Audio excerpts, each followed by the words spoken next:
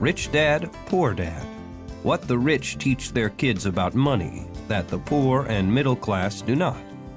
By Robert T. Kiyosaki. To parents everywhere, a child's first and most important teachers, and to all those who educate, influence, and lead by example.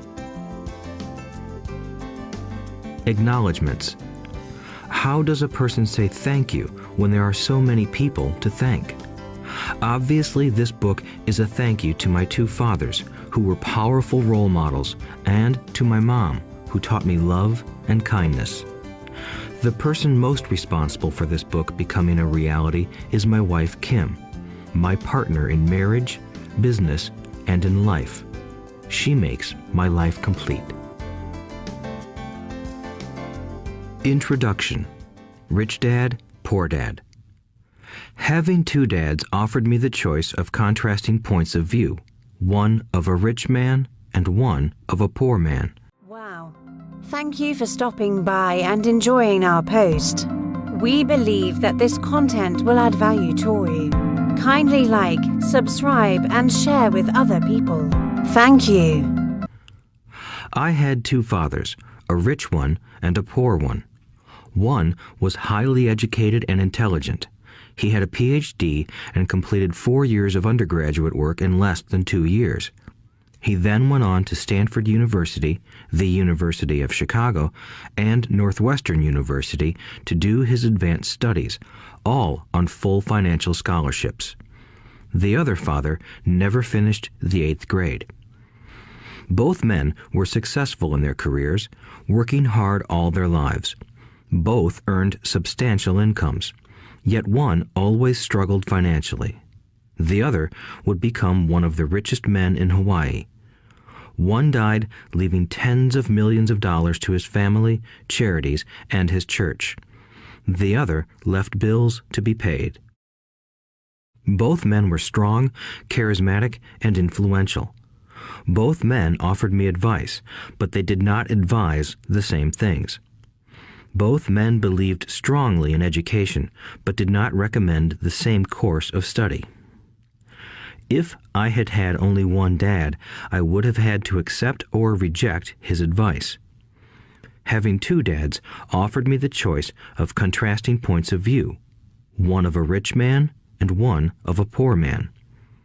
Instead of simply accepting or rejecting one or the other, I found myself thinking more, comparing, and then choosing for myself.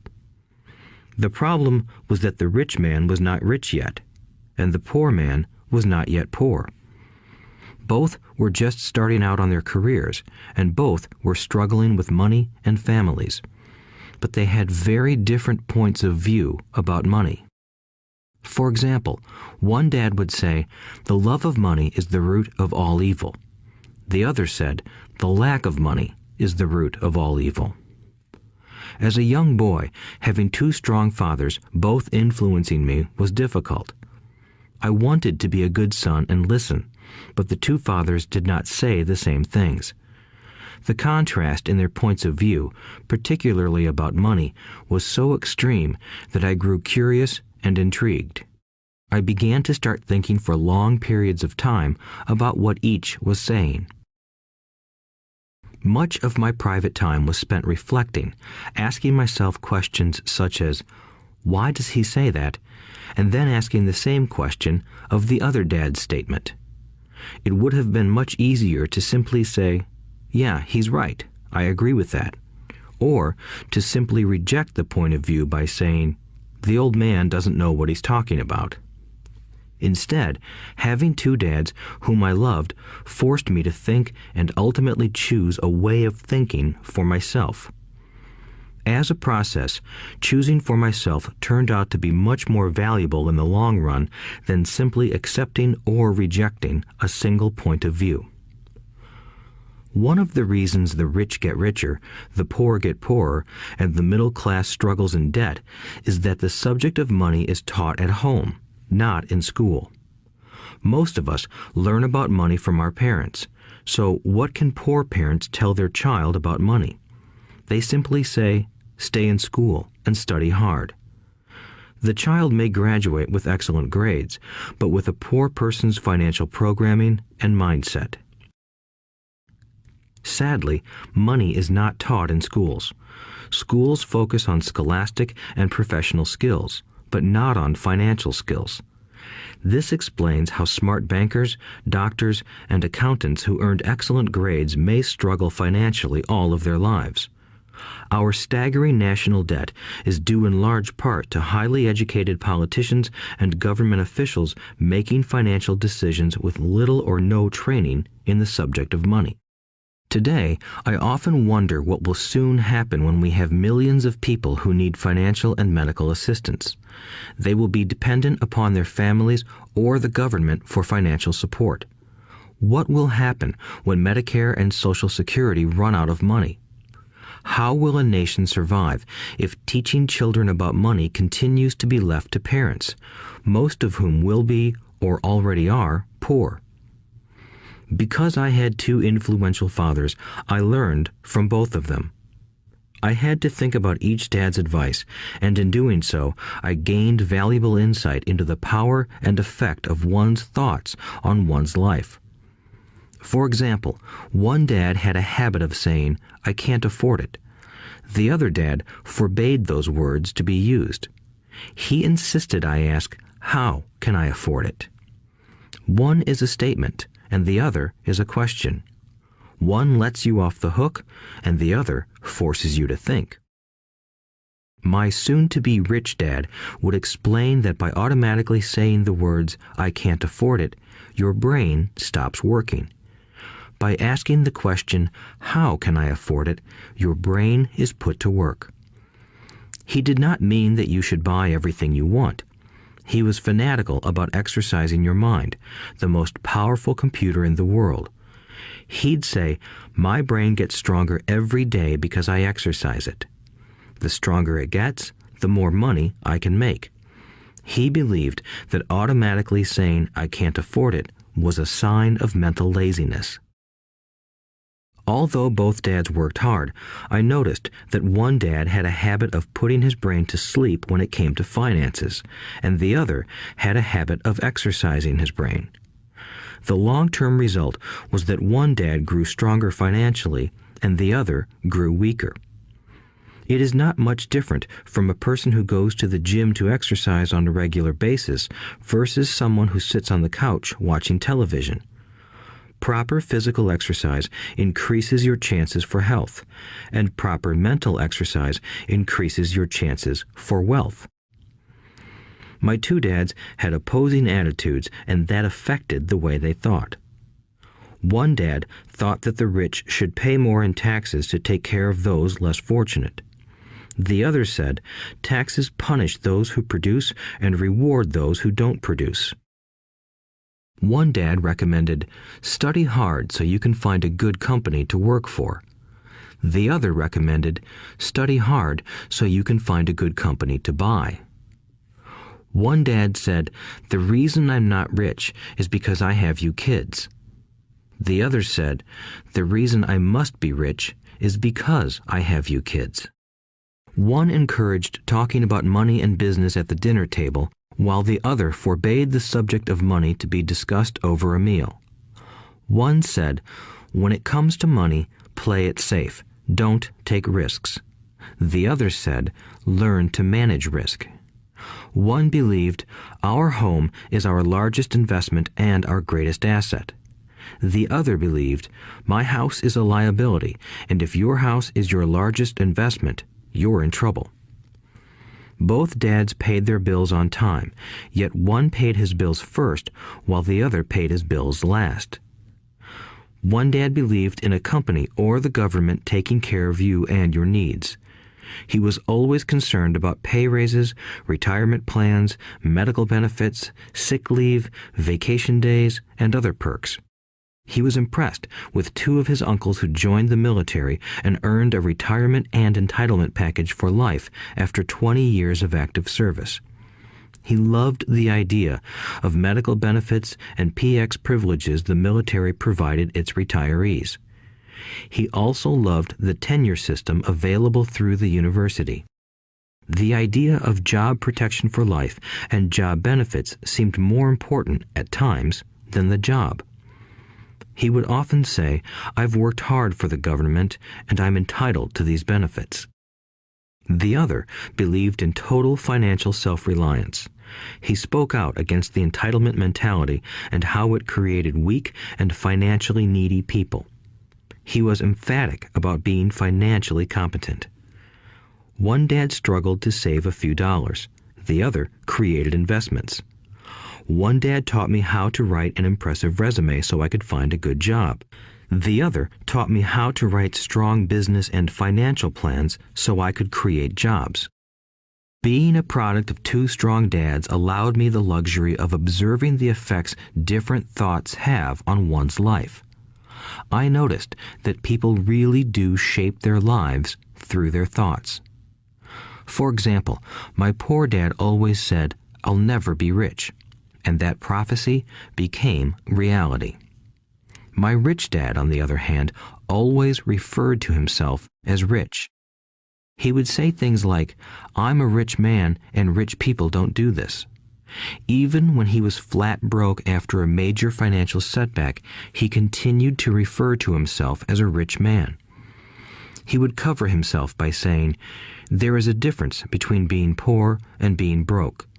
Broke is temporary. Poor is eternal." My poor dad would say, "I'm not interested in money," or "money doesn't matter." My rich dad always said, "Money is power."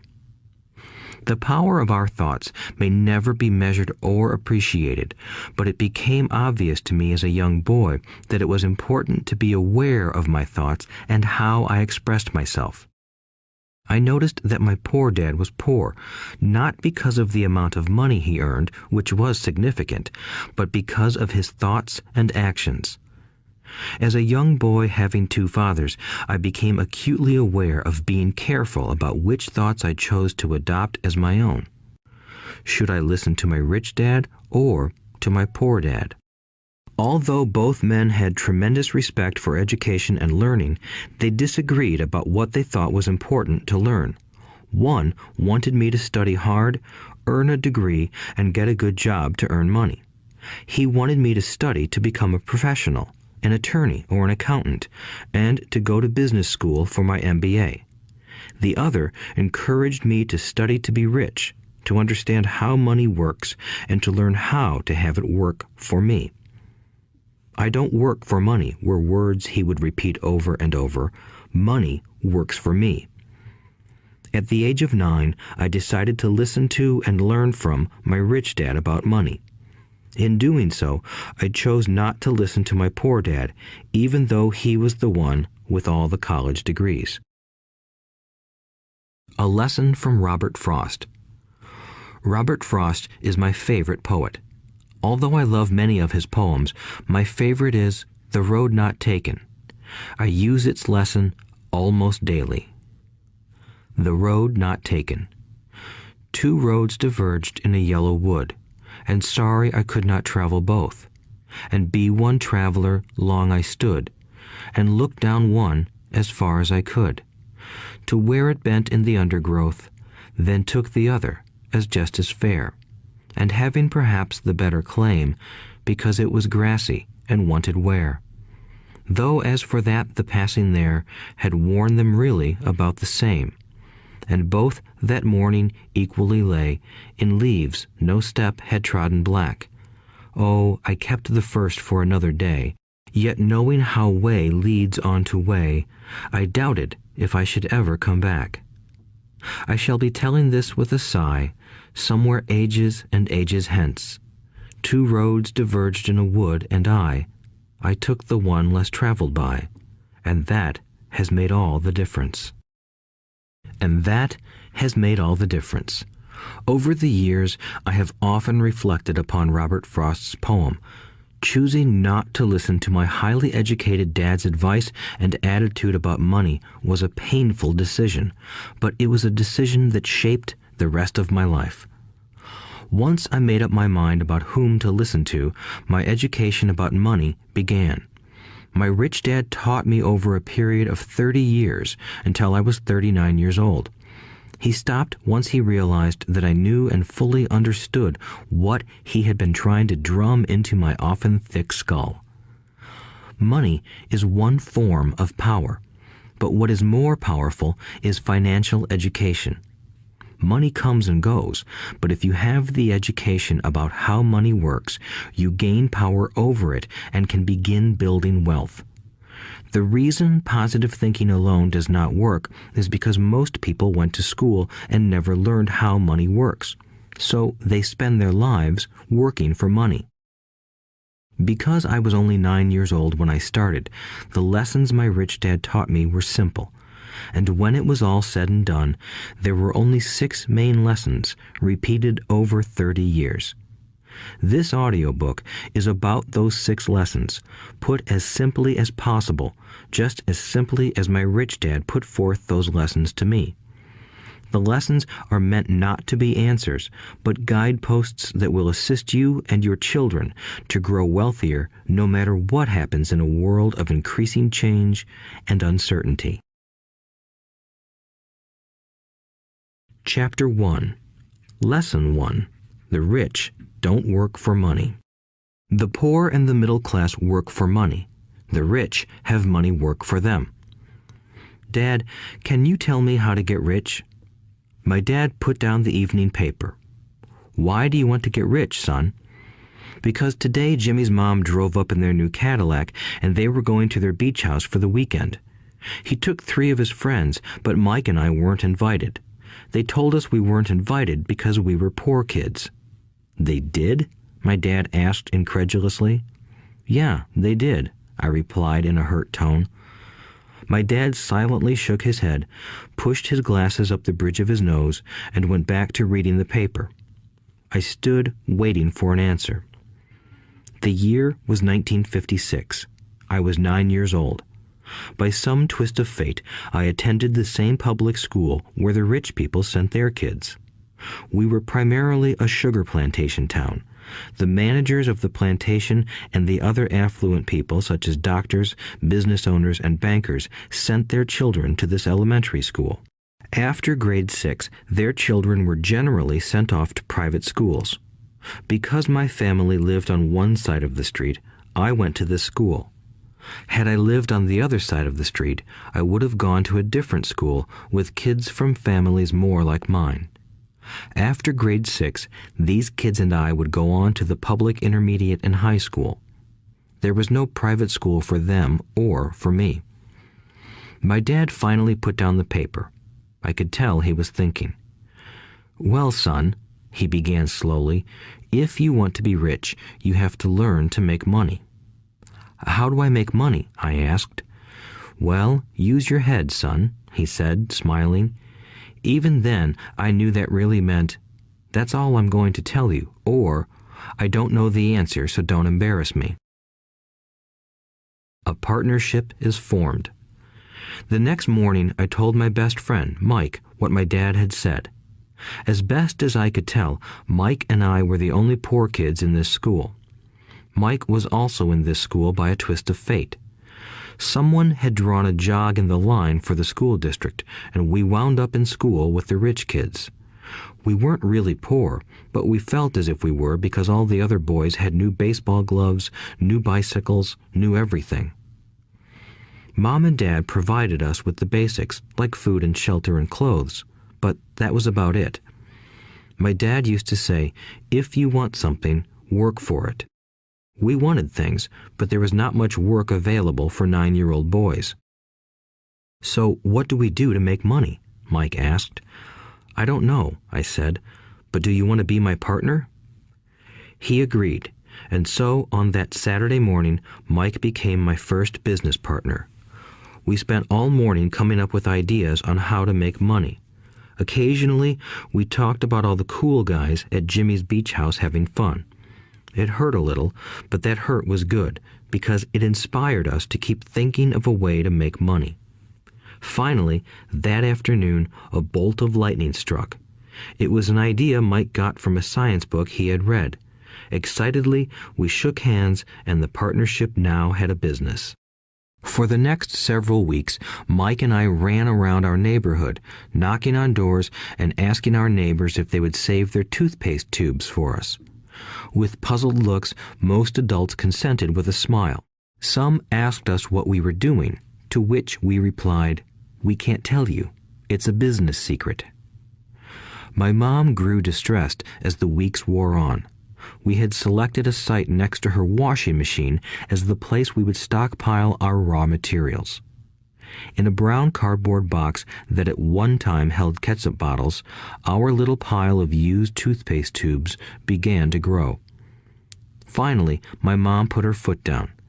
The sight of her neighbor's messy, crumpled used toothpaste tubes had gotten to her. "What are you boys doing?" she asked, "and I don't want to hear again that it's a business secret. Do something with this mess or I'm going to throw it out." Mike and I pleaded and begged, explaining that we would soon have enough and then we would begin production. We informed her that we were waiting on a couple of neighbors to finish their toothpaste so we could have their tubes. Mom granted us a 1-week extension. The date to begin production was moved up, and the pressure was on. My first partnership was already being threatened with an eviction notice by my own mom. It became Mike's job to tell the neighbors to quickly use up their toothpaste, saying their dentist wanted them to brush more often anyway. I began to put together the production line. One day, my dad drove up with a friend to see 2 9-year-old boys in the driveway with a production line operating at full speed. There was fine white powder everywhere. On a long table were small milk cartons from school, and our family's hibachi grill was glowing with red-hot coals at maximum heat. Dad walked up cautiously, having to park the car at the base of the driveway since the production line blocked the carport.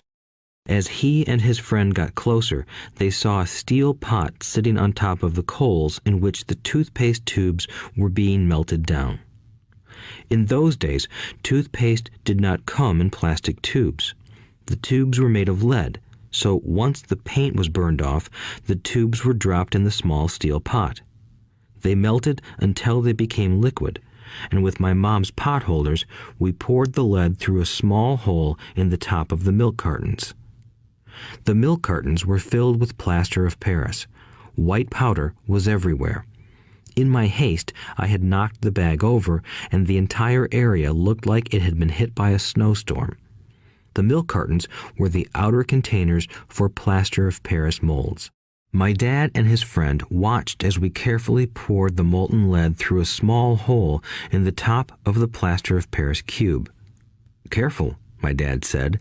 I nodded without looking up.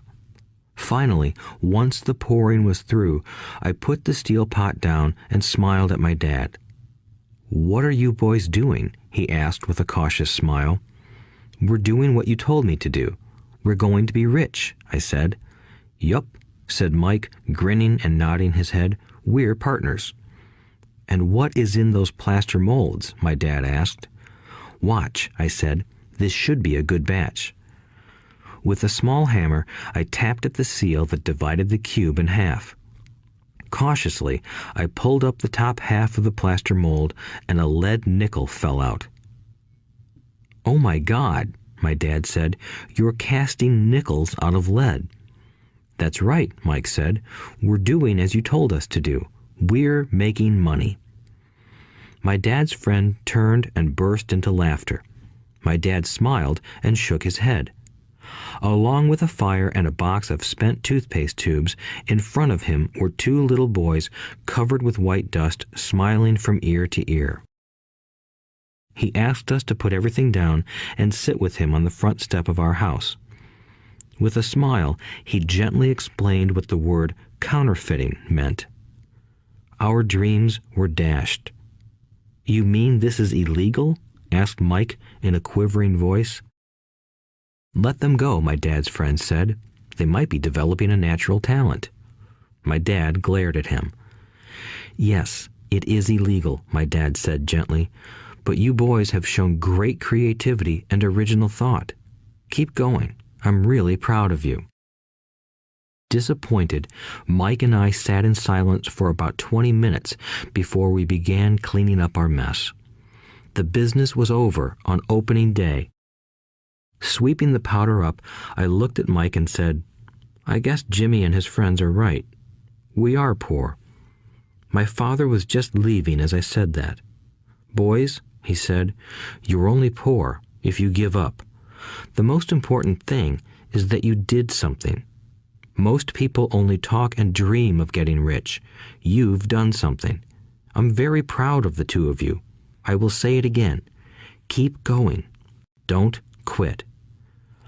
Mike and I stood there in silence. They were nice words, but we still did not know what to do. "So how come you're not rich, Dad?" I asked. "Because I chose to be a school teacher.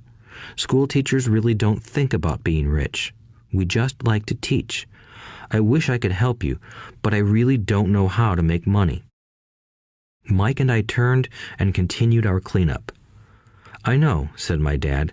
"If you boys want to learn how to be rich, don't ask me. Talk to your dad, Mike." "My dad?" asked Mike with a scrunched-up face. "Yeah, your dad," repeated my dad with a smile. "Your dad and I have the same banker, and he raves about your father. He's told me several times that your father is brilliant when it comes to making money." "My dad?" Mike asked again in disbelief. "Then how come we don't have a nice car and a nice house like the rich kids at school?" "A nice car and a nice house don't necessarily mean you're rich or you know how to make money," my dad replied. "Jimmy's dad works for the sugar plantation. He's not much different from me. He works for a company and I work for the government. The company buys the car for him. The sugar company is in financial trouble, and Jimmy's dad may soon have nothing. Your dad is different, Mike. He seems to be building an empire, and I suspect in a few years he will be a very rich man." With that, Mike and I got excited again. With new vigor, we began cleaning up the mess caused by our now defunct first business.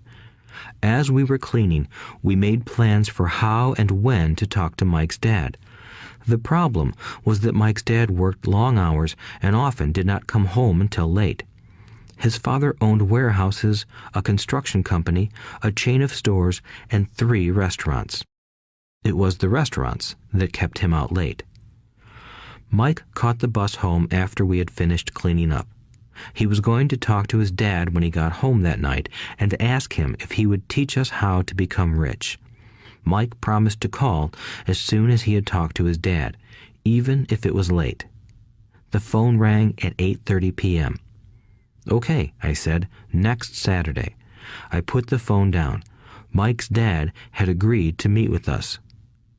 On Saturday, I caught the 7:30 a.m. bus to the poor side of town. The lessons begin. Mike and I met with his dad that morning at 8 o'clock. He was already busy, having been at work for more than an hour. His construction supervisor was just leaving in his pickup truck as I walked up to his simple, small, and tidy home. Mike met me at the door. "Dad's on the phone, and he said to wait on the back porch," Mike said as he opened the door. The old wooden floor creaked as I stepped across the threshold of the aging house. There was a cheap mat just inside the door. The mat was there to hide the years of wear from countless footsteps that the floor had supported. Although clean, it needed to be replaced. I felt claustrophobic as I entered the narrow living room that was filled with old, musty, overstuffed furniture that today would be collector's items. Sitting on the couch were 2 women, both a little older than my mom. Across from the women sat a man in workman's clothes. He wore khaki slacks and a khaki shirt, neatly pressed but without starch, and polished work boots. He was about 10 years older than my dad. They smiled as Mike and I walked past them toward the back porch. I smiled back shyly. "Who are those people?" I asked. "Oh, they work for my dad. The older man runs his warehouses, and the women are the managers of the restaurants.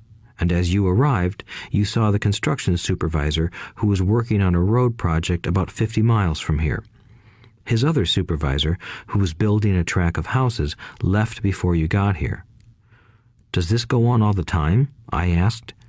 Not always, but quite often, said Mike, smiling as he pulled up a chair to sit down next to me.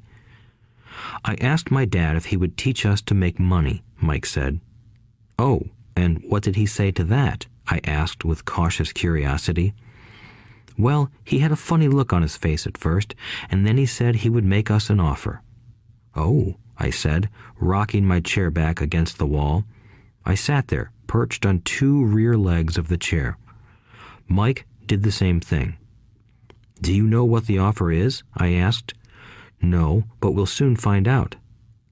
Suddenly, Mike's dad burst through the rickety screen door and onto the porch. Mike and I jumped to our feet, not out of respect, but because we were startled. Ready, boys? He asked as he pulled up a chair to sit down with us. We nodded our heads as we pulled our chairs away from the wall to sit in front of him. He was a big man, about 6 feet tall and 200 pounds. My dad was taller, about the same weight, and 5 years older than Mike's dad. They sort of looked alike, though not of the same ethnic makeup. Maybe their energy was similar. Mike says you want to learn to make money. Is that correct, Robert? I nodded my head quickly, but with a little trepidation. He had a lot of power behind his words and smile. Okay, here's my offer. I'll teach you, but I won't do it classroom style. You work for me, I'll teach you. You don't work for me, I won't teach you. I can teach you faster if you work, and I'm wasting my time if you just want to sit and listen like you do in school. That's my offer. Take it or leave it. May I ask a question first? I asked. No, take it or leave it. I've got too much work to do to waste my time. If you can't make up your mind decisively, then you'll never learn to make money anyway. Opportunities come and go. Being able to know when to make quick decisions is an important skill. You have the opportunity that you asked for. School is beginning, or it's over in 10 seconds, Mike's dad said with a teasing smile. Take it, I said. Take it, said Mike. Good, said Mike's dad. Mrs. Martin will be by in 10 minutes. After I'm through with her, you'll ride with her to my superette and you can begin working. I'll pay you 10 cents an hour and you'll work 3 hours every Saturday. But I have a softball game today, I said. Mike's dad lowered his voice to a stern tone. Take it or leave it, he said. I'll take it, I replied, choosing to work and learn instead of playing. 30 cents later. By 9 a.m. that day, Mike and I were working for Mrs. Martin. She was a kind and patient woman. She always said that Mike and I reminded her of her 2 grown sons.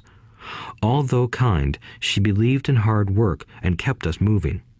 We spent 3 hours taking canned goods off the shelves, brushing each can with a feather duster to get the dust off, and then restacking them neatly. It was excruciatingly boring work. Mike's dad, whom I called my rich dad, owned 9 of these little superettes, each with a large parking lot. They were the early version of the 7-Eleven convenience stores, little neighborhood grocery stores where people bought items such as milk, bread, butter, and cigarettes. The problem was that this was Hawaii before air conditioning was widely used, and the stores could not close their doors because of the heat. On 2 sides of the store, the doors had to be wide open to the road and parking lot. Every time a car drove by or pulled into the parking lot, dust would swirl and settle in the store. We knew we had a job as long as there was no air conditioning. For 3 weeks, Mike and I reported to Mrs. Martin and worked our 3 hours. By noon, our work was over, and she dropped 3 little dimes in each of our hands. Now, even at the age of 9 in the mid-1950s, 30 cents was not too exciting. Comic books cost 10 cents back then, so I usually spent my money on comic books and went home. By Wednesday of the 4th week, I was ready to quit. I had agreed to work only because I wanted to learn to make money from Mike's dad, and now I was a slave for 10 cents an hour. On top of that, I had not seen Mike's dad since that first Saturday. I'm quitting, I told Mike at lunchtime. School was boring, and now I did not even have my Saturdays to look forward to. But it was the 30 cents that really got to me. This time, Mike smiled. "What are you laughing at?" I asked with anger and frustration. "Dad said this would happen. He said to meet with him when you were ready to quit." "What?" I said indignantly. "He's been waiting for me to get fed up?" "Sort of," Mike said. "Dad's kind of different. He doesn't teach like your dad. Your mom and dad lecture a lot. My dad is quiet and a man of few words. You just wait till this Saturday. I'll tell him you're ready." "You mean I've been set up?" "No, not really. But maybe. Dad will explain on Saturday." Waiting in line on Saturday. I was ready to face Mike's dad. Even my real dad was angry with him.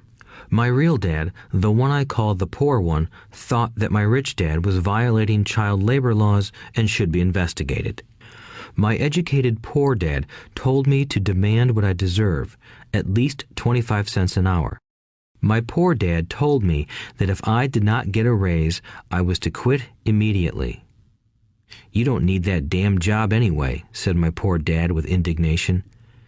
At 8 o'clock Saturday morning, I walked through the door of Mike's house when Mike's dad opened it. "Take a seat and wait in line," he said as I entered. He turned and disappeared into his little office next to a bedroom. I looked around the room and didn't see Mike anywhere. Feeling awkward, I cautiously sat down next to the same two women who were there 4 weeks earlier. They smiled and slid down the couch to make room for me. 45 minutes went by, and I was steaming. The two women had met with him and left 30 minutes earlier. An older gentleman was in there for 20 minutes and was also gone. The house was empty, and here I sat in a musty, dark living room on a beautiful, sunny Hawaiian day, waiting to talk to a cheapskate who exploited children. I could hear him rustling around the office, talking on the phone, and ignoring me. I was ready to walk out, but for some reason I stayed. Finally, 15 minutes later, at exactly 9 o'clock, Rich Dad walked out of his office, said nothing, and signaled with his hand for me to enter. "I understand you want a raise or you're going to quit," Rich Dad said as he swiveled in his office chair. "Well, you're not keeping your end of the bargain," I blurted out, nearly in tears. It was really frightening for me to confront a grown-up. "You said that you would teach me if I worked for you. Well, I've worked for you. I've worked hard. I've given up my baseball games to work for you, but you haven't kept your word, and you haven't taught me anything. You are a crook like everyone in town thinks you are. You're greedy. You want all the money and don't take care of your employees. You made me wait and don't show me any respect. I'm only a little boy, but I deserve to be treated better." Rich Dad rocked back in his swivel chair, hands up to his chin, and stared at me. "Not bad," he said. "In less than a month, you sound like most of my employees." "What?" I asked. Not understanding what he was saying, I continued with my grievance. "I thought you were going to keep your end of the bargain and teach me. Instead, you want to torture me? That's cruel. That's really cruel." "I am teaching you," Rich Dad said quietly. "What have you taught me? Nothing," I said angrily. "You haven't even talked to me once since I agreed to work for peanuts. 10 cents an hour. Ha! I should notify the government about you. We have child labor laws, you know. My dad works for the government, you know." "Wow," said Rich Dad. "Now you sound just like most of the people who used to work for me. People I've either fired or who have quit." "So, what do you have to say?" I demanded, feeling pretty brave for a little kid. "You lied to me. I've worked for you, and you have not kept your word. You haven't taught me anything." "How do you know that I've not taught you anything?" asked Rich Dad calmly. "Well, you've never talked to me. I've worked for 3 weeks, and you have not taught me anything," I said with a pout. "Does teaching mean talking or a lecture?" Rich Dad asked. "Well, yes," I replied.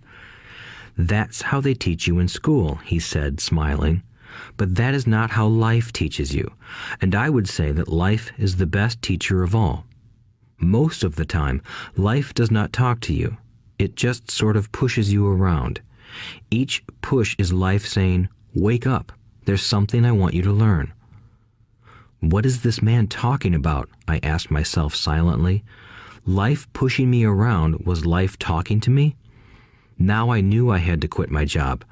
I was talking to someone who needed to be locked up. If you learn life's lessons, you will do well. If not, life will just continue to push you around. People do two things. Some just let life push them around. Others get angry and push back.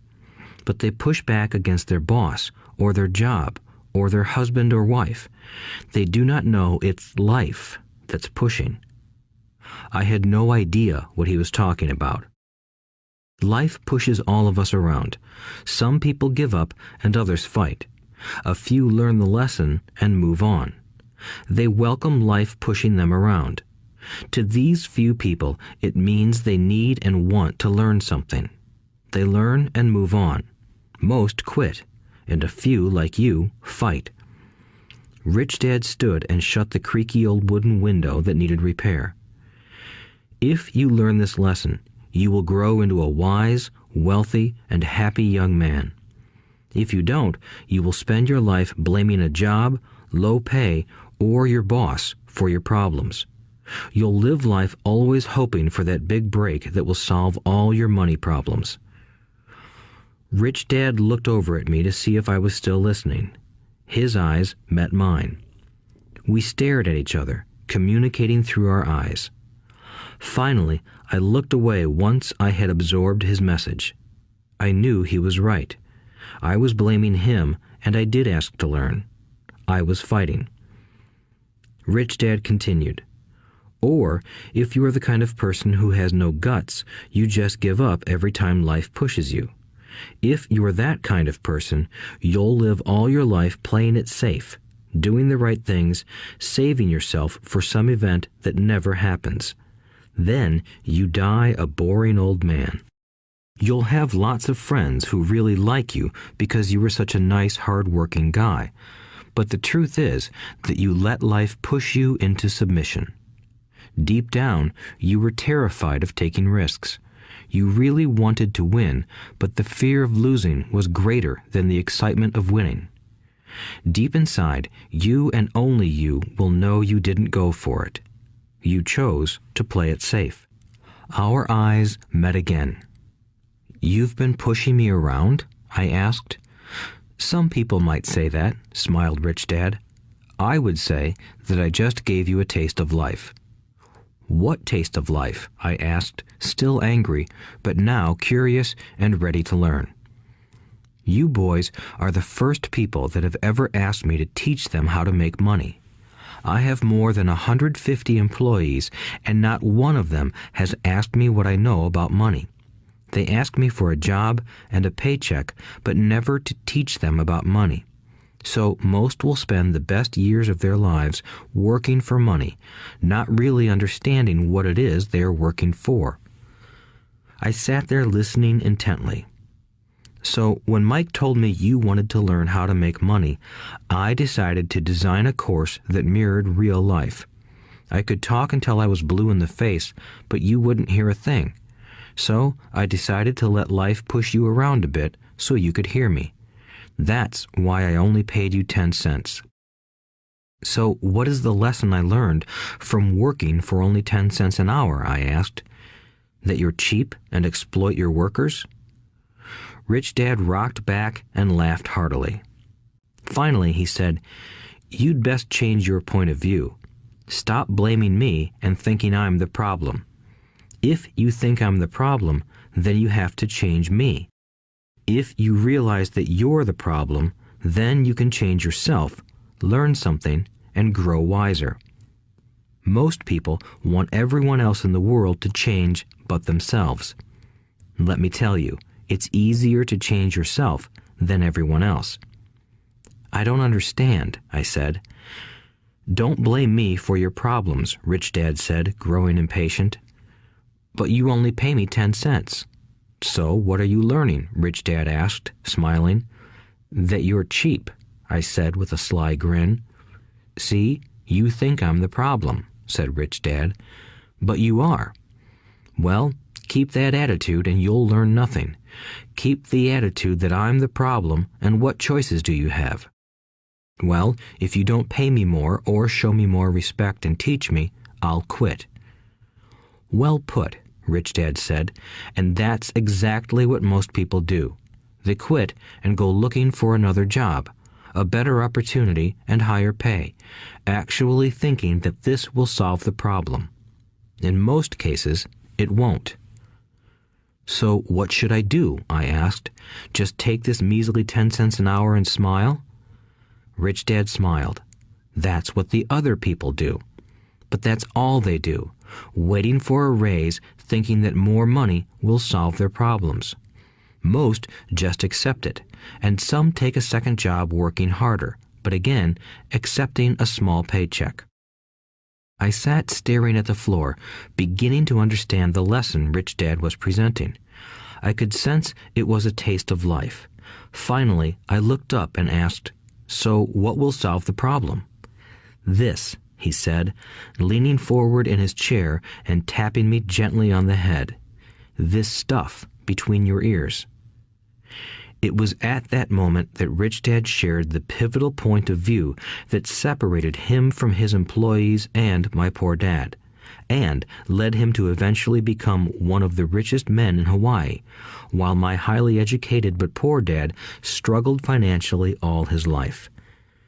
It was a singular point of view that made all the difference over a lifetime. Rich Dad said this point of view over and over, which I call lesson number 1. The poor and the middle class work for money. The rich have money work for them. On that bright Saturday morning, I learned a completely different point of view from what I had been taught by my poor dad. At the age of 9, I understood that both dads wanted me to learn. Both dads encouraged me to study, but not the same things. My highly educated dad recommended that I do what he did. "Son, I want you to study hard, get good grades so you can find a safe, secure job with a big company, and make sure it has excellent benefits." My rich dad wanted me to learn how money works so I could make it work for me. These lessons I would learn through life with his guidance, not because of a classroom. My rich dad continued my first lesson. "I'm glad you got angry about working for 10 cents an hour.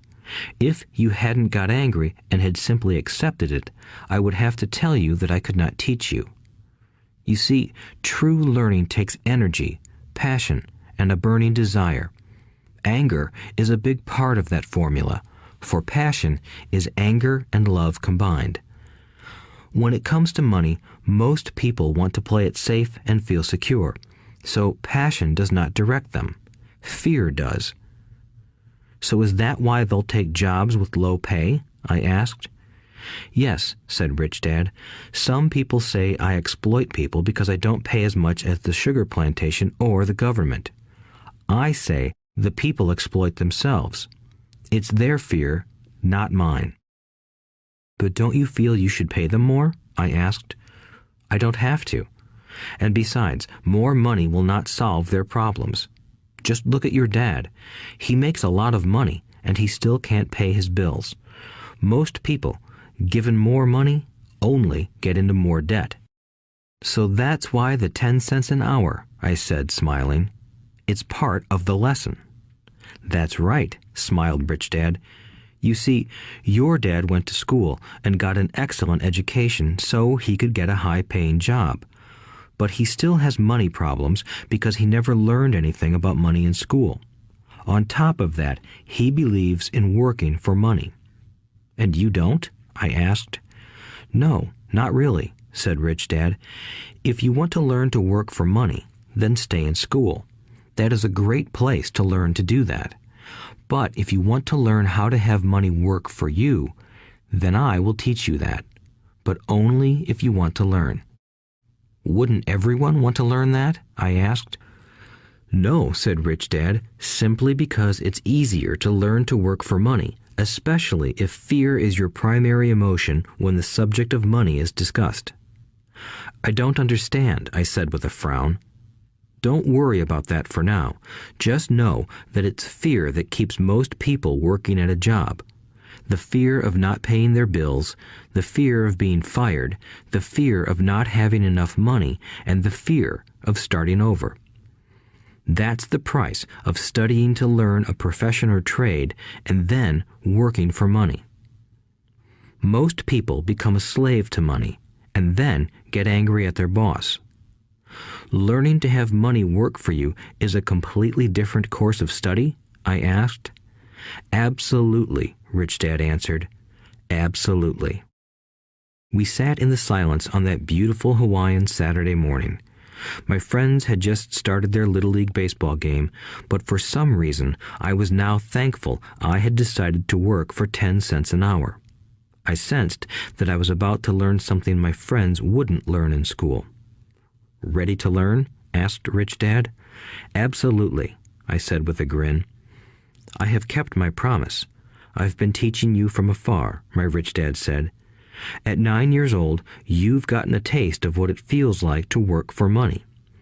Just multiply your last month by 50 years, and you will have an idea of what most people spend their life doing. I don't understand, I said. How did you feel waiting in line to see me, once to get hired and once to ask for more money? Terrible, I said. If you choose to work for money, that is what life will be like, said Rich Dad. And how did you feel when Mrs. Martin dropped 3 dimes in your hand for 3 hours of work? I felt like it wasn't enough. It seemed like nothing. I was disappointed, I said. And that is how most employees feel when they look at their paychecks, especially after all the tax and other deductions are taken out. At least you got 100%. You mean most workers don't get paid everything? I asked with amazement. Heavens no, said Rich Dad. The government always takes its share first. How do they do that? I asked. Taxes, said Rich Dad. You're taxed when you earn. You're taxed when you spend. You're taxed when you save. You're taxed when you die. Why do people let the government do that to them? The rich don't, said Rich Dad with a smile. The poor and the middle class do. I'll bet you that I earn more than your dad, yet he pays more in taxes. How can that be? I asked. At my age, that made no sense to me. Why would someone let the government do that to them? Rich Dad rocked slowly and silently in his chair, just looking at me. Ready to learn? He asked. I nodded my head slowly. As I said, there is a lot to learn. Learning how to have money work for you is a lifetime study. Most people go to college for 4 years and their education ends. I already know that my study of money will continue over my lifetime, simply because the more I find out, the more I find out I need to know. Most people never study the subject. They go to work, get their paycheck, balance their checkbooks, and that's it. Then they wonder why they have money problems. They think that more money will solve the problem, and don't realize that it's their lack of financial education that is the problem. So my dad has tax problems because he doesn't understand money? I asked, confused. Look, said Rich Dad, taxes are just one small section on learning how to have money work for you. Today, I just wanted to find out if you still have the passion to learn about money. Most people don't. They want to go to school, learn a profession, have fun at their work, and earn lots of money. One day they wake up with big money problems, and then they can't stop working. That's the price of only knowing how to work for money instead of studying how to have money work for you. So, do you still have the passion to learn? Asked Rich Dad. I nodded my head. Good, said Rich Dad. Now get back to work. This time, I will pay you nothing. What? I asked in amazement. You heard me. Nothing. You will work the same 3 hours every Saturday, but this time you will not be paid 10 cents per hour. You said you wanted to learn to not work for money, so I'm not going to pay you anything. I couldn't believe what I was hearing. I've already had this conversation with Mike, and he's already working, dusting and stacking canned goods for free. You better hurry and get back there. That's not fair, I shouted. You've got to pay something. You said you wanted to learn. If you don't learn this now, you'll grow up to be like the two women and the older man sitting in my living room, working for money and hoping I don't fire them. Or, like your dad, earning lots of money only to be in debt up to his eyeballs, hoping more money will solve the problem. If that's what you want, I'll go back to our original deal of 10 cents an hour. Or you can do what most adults do. Complain that there is not enough pay, quit, and go looking for another job. But what do I do? I asked. Rich Dad tapped me on the head. Use this, he said. If you use it well, you will soon thank me for giving you an opportunity, and you will grow into a rich man. I stood there, still not believing what a raw deal I was handed. I came to ask for a raise, and somehow I was instead working for nothing. Rich Dad tapped me on the head again and said, Use this. Now, get out of here and get back to work. Lesson number 1. The rich don't work for money. I didn't tell my poor dad I wasn't being paid. He wouldn't have understood, and I didn't want to try to explain something I didn't understand myself. For 3 more weeks, Mike and I worked 3 hours every Saturday for nothing. The work didn't bother me, and the routine got easier. But it was the missed baseball games and not being able to afford to buy a few comic books that got to me. Rich Dad stopped by at noon on the 3rd week. We heard his truck pull up in the parking lot and sputter when the engine was turned off. He entered the store and greeted Mrs. Martin with a hug. After finding out how things were going in the store, he reached into the ice cream freezer, pulled out 2 bars, paid for them, and signaled to Mike and me. Let's go for a walk, boys. We crossed the street, dodging a few cars, and walked across a large grassy field where a few adults were playing softball. Sitting down at a lone picnic table, he handed Mike and me the treats. How's it going, boys? Okay, Mike said. I nodded in agreement. Learn anything yet? Rich Dad asked. Mike and I looked at each other, shrugged our shoulders, and shook our heads in unison. Avoiding one of life's biggest traps. Well, you boys had better start thinking. You're staring at one of life's biggest lessons. If you learn it, you'll enjoy a life of great freedom and security. If you don't, you'll wind up like Mrs. Martin and most of the people playing softball in this park. They work very hard for little money, clinging to the illusion of job security and looking forward to a 3-week vacation each year and maybe a skimpy pension after 45 years of service. If that excites you, I'll give you a raise to 25 cents an hour. But these are good, hard-working people. Are you making fun of them? I demanded. A smile came over Rich Dad's face. Mrs. Martin is like a mother to me. I would never be that cruel. I may sound unkind because I'm doing my best to point something out to the two of you. I want to expand your point of view so you can see something most people never have the benefit of seeing because their vision is too narrow. Most people never see the trap they are in. Mike and I sat there, uncertain of his message. He sounded cruel, yet we could sense he was trying to drive home a point. With a smile, Rich Dad said, Doesn't that 25 cents an hour sound good? Doesn't it make your heart beat a little faster? I shook my head no, but it really did. 25 cents an hour would be big bucks to me. Okay, I'll pay you $1 an hour, Rich Dad said, with a sly grin. Now my heart started to race. My brain was screaming, take it, take it. I could not believe what I was hearing. Still, I said nothing. Okay, $2 an hour. My little brain and heart nearly exploded. After all, it was 1956, and being paid $2 an hour would have made me the richest kid in the world. I couldn't imagine earning that kind of money. I wanted to say yes. I wanted the deal. I could picture a new bicycle, new baseball glove, and the adoration of my friends when I flashed some cash. On top of that, Jimmy and his rich friends could never call me poor again. But somehow, my mouth stayed shut. The ice cream had melted and was running down my hand. Rich Dad was looking at two boys staring back at him, eyes wide open and brains empty. He was testing us, and he knew there was a part of our emotions that wanted to take the deal. He understood that every person has a weak and needy part of their soul that can be bought, and he knew that every individual also had a part of their soul that was resilient and could never be bought. It was only a question of which one was stronger. Okay, $5 an hour.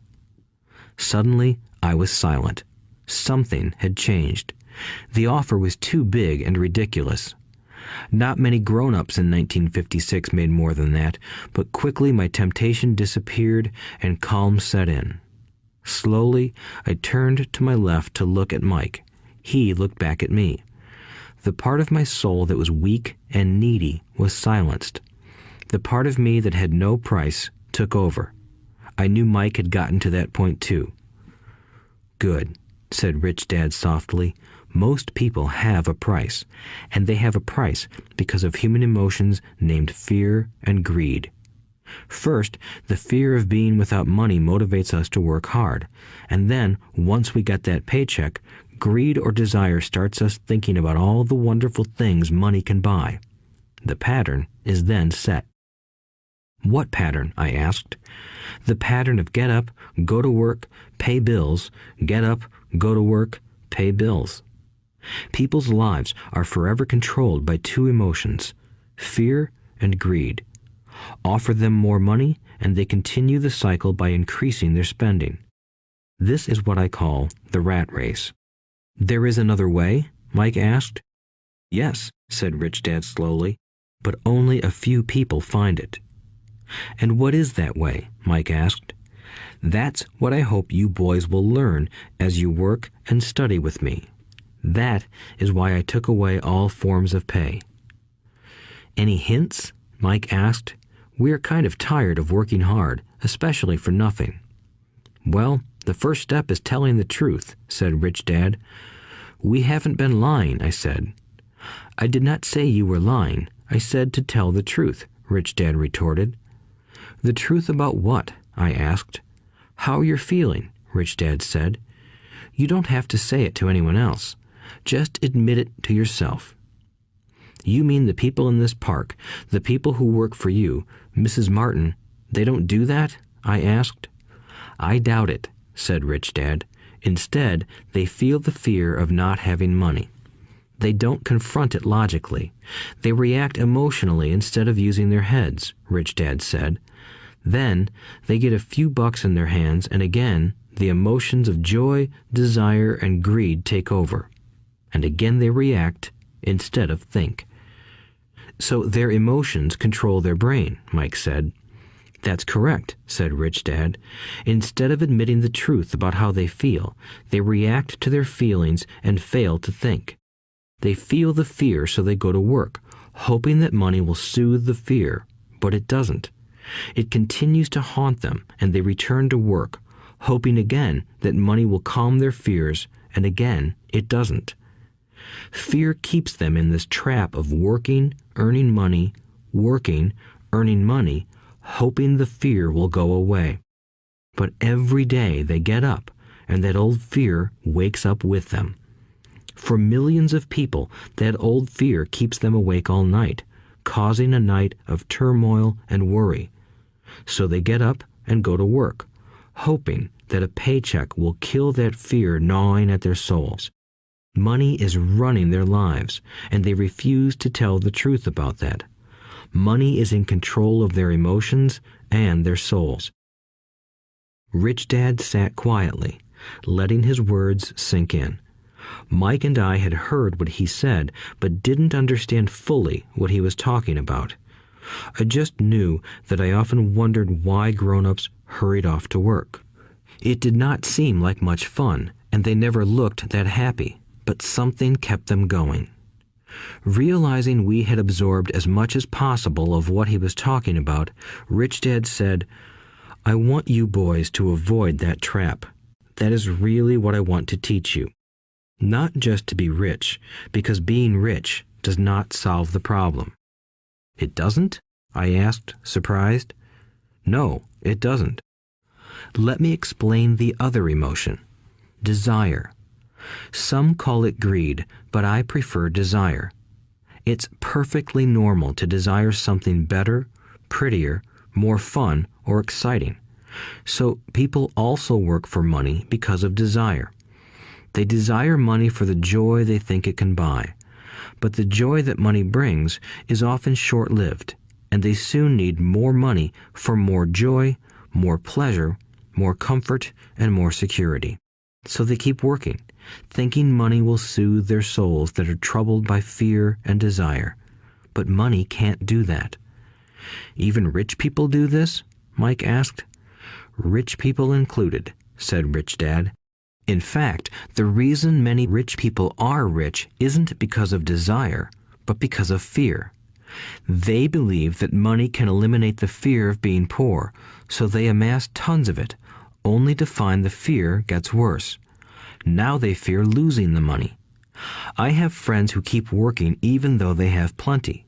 I know people who have millions who are more afraid now than when they were poor. They're terrified of losing it all. The fears that drove them to get rich got worse.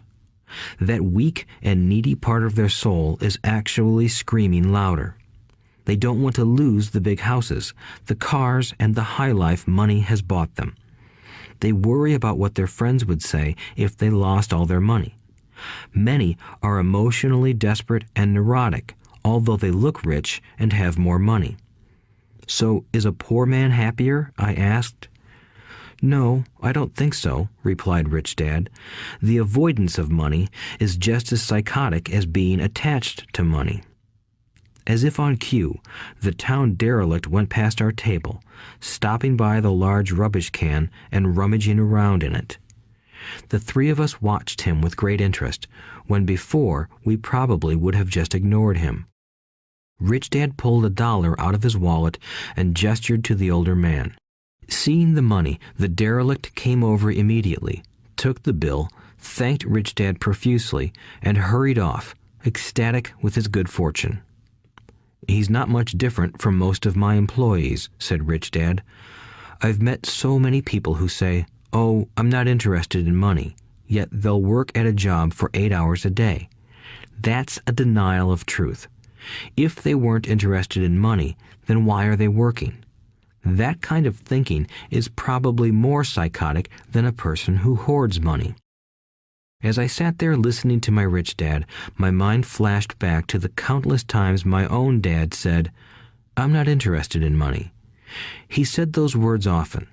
He also covered himself by always saying, "I work because I love my job." "So, what do we do?" I asked. "Not work for money until all traces of fear and greed are gone?" "No, that would be a waste of time," said Rich Dad. "Emotions are what make us human. The word emotion stands for energy in motion. Be truthful about your emotions and use your mind and emotions in your favor, not against yourself." "Whoa," said Mike. "Don't worry about what I just said. It will make more sense in years to come. Just be an observer, not a reactor, to your emotions. Most people do not know that it's their emotions that are doing the thinking.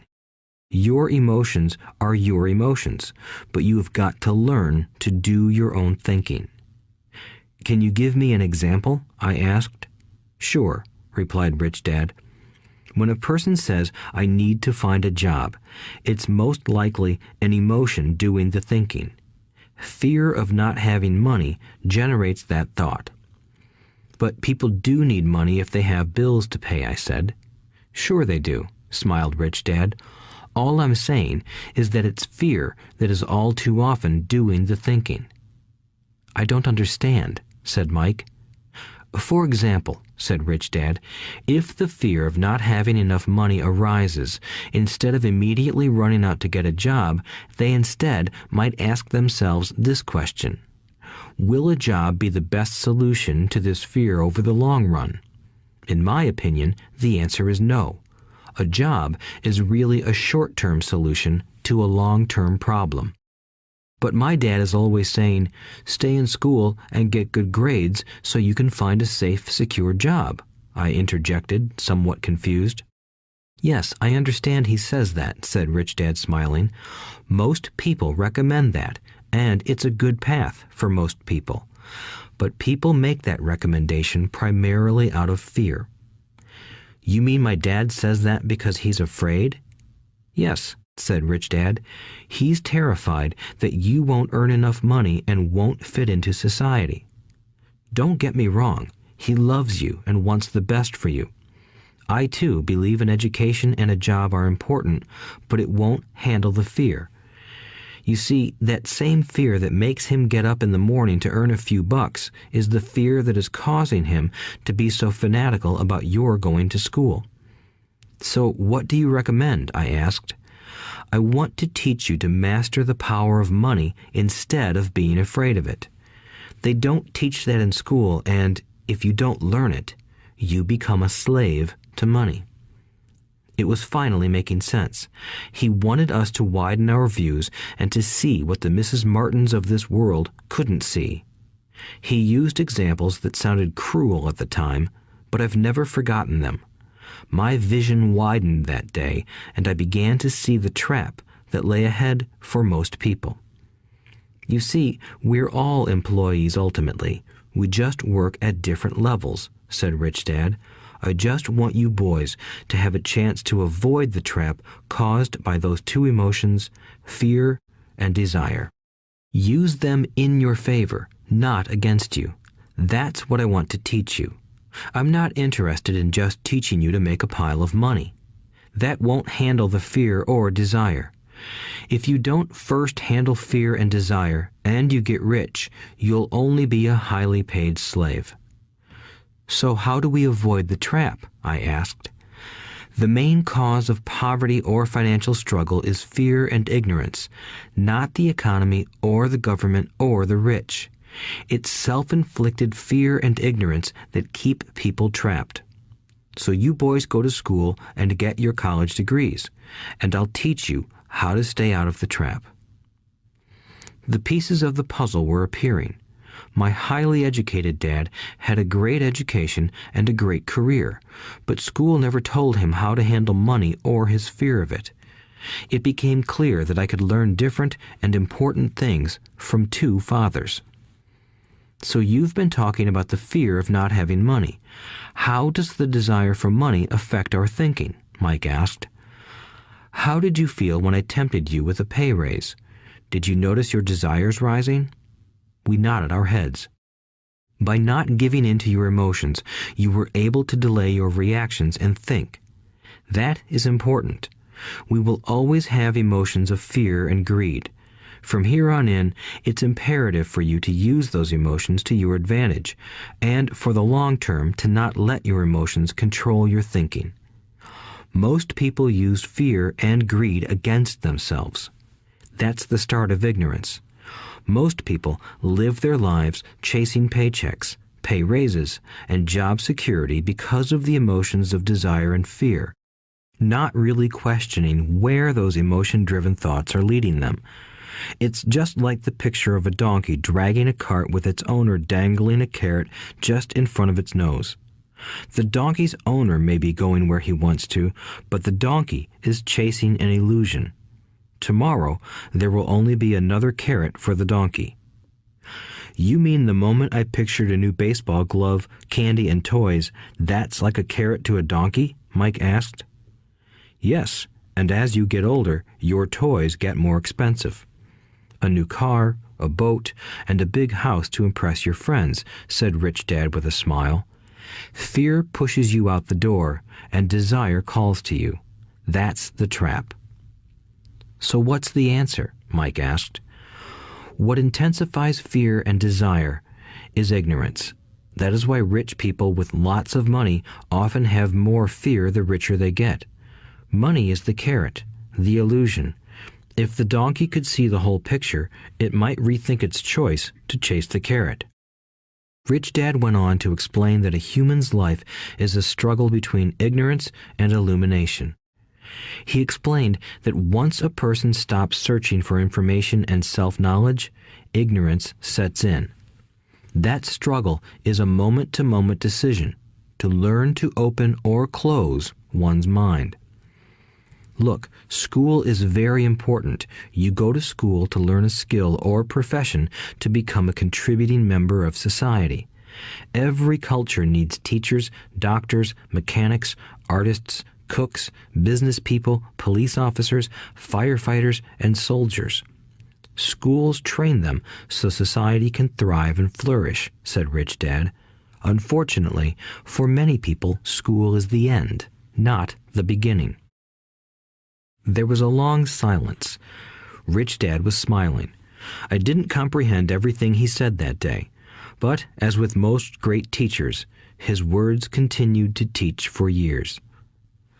I've been a little cruel today, said Rich Dad, but I want you to always remember this talk. I want you to always think of Mrs. Martin, and I want you always to remember that donkey. Never forget that fear and desire can lead you into life's biggest trap if you are not aware of them controlling your thinking. To spend your life living in fear, never exploring your dreams, is cruel. To work hard for money, thinking that it will buy you things that will make you happy, is also cruel. To wake up in the middle of the night terrified about paying bills is a horrible way to live. To live a life dictated by the size of a paycheck is not really living a life. Thinking that a job makes you secure is lying to yourself. That's cruel, and that's the trap I want you to avoid. I've seen how money runs people's lives. Don't let that happen to you. Please, don't let money run your life. A softball rolled under our table. Rich Dad picked it up and threw it back. So what does ignorance have to do with greed and fear? I asked. Because it is ignorance about money that causes so much greed and fear, said Rich Dad. Let me give you some examples. A doctor, wanting more money to better provide for his family, raises his fees. By raising his fees, it makes healthcare more expensive for everyone. It hurts the poor people the most, so they have worse health than those with money. Because the doctors raise their fees, the attorneys raise their fees. Because the attorneys' fees have gone up, school teachers want a raise, which raises our taxes, and on and on and on. Soon, there will be such a horrifying gap between the rich and the poor that chaos will break out and another great civilization will collapse. History proves that great civilizations collapse when the gap between the haves and have-nots is too great. Sadly, America is on that same course because we haven't learned from history. We only memorize historical dates and names, not the lesson. Aren't prices supposed to go up? I asked. In an educated society with a well-run government, prices should actually come down. Of course, that is often only true in theory.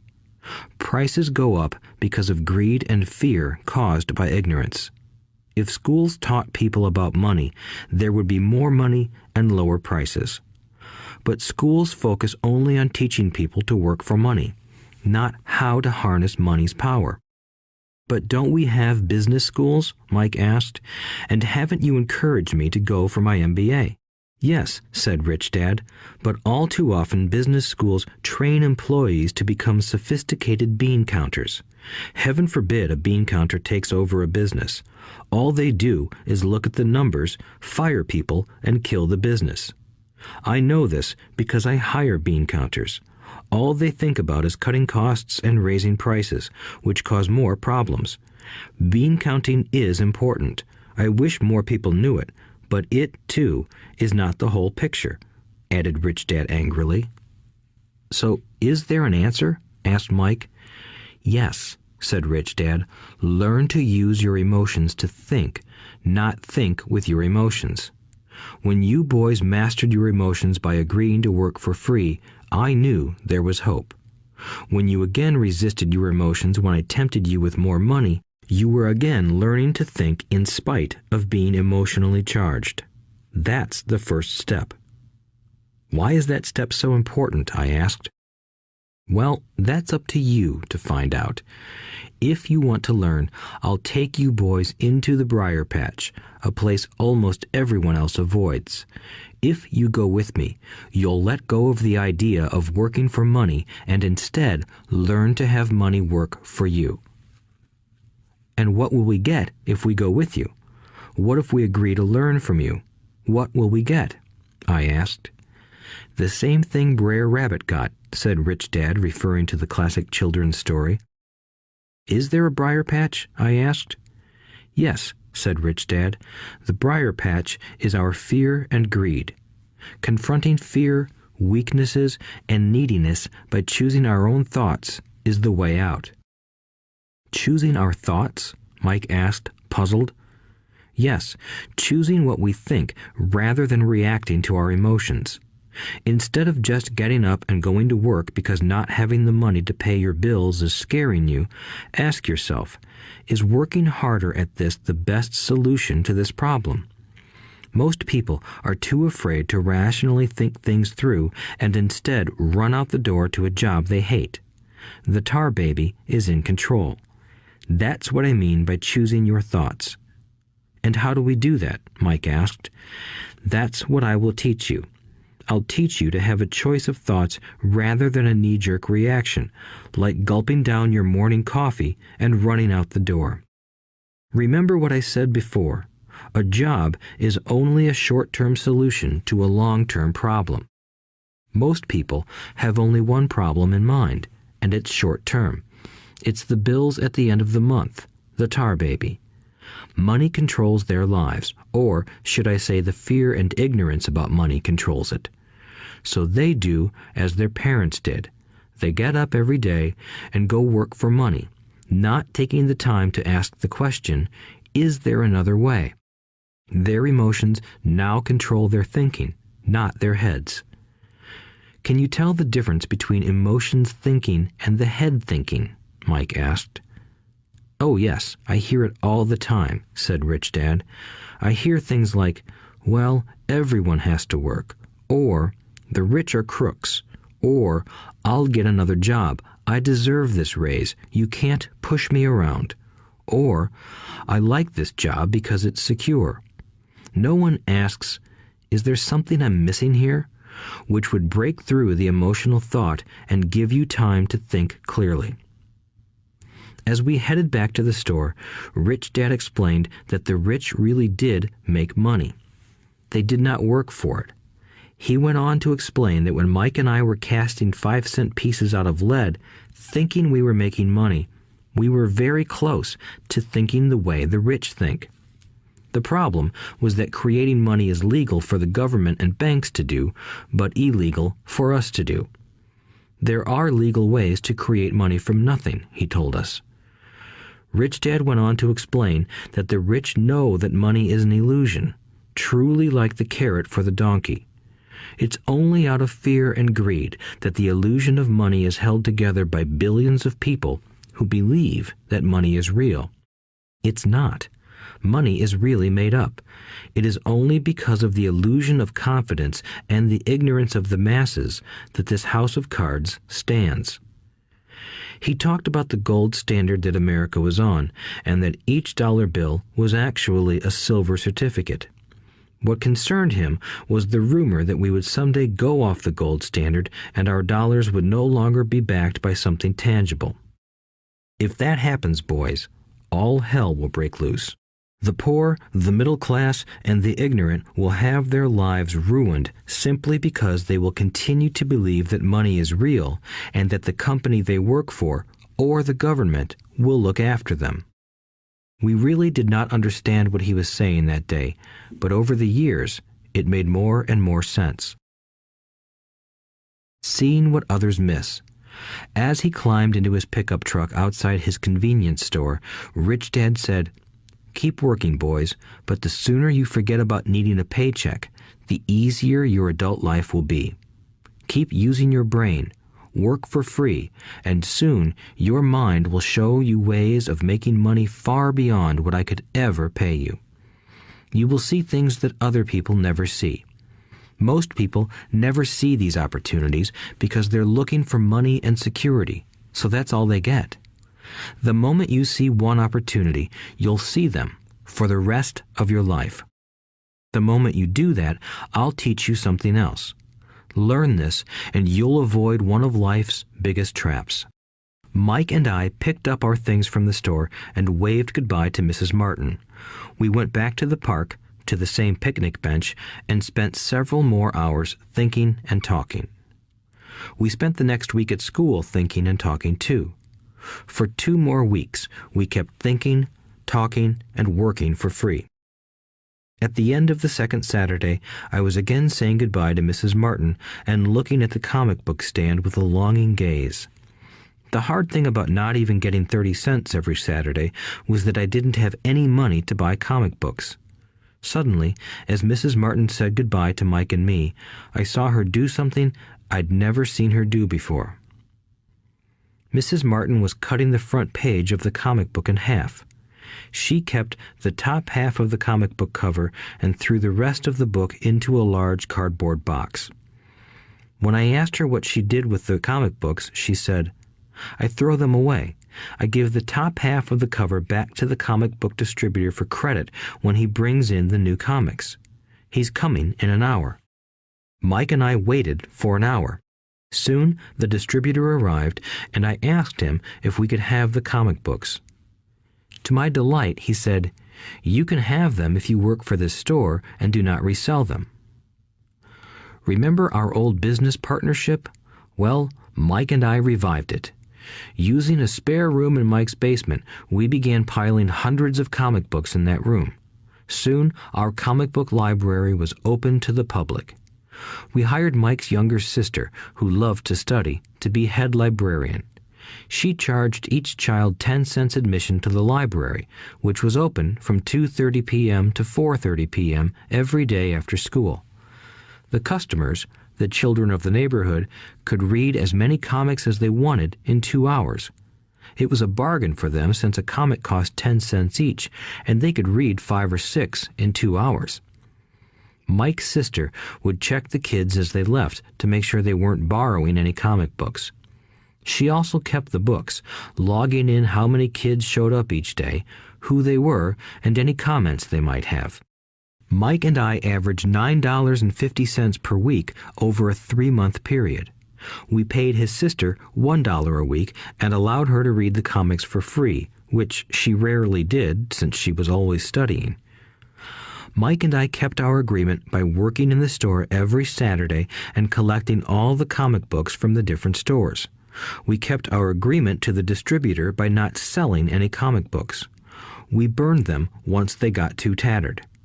We tried opening a branch office, but we could never quite find someone as trustworthy and dedicated as Mike's sister. At an early age, we found out how hard it was to find good staff. 3 months after the library first opened, a fight broke out in the room. Some bullies from another neighborhood pushed their way in, and Mike's dad suggested we shut down the business. So our comic book business shut down, and we stopped working on Saturdays at the convenience store. But Rich Dad was excited because he had new things he wanted to teach us. He was happy because we had learned our first lessons so well. We learned to make money work for us. By not getting paid for our work at the store, we were forced to use our imaginations to identify an opportunity to make money. By starting our own business, the comic book library, we were in control of our own finances, not dependent on an employer. The best part was that our business generated money for us even when we weren't physically there. Our money worked for us. Instead of paying us money, Rich Dad had given us so much more. Chapter 2. Lesson 2. Why teach financial literacy? It's not how much money you make, it's how much money you keep. In 1990, Mike took over his father's empire and is, in fact, doing a better job than his dad did. We see each other once or twice a year on the golf course. He and his wife are wealthier than you can imagine. Rich Dad's empire is in great hands, and Mike is now grooming his son to take his place, as his dad had groomed us. In 1994, I retired at the age of 47, and my wife Kim was 37. Retirement does not mean not working. For us, it means that, barring unforeseen cataclysmic changes, we can work or not work, and our wealth grows automatically, staying ahead of inflation. Our assets are large enough to grow by themselves. It's like planting a tree. You water it for years, and then one day it doesn't need you anymore. Its roots are implanted deep enough. Then the tree provides shade for your enjoyment. Mike chose to run the empire, and I chose to retire. Whenever I speak to groups of people, they often ask what I would recommend that they do. How do I get started? Is there a book you would recommend? What should I do to prepare my children? What is your secret to success? How do I make millions? Whenever I hear one of these questions, I'm reminded of the following story. The Richest Businessmen. In 1923, a group of our greatest leaders and richest businessmen held a meeting at the Edgewater Beach Hotel in Chicago. Among them were Charles Schwab, head of the largest independent steel company; Samuel Insull, president of the world's largest utility; Howard Hobson, head of the largest gas company; Ivar Kruger, president of International Match Company, one of the world's largest companies at that time; Leon Fraser, president of the Bank of International Settlements; Richard Whitney, president of the New York Stock Exchange; Arthur Cotton and Jesse Livermore, two of the biggest stock speculators; and Albert Fall, a member of President Harding's cabinet. 25 years later, 9 of these titans ended their lives as follows. Schwab died penniless after living for 5 years on borrowed money. Insull died broke in a foreign land, and Kruger and Cotton also died broke. Hobson went insane. Whitney and Albert Fall were released from prison, and Fraser and Livermore committed suicide. I doubt if anyone can say what really happened to these men. If you look at the date, 1923, it was just before the 1929 market crash and the Great Depression, which I suspect had a great impact on these men and their lives. The point is this. Today, we live in times of greater and faster change than these men did. I suspect there will be many booms and busts in the coming years that will parallel the ups and downs these men faced. I am concerned that too many people are too focused on money and not on their greatest wealth, their education.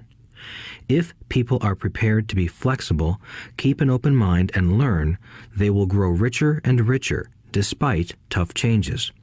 If they think money will solve problems, they will have a rough ride. Intelligence solves problems and produces money. Money without financial intelligence is money soon gone. Most people fail to realize that in life, it's not how much money you make, it's how much money you keep. We've all heard stories of lottery winners who are poor, then suddenly rich, and then poor again. They win millions, yet are soon back where they started. Or stories of professional athletes who at the age of 24 are earning millions but are sleeping under a bridge 10 years later.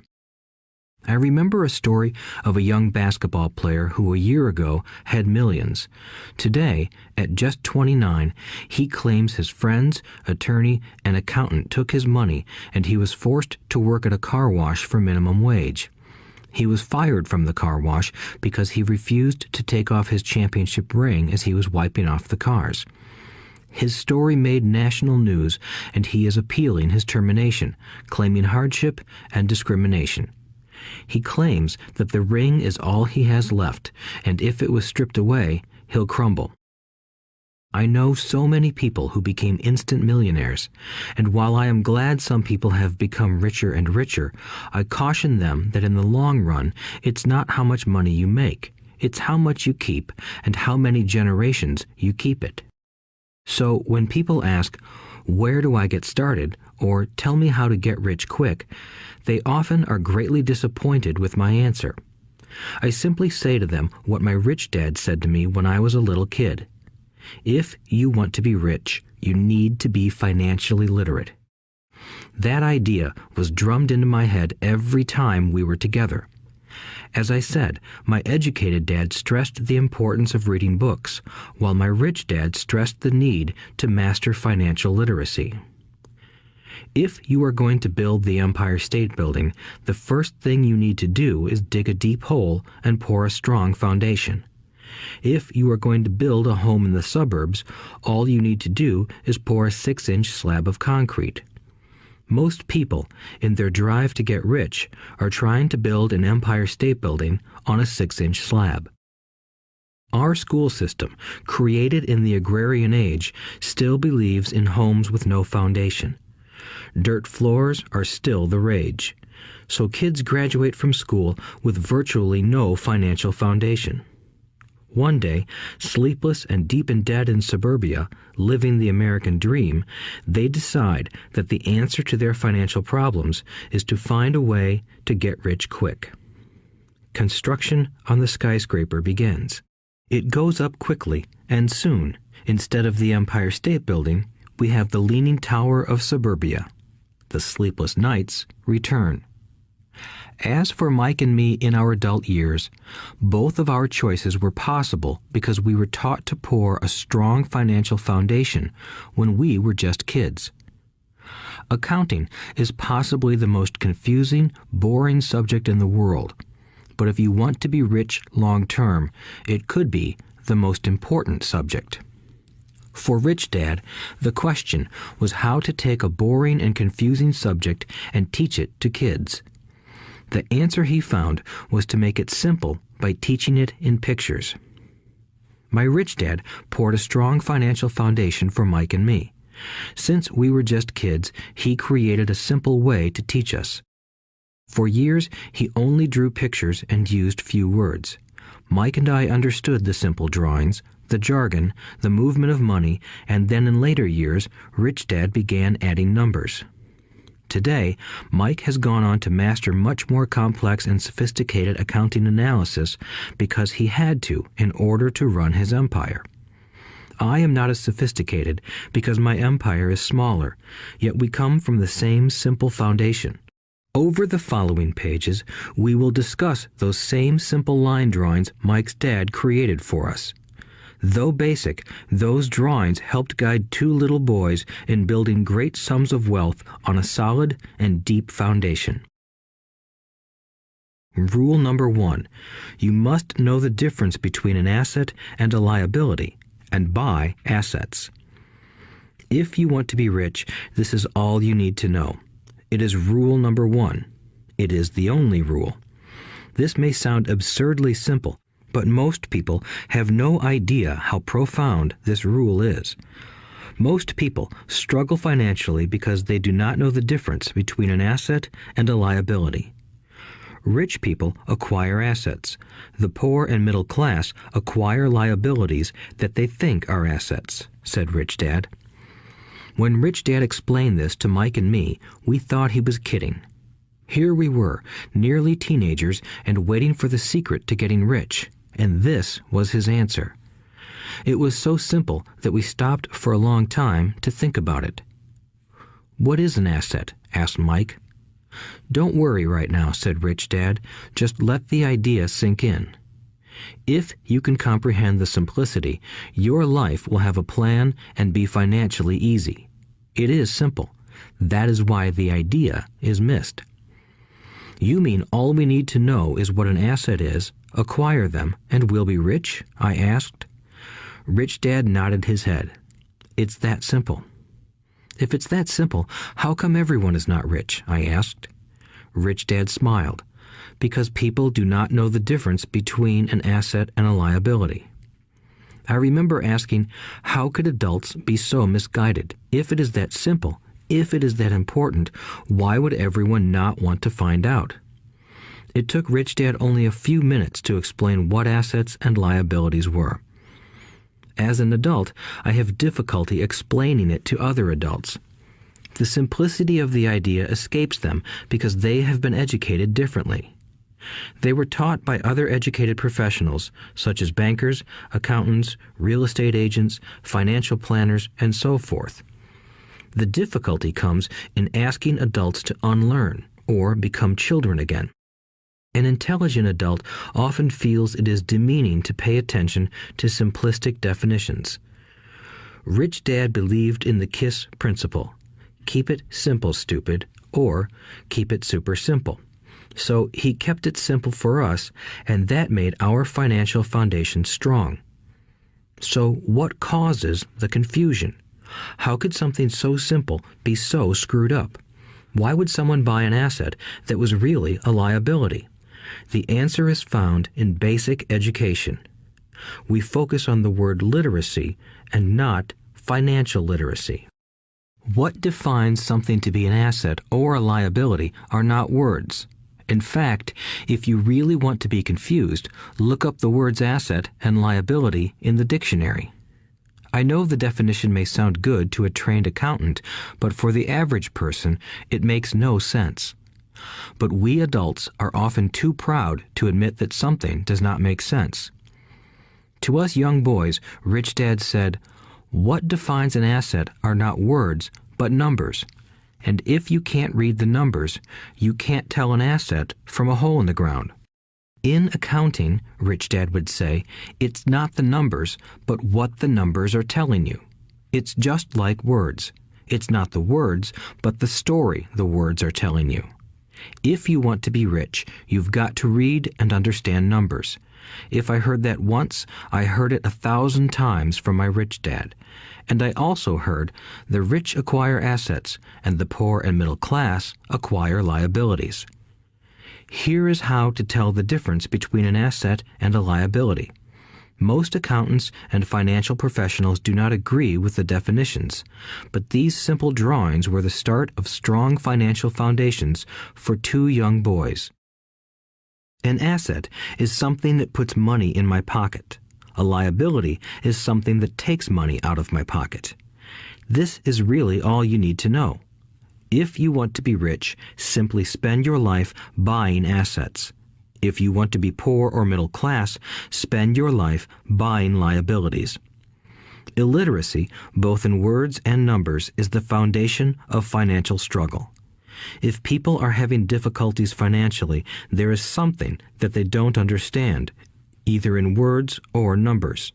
The rich are rich because they are more literate in different areas than people who struggle financially.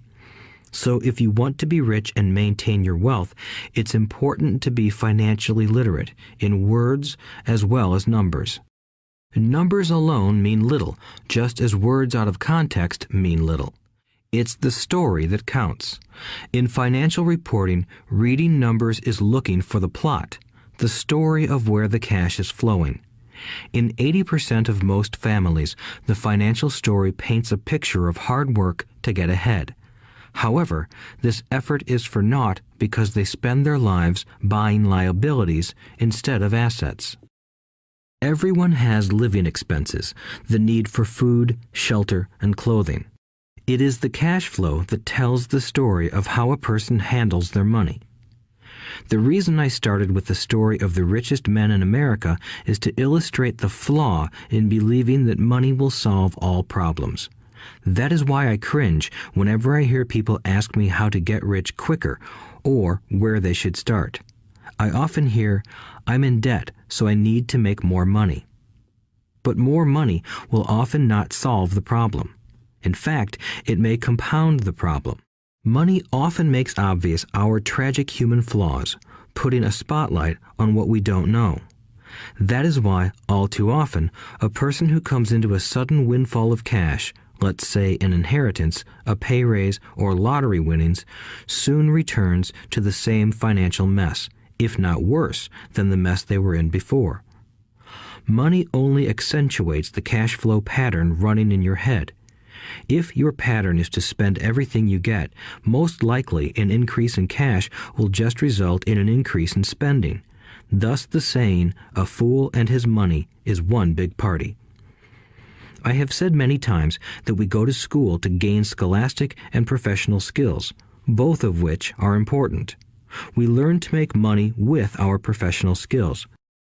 In the 1960s, when I was in high school, if someone did well academically, people assumed this bright student would go on to be a medical doctor because it was the profession with the promise of the greatest financial reward. Today, doctors face financial challenges I wouldn't wish on my worst enemy. Insurance companies taking control of the business, managed health care, government intervention, and malpractice suits. Today, kids want to be famous athletes, movie stars, rock stars, beauty queens, or CEOs because that is where the fame, money, and prestige are. That is the reason it is so hard to motivate kids in school today. They know that professional success is no longer solely linked to academic success, as it once was. Because students leave school without financial skills, millions of educated people pursue their profession successfully, but later find themselves struggling financially. They work harder, but don't get ahead. What is missing from their education is not how to make money, but how to manage money.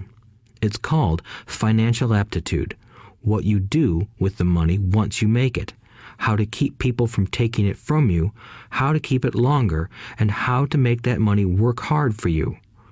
Most people don't understand why they struggle financially because they don't understand cash flow. A person can be highly educated, professionally successful, and financially illiterate. These people often work harder than they need to because they learned how to work hard, but not how to have their money work hard for them. The story of how the quest for a financial dream turns into a financial nightmare. The classic story of hardworking people has set a pattern. Recently married, the happy, highly educated young couple moves into one of their cramped, rented apartments. Immediately, they realize that they are saving money because two can live as cheaply as one. The problem is the apartment is cramped. They decide to save money to buy their dream home so they can have kids. They now have two incomes, and they begin to focus on their careers. Their incomes begin to increase. As their incomes go up, their expenses go up as well. The number one expense for most people is taxes. Many people think it's income tax, but for most Americans, their highest tax is Social Security. As an employee, it appears as if the Social Security tax combined with the Medicare tax rate is roughly 7.5%, but it's really 15% since the employer must match the Social Security amount.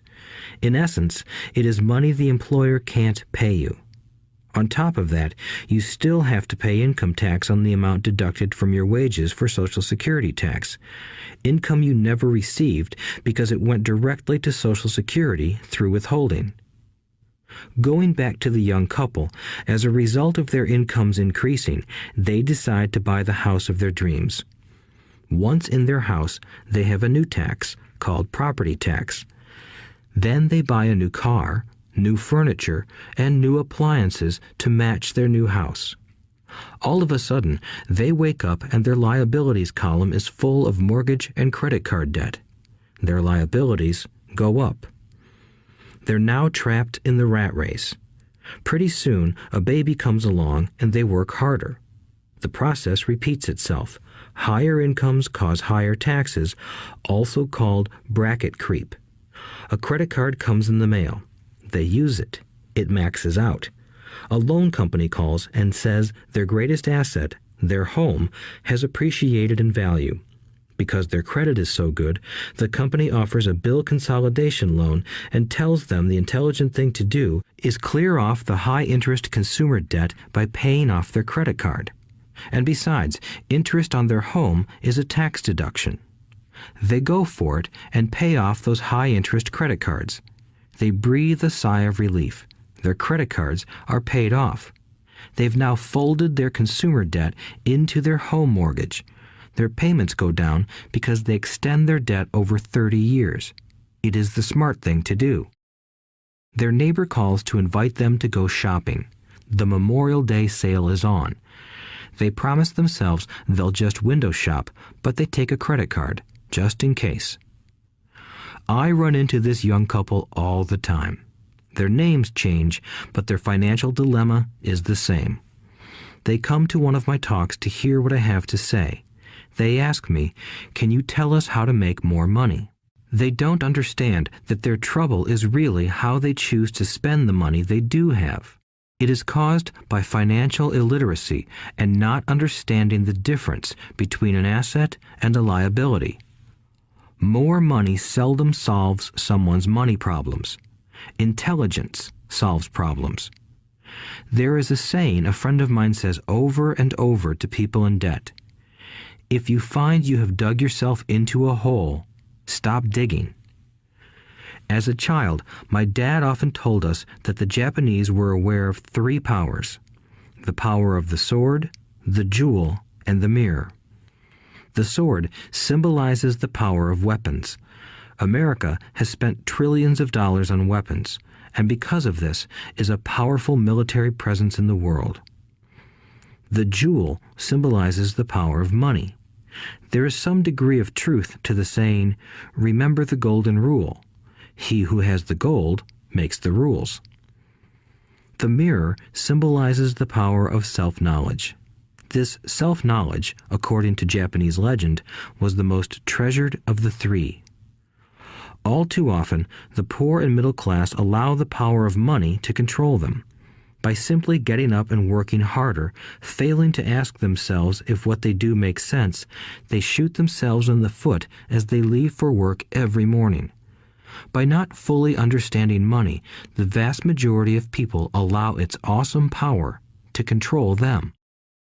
If they used the power of the mirror, they would have asked themselves, "Does this make sense?" All too often, instead of trusting their inner wisdom, that genius inside, most people follow the crowd. They do things because everybody else does them. They conform rather than question. Often, they mindlessly repeat what they have been told. Diversify. Your home is an asset. Your home is your biggest investment. You get a tax break for going into greater debt. Get a safe job. Don't make mistakes. Don't take risks. It is said that the fear of public speaking is a fear greater than death for most people. According to psychiatrists, the fear of public speaking is caused by the fear of ostracism, the fear of standing out, the fear of criticism, the fear of ridicule, and the fear of being an outcast. The fear of being different prevents most people from seeking new ways to solve their problems. That is why my educated dad said the Japanese valued the power of the mirror the most, for it is only when we look into it that we find truth.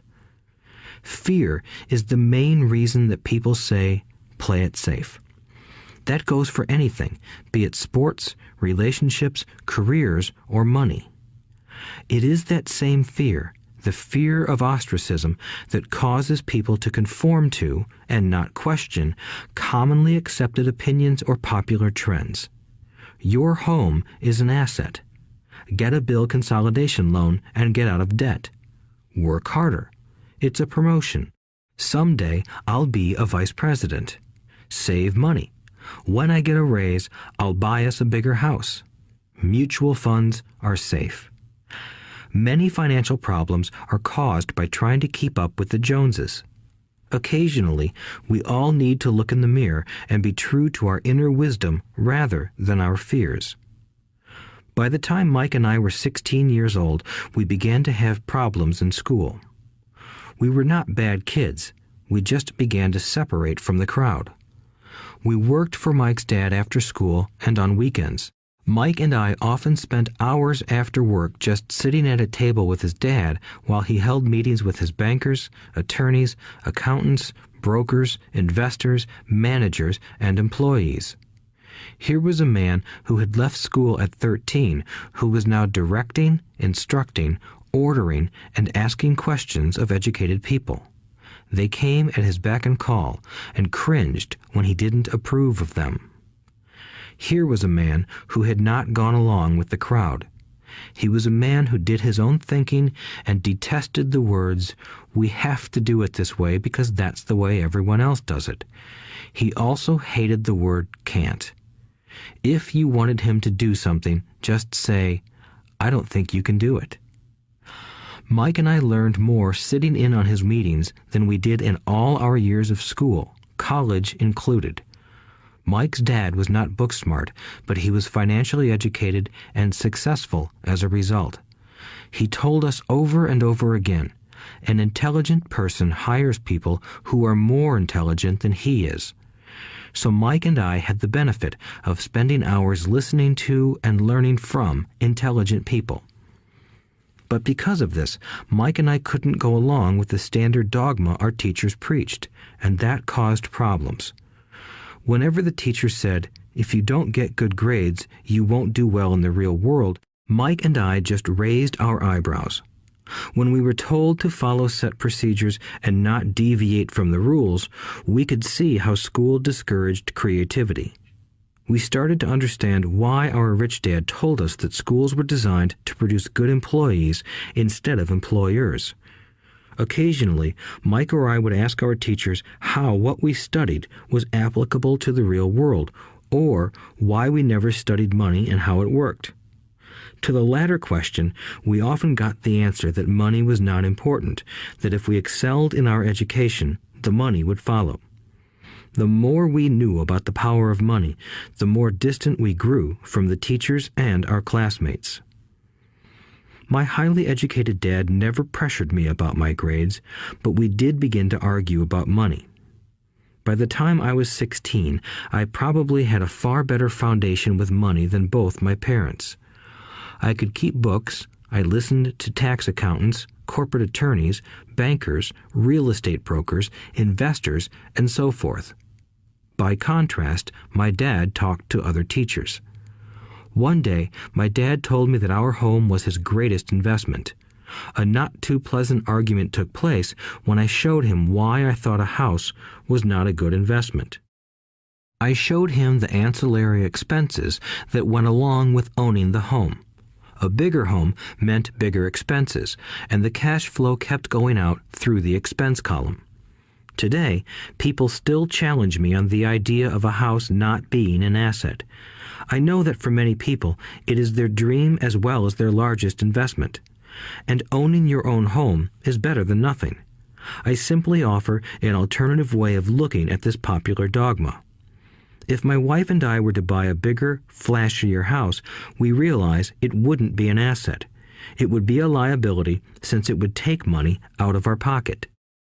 So here is the argument I put forth. I really don't expect most people to agree with it because your home is an emotional thing, and when it comes to money, high emotions tend to lower financial intelligence. I know from personal experience that money has a way of making every decision emotional. 1. When it comes to houses, most people work all their lives paying for a home they never own. In other words, most people buy a new house every few years, each time incurring a new 30-year loan to pay off the previous one. 2.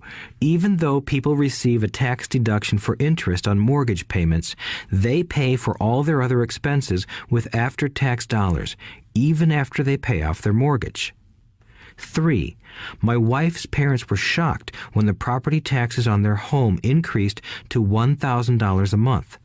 This was after they had retired, so the increase put a strain on their retirement budget and they felt forced to move. 4. Houses do not always go up in value. I have friends who owe $1 million for a home that today would sell for far less. 5. The greatest losses of all are those from missed opportunities.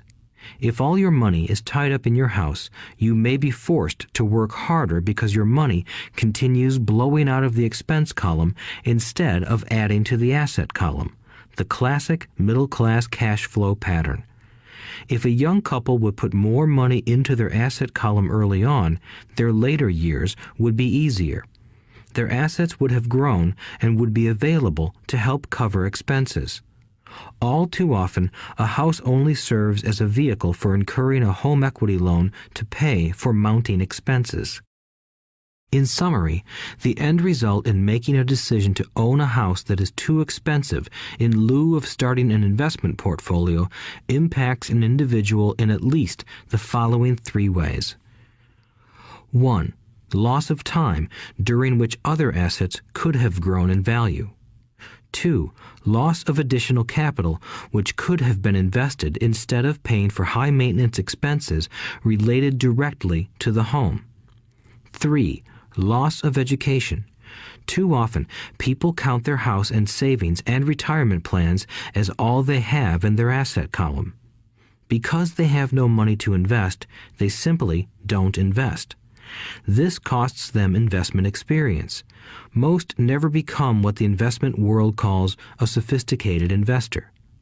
And the best investments are usually first sold to sophisticated investors, who then turn around and sell them to the people playing it safe. I am not saying don't buy a house. What I'm saying is that you should understand the difference between an asset and a liability. When I want a bigger house, I first buy assets that will generate the cash flow to pay for the house. My educated dad's personal financial statement best demonstrates the life of someone caught in the rat race. His expenses match his income, never allowing him enough left over to invest in assets. As a result, his liabilities are larger than his assets. Why the rich get richer. A review of my rich dad's financial statement shows why the rich get richer. The asset column generates more than enough income to cover expenses, with the balance reinvested into the asset column. The asset column continues to grow, and therefore the income it produces grows with it. The result is that the rich get richer. Why the middle class struggle? The middle class finds itself in a constant state of financial struggle. Their primary income is through their salary. As their wages increase, so do their taxes. Their expenses tend to increase in proportion to their salary increase, hence the phrase, the rat race. They treat their home as their primary asset instead of investing in income-producing assets. This pattern of treating your home as an investment and the philosophy that a pay raise means you can buy a larger home or spend more is the foundation of today's debt-ridden society. Increased spending throws families into greater debt and into more financial uncertainty, even though they may be advancing in their jobs and receiving raises on a regular basis. This is high-risk living caused by weak financial education. The massive loss of jobs in recent times proves how shaky the middle class really is financially. Company pension plans are being replaced by 401k plans. Social Security is obviously in trouble and can't be relied upon as a source for retirement. Panic has set in for the middle class. Today, mutual funds are popular because they supposedly represent safety. Average mutual fund buyers are too busy working to pay taxes and mortgages, save for their children's college, and pay off credit cards. They do not have time to study investing, so they rely on the expertise of the manager of a mutual fund. Also, because the mutual fund includes many different types of investments, they feel their money is safer because it is diversified. This educated middle class subscribes to the dogma put out by mutual fund brokers and financial planners. Play it safe, avoid risk. The real tragedy is that the lack of early financial education is what creates the risk faced by average middle class people. The reason they have to play it safe is because their financial positions are tenuous at best. Their balance sheets are not balanced. Instead, they are loaded with liabilities and have no real assets that generate income. Typically, their only source of income is their paycheck. Their livelihood becomes entirely dependent on their employer. So when genuine deals of a lifetime come along, these people can't take advantage of them because they are working so hard, are taxed to the max, and are loaded with debt. As I said at the start of this section, the most important rule is to know the difference between an asset and a liability. Once you understand the difference, concentrate your efforts on buying income-generating assets. That's the best way to get started on a path to becoming rich. Keep doing that and your asset column will grow. Keep liabilities and expenses down so more money is available to continue pouring into the asset column. Soon, the asset base will be so deep that you can afford to look at more speculative investments. Investments that may have returns of 100% to infinity. $5,000 investments that are soon turned into $1 million or more. Investments that the middle class calls too risky. The investment is not risky for the financially literate. As an employee who is also a homeowner, your working efforts are generally as follows. 1. You work for the company. Employees make their business owner or the shareholders rich, not themselves. Your efforts and success will help provide for the owner's success and retirement. 2. You work for the government. The government takes its share from your paycheck before you even see it. By working harder, you simply increase the amount of taxes taken by the government. Most people work from January to May just for the government. 3. You work for the bank. After taxes, your next largest expense is usually your mortgage and credit card debt. The problem with simply working harder is that each of these 3 levels takes a greater share of your increased efforts. You need to learn how to have your increased efforts benefit you and your family directly. Once you have decided to concentrate on minding your own business, focusing your efforts on acquiring assets instead of a bigger paycheck, how do you set your goals? Most people must keep their job and rely on their wages to fund their acquisition of assets. As their assets grow, how do they measure the extent of their success? When does someone know that they are rich, that they have wealth? As well as having my own definitions for assets and liabilities, I also have my own definition for wealth. Actually, I borrowed it from a man named R. Buckminster Fuller. Some call him a quack, and others call him a genius. Years ago, he got architects buzzing because he applied for a patent for something he called a geodesic dome. But in the application, Fuller also said something about wealth. It was pretty confusing at first, but after reading it, it began to make some sense. Wealth is a person's ability to survive so many number of days forward, or, if I stopped working today, how long could I survive? Unlike net worth, the difference between your assets and liabilities, which is often filled with a person's expensive junk and opinions of what things are worth, this definition creates the possibility for developing a truly accurate measurement. I could now measure and know where I was in terms of my goal to become financially independent. Although net worth often includes non-cash producing assets, like stuff you bought that now sits in your garage, wealth measures how much money your money is making and, therefore, your financial survivability. Wealth is the measure of the cash flow from the asset column compared with the expense column. Let's use an example. Let's say I have cash flow from my asset column of $1,000 a month, and I have monthly expenses of $2,000 a month. What is my wealth? Let's go back to Buckminster Fuller's definition. Using his definition, how many days forward can I survive? Assuming a 30-day month, I have enough cash flow for half a month.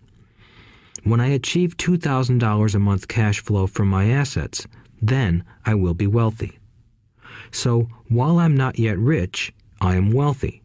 I now have income generated from assets each month that fully cover my monthly expenses. If I want to increase my expenses, I first must increase my cash flow to maintain this level of wealth. Also note that it is at this point that I'm no longer dependent on my wages. I have focused on and been successful in building an asset column that has made me financially independent. If I quit my job today, I would be able to cover my monthly expenses with the cash flow from my assets. My next goal would be to have the excess cash flow from my assets reinvested into the asset column. The more money that goes into my asset column, the more my asset column grows. The more my assets grow, the more my cash flow grows. And as long as I keep my expenses less than the cash flow from these assets, I grow richer with more and more income from sources other than my physical labor.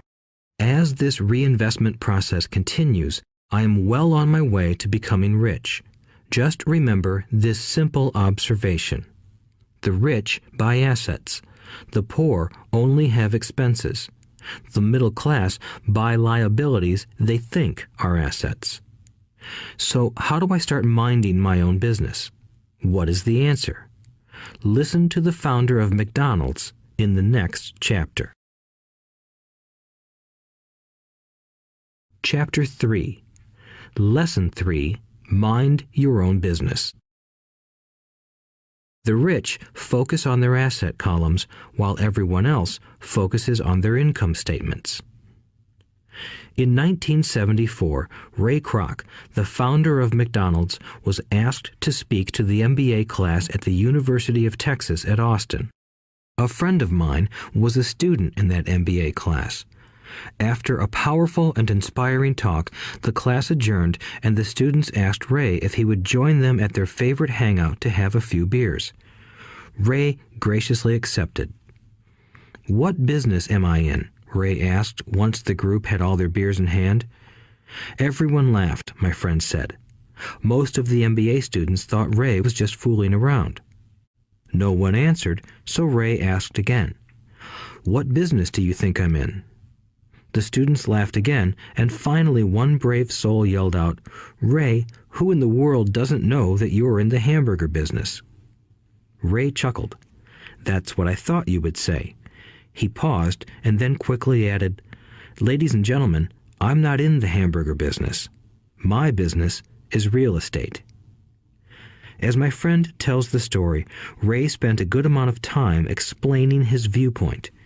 In his business plan, Ray knew that the primary business focus was to sell hamburger franchises, but what he never lost sight of was the location of each franchise.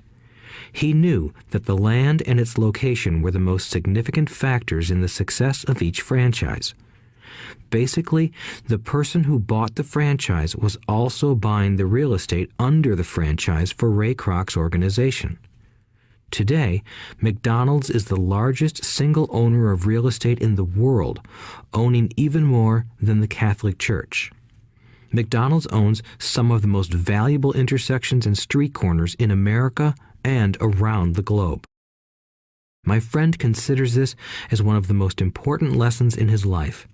Today, he owns car washes, but his business is the real estate under those car washes. The previous chapter presented that most people work for everyone but themselves. They work first for the owners of the company, then for the government through taxes, and finally for the bank that owns their mortgage. When I was a young boy, we did not have a McDonald's nearby.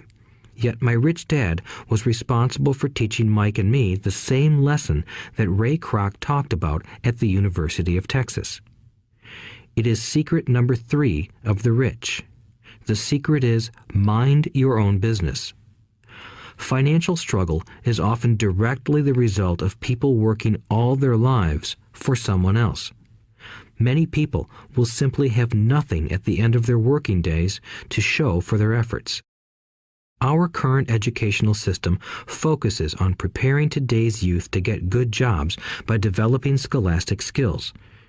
Their lives will revolve around their wages or, as described earlier, their income column. Many will study further to become engineers, scientists, cooks, police officers, artists, writers, and so on. These professional skills allow them to enter the workforce and work for money. But there is a big difference between your profession and your business. Often I ask people, "What is your business?" And they will say, "Oh, I'm a banker." Then I ask them if they own the bank, and they usually respond, "No, I work there." In that instance, they have confused their profession with their business. Their profession may be a banker, but they still need their own business. A problem with school is that you often become what you study. So if you study cooking, you become a chef. If you study the law, you become an attorney. And a study of auto mechanics makes you a mechanic. The mistake in becoming what you study is that too many people forget to mind their own business. They spend their lives minding someone else's business and making that person rich. To become financially secure, a person needs to mind their own business. Your business revolves around your asset column, not your income column. As stated earlier, the number one rule is to know the difference between an asset and a liability and to buy assets. The rich focus on their asset columns, while everyone else focuses on their income statements. That is why we hear so often, "I need a raise. If only I had a promotion. I am going back to school to get more training so I can get a better job. I am going to work overtime. Maybe I can get a second job." In some circles, these are sensible ideas, but you are still not minding your own business. These ideas all still focus on the income column and will only help a person become more financially secure if the additional money is used to purchase income-generating assets. The primary reason the majority of the poor and middle class are fiscally conservative, which means I can't afford to take risks, is that they have no financial foundation. They have to cling to their jobs and play it safe. When downsizing became the in thing to do, millions of workers found out their largest so-called asset, their home, was eating them alive. Their asset was costing them money every month. Their car, another asset, was eating them alive. The golf clubs in the garage that cost $1,000 were not worth $1,000 anymore. Without job security, they had nothing to fall back on. What they thought were assets could not help them survive in a time of financial crisis. I assume most of us have filled out a credit application to buy a house or a car. It's always interesting to look at the net worth section because of what accepted banking and accounting practices allow a person to count as assets. One day when I wanted a loan, my financial position did not look too good. So I added my new golf clubs, my art collection, books, electronics, Armani suits, wristwatches, shoes, and other personal effects to boost the number in the asset column. But I was turned down because I had too much investment real estate. The loan committee didn't like that I made so much money from rent. They wanted to know why I did not have a normal job with a salary. They did not question the Armani suits, golf clubs, or art collection. Life is sometimes tough when you do not fit the standard profile. I cringe every time I hear someone say to me that their net worth is $1 million or $100,000 or whatever. One of the main reasons net worth is not accurate is simply because the moment you begin selling your assets, you are taxed for any gains. So many people have put themselves in deep financial trouble when they run short of income. To raise cash, they sell their assets, but their personal assets can generally be sold for only a fraction of the value that is listed on their personal balance sheet. Or, if there is a gain on the sale of the assets, they are taxed on the gain. So again, the government takes its share, thus reducing the amount available to help them out of debt. That is why I say someone's net worth is often worth less than they think. Start minding your own business. Keep your daytime job, but start buying real assets, not liabilities or personal effects that have no real value once you get them home. A new car loses nearly 25% of the price you pay for it the moment you drive it off the lot. It is not a true asset even if your banker lets you list it as one. My $400 new titanium driver was worth $150 the moment I teed off. Keep expenses low, reduce liabilities, and diligently build a base of solid assets. For young people who have not yet left home, it is important for parents to teach them the difference between an asset and a liability. Get them to start building a solid asset column before they leave home, get married, buy a house, have kids, and get stuck in a risky financial position, clinging to a job and buying everything on credit. I see so many young couples who get married and trap themselves into a lifestyle that will not let them get out of debt for most of their working years. For many people, just as the last child leaves home, the parents realize they have not adequately prepared for retirement and they begin to scramble to put some money away. Then their own parents become ill and they find themselves with new responsibilities. So what kind of assets am I suggesting that you or your children acquire? In my world, real assets fall into the following categories. Businesses that do not require my presence. I own them, but they are managed or run by other people. If I have to work there, it's not a business. It becomes my job. Stocks, bonds, income-generating real estate, notes, IOUs, royalties from intellectual property such as music, scripts, and patents. Anything else that has value, produces income, or appreciates, and has a ready market. As a young boy, my educated dad encouraged me to find a safe job, but my rich dad encouraged me to begin acquiring assets that I loved. If you don't love it, you won't take care of it. I collect real estate simply because I love buildings and land. I love shopping for them, and I could look at them all day long. When problems arise, the problems aren't so bad that it changes my love for real estate. For people who hate real estate, they shouldn't buy it. I also love stocks of small companies, especially startups, because I am an entrepreneur, not a corporate person.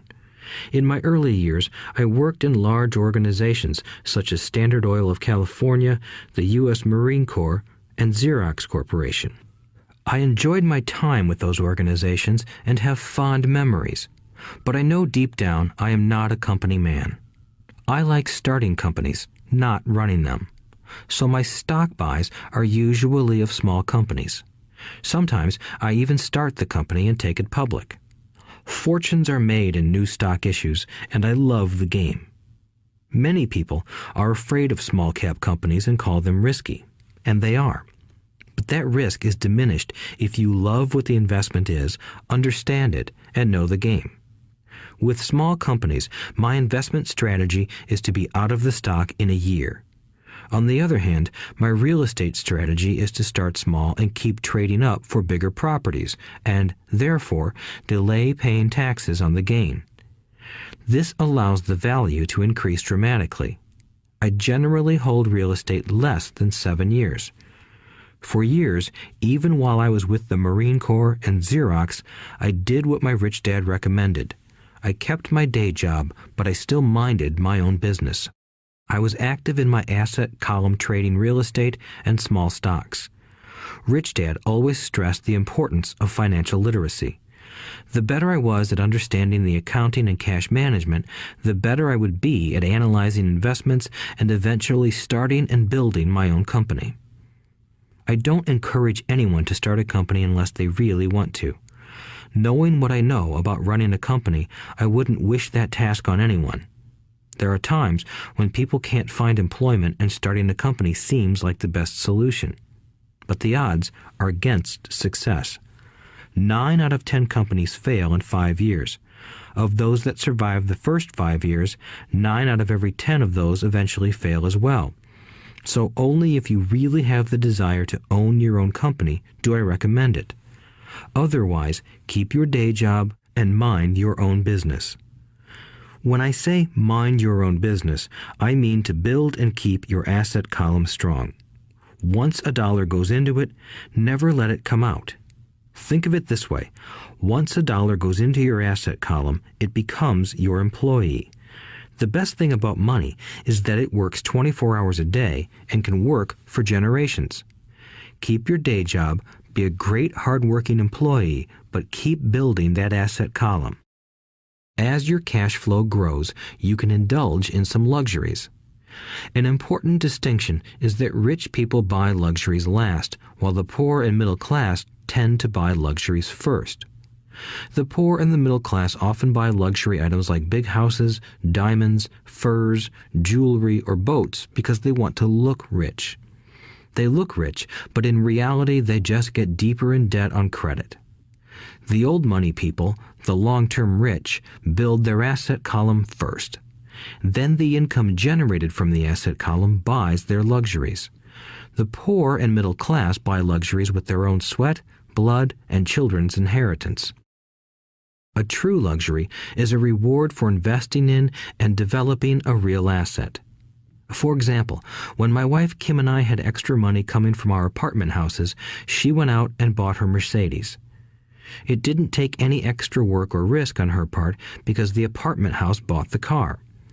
She did, however, have to wait 4 years while the real estate investment portfolio grew and began generating enough extra cash flow to pay for the car. But the luxury, the Mercedes, was a true reward because she proved she knew how to grow her asset column. That car now means a lot more to her than simply another pretty car. It means she used her financial intelligence to afford it. Instead, most people impulsively go out and buy a new car or some other luxury on credit. They may feel bored and just want a new toy. Buying a luxury on credit often causes a person to eventually resent that luxury because the debt becomes a financial burden. After you've taken the time and invested in and built your own business, you are now ready to learn the biggest secret of the rich, the secret that puts the rich way ahead of the pack. Chapter 4. Lesson 4. The History of Taxes and the Power of Corporations. My rich dad just played the game smart, and he did it through corporations, the biggest secret of the rich. I remember in school being told the story of Robin Hood and his merry men. My teacher thought it was a wonderful story of a romantic hero who robbed from the rich and gave to the poor. My rich dad did not see Robin Hood as a hero. He called Robin Hood a crook. Robin Hood may be long gone, but his followers live on. I often still hear people say, "Why don't the rich pay for it?" or "The rich should pay more in taxes and give it to the poor." It is this Robin Hood fantasy, or taking from the rich to give to the poor, that has caused the most pain for the poor and the middle class. The reason the middle class is so heavily taxed is because of the Robin Hood ideal. The reality is that the rich are not taxed. It's the middle class who pays for the poor, especially the educated, upper-income middle class. Again, to understand fully how things happen, we need to look at the history of taxes. Although my highly educated dad was an expert on the history of education, my rich dad fashioned himself an expert on the history of taxes. Rich Dad explained to Mike and me that originally in England and America, there were no taxes. Occasionally, there were temporary taxes levied in order to pay for wars. The king or the president would put the word out and ask everyone to chip in. Taxes were levied in Britain for the fight against Napoleon from 1799 to 1816, and in America to pay for the Civil War from 1861 to 1865. In 1874, England made income tax a permanent levy on its citizens. In 1913, an income tax became permanent in the United States with the adoption of the 16th Amendment to the U.S. Constitution. At one time, Americans were anti-tax. It had been the tax on tea that led to the famous Tea Party in Boston Harbor, an incident that helped ignite the Revolutionary War. It took approximately 50 years in both England and the United States to sell the idea of a regular income tax. What these historical dates fail to reveal is that both of these taxes were initially levied against only the rich. It was this point that Rich Dad wanted Mike and me to understand. He explained that the idea of taxes was made popular and accepted by the majority by telling the poor and the middle class that taxes were created only to punish the rich. This is how the masses voted for the law, and it became constitutionally legal. Although it was intended to punish the rich, in reality it wound up punishing the very people who voted for it, the poor and middle class. Once government got a taste of money, its appetite grew, said Rich Dad. Your dad and I are exactly opposite. He's a government bureaucrat, and I am a capitalist. We get paid, and our success is measured on opposite behaviors. He gets paid to spend money and hire people. The more he spends and the more people he hires, the larger his organization becomes. In the government, a large organization is a respected organization. On the other hand, within my organization, the fewer people I hire and the less money I spend, the more I am respected by my investors. That's why I don't like government people.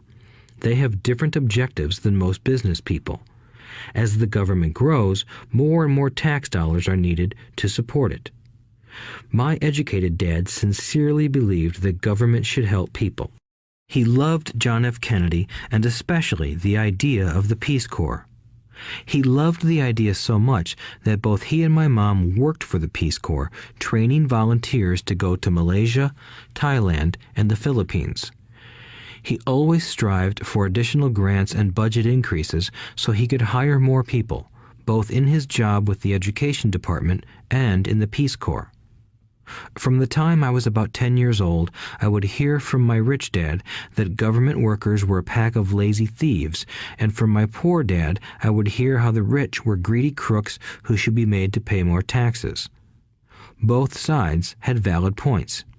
It was difficult to go to work for one of the biggest capitalists in town and come home to a father who was a prominent government leader. It was not easy to know which dad to believe. Yet, when you study the history of taxes, an interesting perspective emerges. As I said, the passage of taxes was only possible because the masses believed in the Robin Hood theory of economics. Take from the rich and give to everyone else. The problem was that the government's appetite for money was so great that taxes soon needed to be levied on the middle class, and from there it kept trickling down. However, the rich saw an opportunity because they don't play by the same set of rules. The rich knew about corporations, which became popular in the days of sailing ships. The rich created the corporation as a vehicle to limit their risk to the assets of each voyage. The rich put their money into a corporation to finance the voyage. The corporation would then hire a crew to sail to the New World to look for treasure. If the ship was lost, the crew lost their lives, but the loss to the rich would be limited only to the money they invested for that particular voyage. It is the knowledge of the legal corporate structure that really gives the rich a vast advantage over the poor and middle class. Having two fathers teaching me, one a socialist and the other a capitalist, I quickly began to realize that the philosophy of the capitalist made more financial sense to me. It seemed to me that the socialists ultimately penalized themselves due to their lack of financial education. No matter what the take from the rich crowd came up with, the rich always found a way to outsmart them. That is how taxes were eventually levied on the middle class. The rich outsmarted the intellectuals solely because they understood the power of money, a subject not taught in schools. How did the rich outsmart the intellectuals? Once the take from the rich tax was passed, cash started flowing into government coffers. Initially, people were happy. Money was handed out to government workers and the rich. It went to government workers in the form of jobs and pensions, and it went to the rich via their factories receiving government contracts. The government received a large pool of money, but the problem was the fiscal management of that money. The government ideal is to avoid having excess money. If you fail to spend your allotted funds, you risk losing it in the next budget. You would certainly not be recognized for being efficient. Business people, on the other hand, are rewarded for having excess money and are applauded for their efficiency. As this cycle of growing government spending continued, the demand for money increased, and the tax the rich idea was adjusted to include lower income levels down to the very people who voted it in, the poor and the middle class. True capitalists used their financial knowledge to simply find an escape. They headed back to the protection of a corporation. But what many people who have never formed a corporation don't know is that a corporation is not really a thing. A corporation is merely a file folder with some legal documents in it, sitting in some attorney's office and registered with a state government agency. It's not a big building or a factory or a group of people. A corporation is merely a legal document that creates a legal body without a soul. Using it, the wealth of the rich was once again protected. It was popular because the income tax rate of a corporation is less than the individual income tax rates. In addition, certain expenses could be paid by a corporation with pre-tax dollars. This war between the haves and have-nots has raged for hundreds of years. The battle is waged whenever and wherever laws are made, and it will go on forever. The problem is that the people who lose are the uninformed, the ones who get up every day and diligently go to work and pay taxes. If they only understood the way the rich play the game, they could play it too. Then they would be on their way to their own financial independence. This is why I cringe every time I hear a parent advise their children to go to school so they can find a safe, secure job. An employee with a safe, secure job without financial aptitude has no escape. Average Americans today work 5 to 6 months for the government just to cover their taxes. In my opinion, that is simply too long. The harder you work, the more you pay the government. That is why I believe that the idea of take from the rich backfired on the very people who voted it in. Every time people try to punish the rich don't simply comply. They react. They have the money, power, and intent to change things. They don't just sit there and voluntarily pay more taxes. Instead, they search for ways to minimize their tax burden. They hire smart attorneys and accountants and persuade politicians to change laws or create legal loopholes. They use their resources to effect change. The tax code of the United States also allows other ways to reduce taxes. Most of these vehicles are available to anyone, but it is the rich who find them because they are minding their own business. For example, 1031 is jargon for Section 1031 of the Internal Revenue Code, which allows a seller to delay paying taxes on a piece of real estate that is sold for a capital gain through an exchange for a more expensive piece of real estate. Real estate is one investment vehicle that has a great tax advantage. As long as you keep trading up in value, you will not be taxed on the gains until you liquidate. People who don't take advantage of these legal tax savings are missing a great opportunity to build their asset columns. The poor and middle class don't have the same resources. They sit there and let the government's needles enter their arm and allow the blood donation to begin. Today, I am constantly shocked at the number of people who pay more taxes or take fewer deductions simply because they are afraid of the government.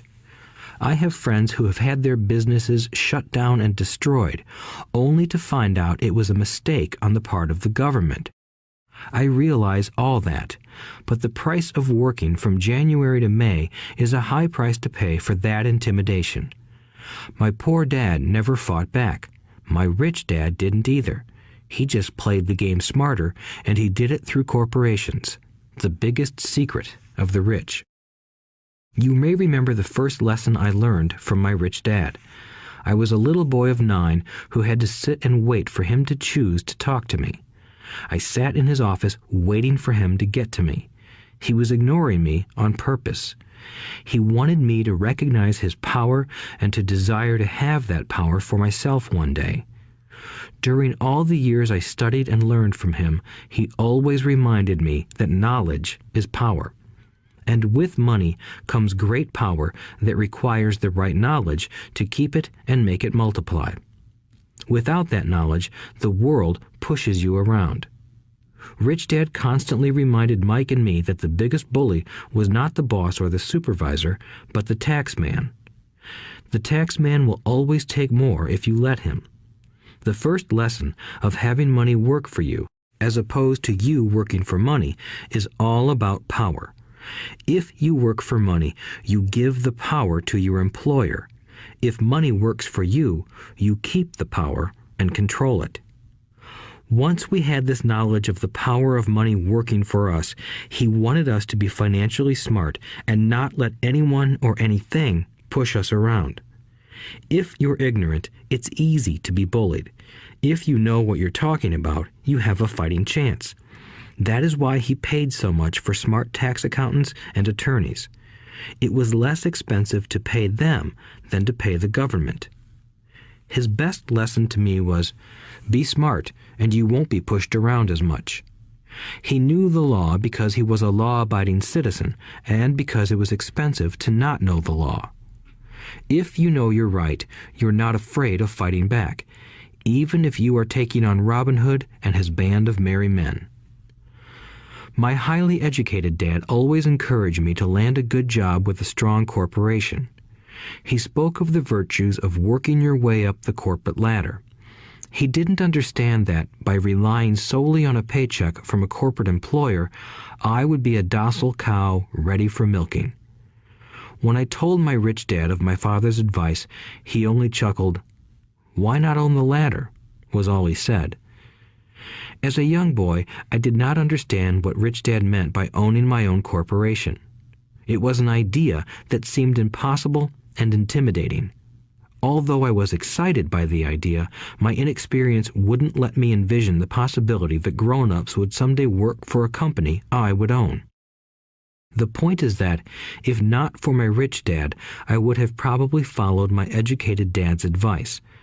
It was merely the occasional reminder of my rich dad that kept the idea of owning my own corporation alive and kept me on a different path.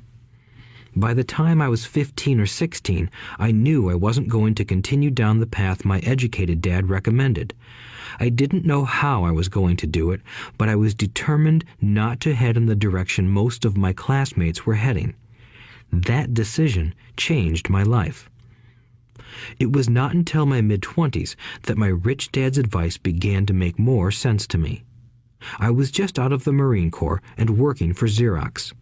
I was making a lot of money, but every time I looked at my paycheck, I was disappointed.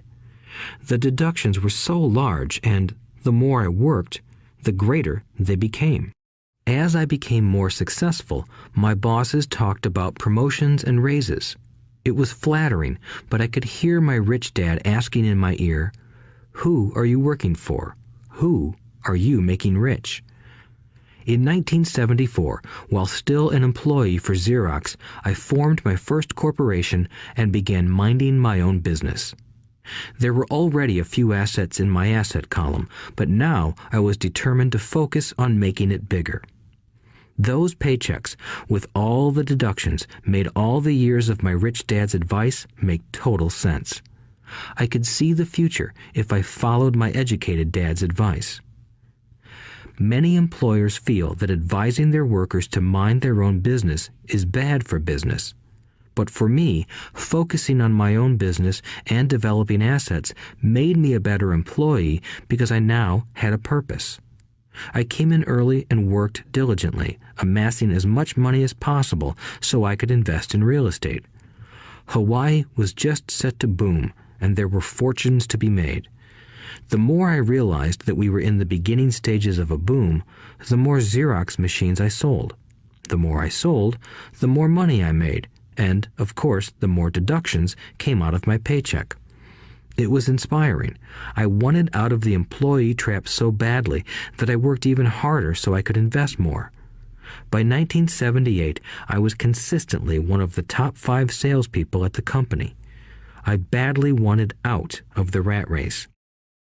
In less than 3 years, I was making more in my real estate holding corporation than I was making at Xerox, and the money I was making in my asset column in my own corporation was money working for me, not me pounding on doors selling copiers. My rich dad's advice made much more sense. Soon, the cash flow from my properties were so strong that my company bought me my first Porsche. My fellow Xerox salespeople thought I was spending my commissions. I wasn't. I was investing my commissions in assets. My money was working hard to make more money. Each dollar in my asset column was a great employee, working hard to make more employees and buy the boss a new Porsche with before-tax dollars. I began to work harder for Xerox. The plan was working, and my Porsche was the proof. By using the lessons I learned from my rich dad, I was able to get out of the proverbial rat race at an early age. It was made possible because of the strong financial knowledge I had acquired through Rich Dad's lessons. Without this financial knowledge, which I call financial intelligence or financial IQ, my road to financial independence would have been much more difficult. I now teach others in the hope that I may share my knowledge with them. I remind people that financial IQ is made up of knowledge from 4 broad areas of expertise. 1. Accounting. Accounting is financial literacy or the ability to read numbers. This is a vital skill if you want to build an empire.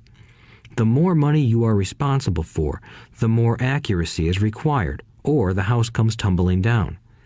This is the left brain side, or the details. Financial literacy is the ability to read and understand financial statements, which allows you to identify the strengths and weaknesses of any business. 2. Investing.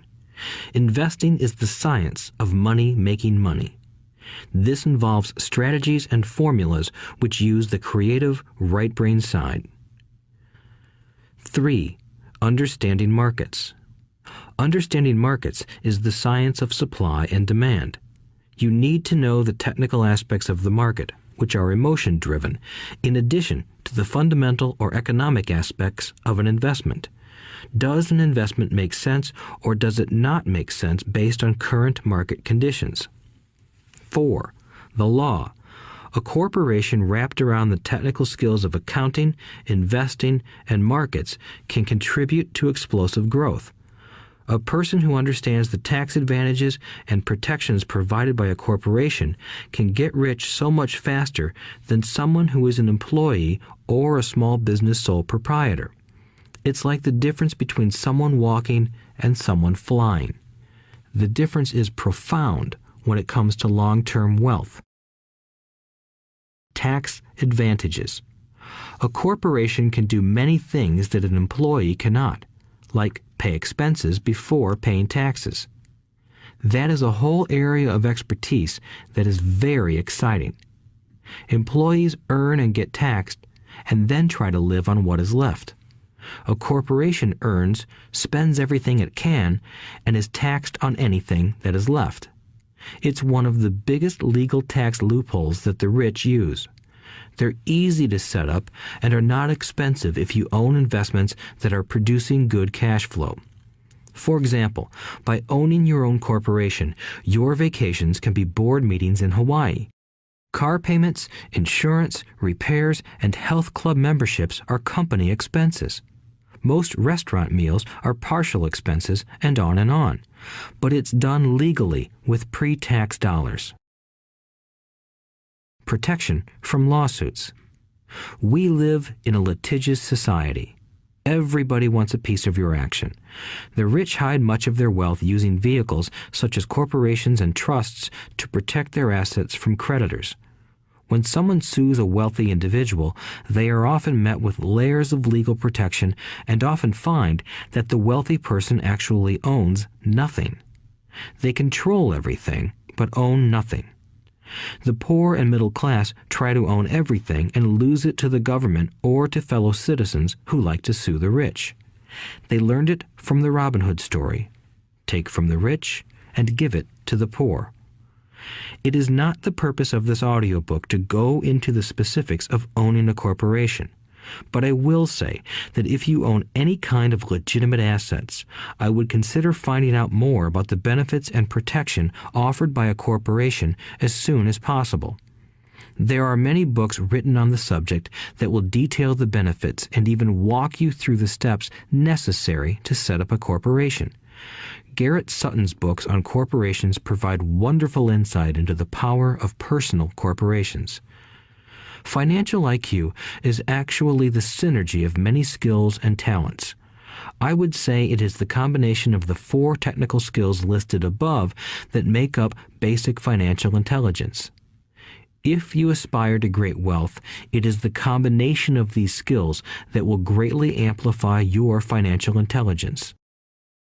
In summary, business owners with corporations 1. Earn, 2. Spend, 3. Pay taxes. Employees who work for corporations 1. Earn, 2. Pay taxes, 3. Spend.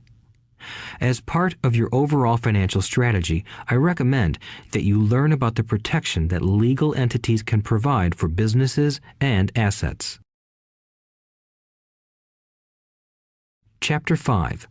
Lesson 5. The rich invent money.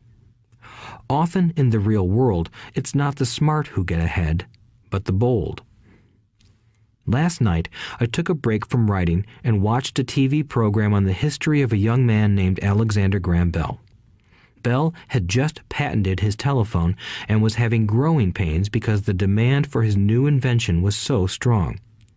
Needing a bigger company, he then went to the giant at that time, Western Union, and asked them if they would buy his patent and his tiny company. He wanted $100,000 for the whole package. The president of Western Union scoffed at him and turned him down, saying the price was ridiculous. The rest is history. A multi-billion-dollar industry emerged, and AT&T was born. The evening news came on right after the story of Alexander Graham Bell. On the news was a story of another downsizing at a local company. The workers were angry and complained that the company ownership was unfair. A terminated manager of about 45 years of age had his wife and 2 babies at the plant and was begging the guards to let him talk to the owners to ask if they would reconsider his termination. He had just bought a house and was afraid of losing it. The camera focused in on his pleading for all the world to see. Needless to say, it held my attention. I have been teaching professionally since 1984. It has been a great experience and a rewarding one.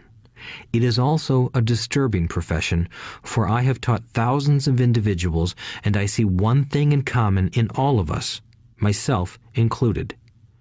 We all have tremendous potential, and we all are blessed with gifts. Yet the one thing that holds all of us back is some degree of self-doubt. It is not so much the lack of technical information that holds us back, but more the lack of self-confidence. Some are more affected than others. Once we leave school, most of us know that it is not so much a matter of college degrees or good grades that count. In the real world, outside of academics, something more than just grades is required. I have heard it called many things: guts, chutzpah, balls, audacity, bravado, cunning, daring, tenacity, and brilliance. This factor, whatever it is labeled, ultimately decides one's future much more than school grades do. Inside each of us is one of these brave, brilliant, and daring characters. There is also the flip side of that character, people who could get down on their knees and beg if necessary. After a year in Vietnam as a Marine Corps pilot, I got to know both of those characters inside of me intimately. One is not better than the other. Yet, as a teacher, I recognized that it was excessive fear and self-doubt that were the greatest detractors of personal genius. It broke my heart to see students know the answers, yet lack the courage to act on the answer. Often in the real world, it's not the smart who get ahead, but the bold. In my personal experience, your financial genius requires both technical knowledge as well as courage. If fear is too strong, the genius is suppressed. In my classes, I strongly urge students to learn to take risks, to be bold, and to let their genius convert that fear into power and brilliance.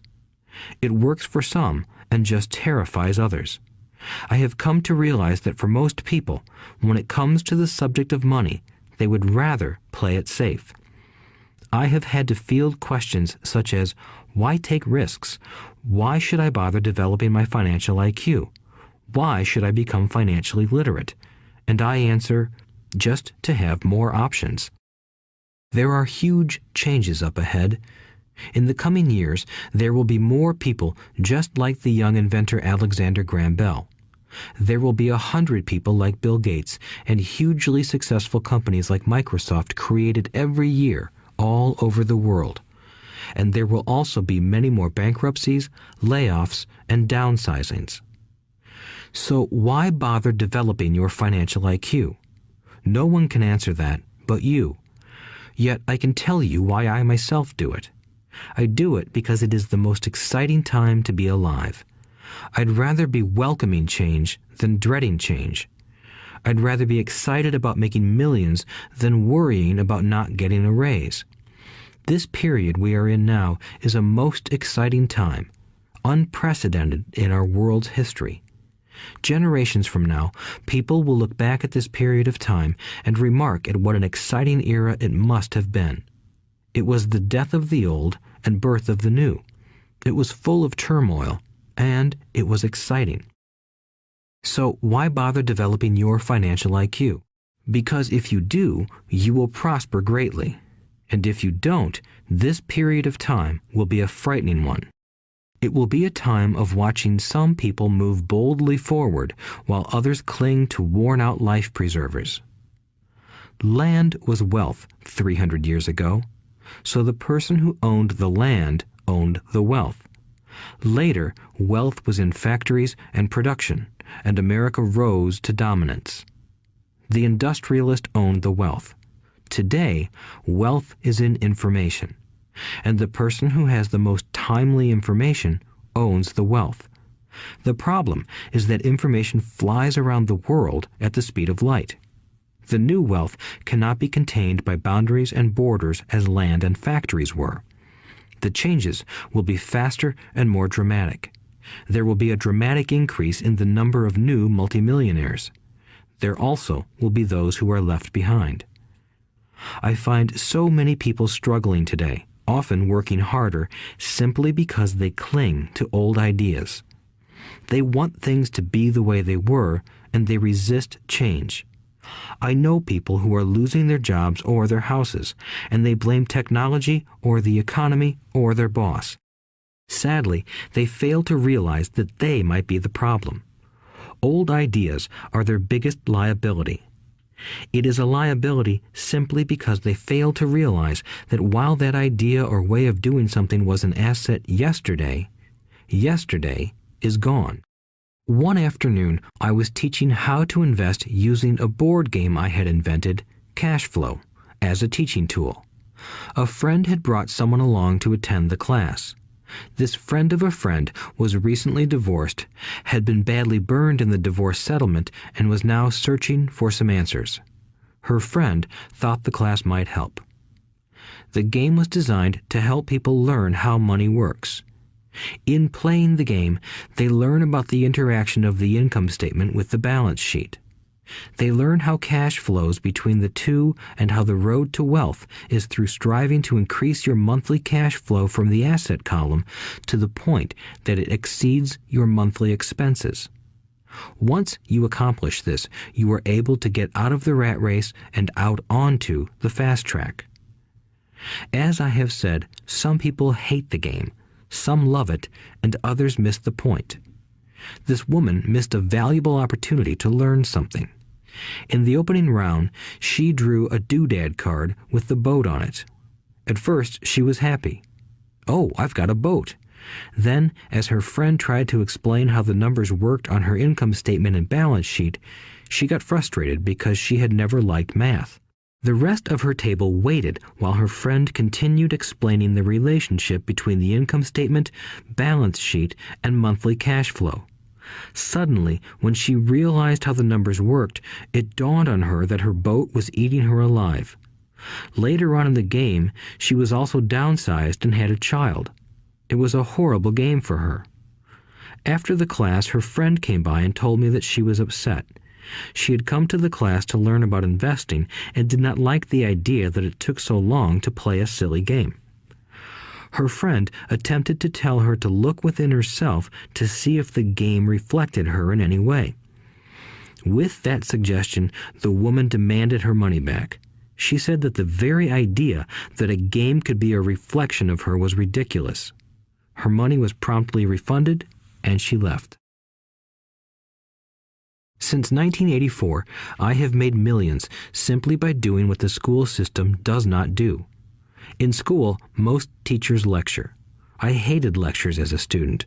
I was soon bored, and my mind would drift. In 1984, I began teaching via games and simulations, and I still rely on these tools today. I always encourage adult students to look at games as reflecting back to them what they know and what they need to learn. Most importantly, games reflect behavior. They are instant feedback systems. Instead of the teacher lecturing you, the game is giving you a personalized lecture, one that is custom-made just for you. The friend of the woman who left later called to give me an update. She said her friend was fine and had calmed down. In her cooling off period, she could see some slight relationship between the game and her life. Although she and her husband did not own a boat, they did own everything else imaginable. She was angry after their divorce, both because he had run off with a younger woman and because, after 20 years of marriage, they had accumulated little in the way of assets. There was virtually nothing for them to split.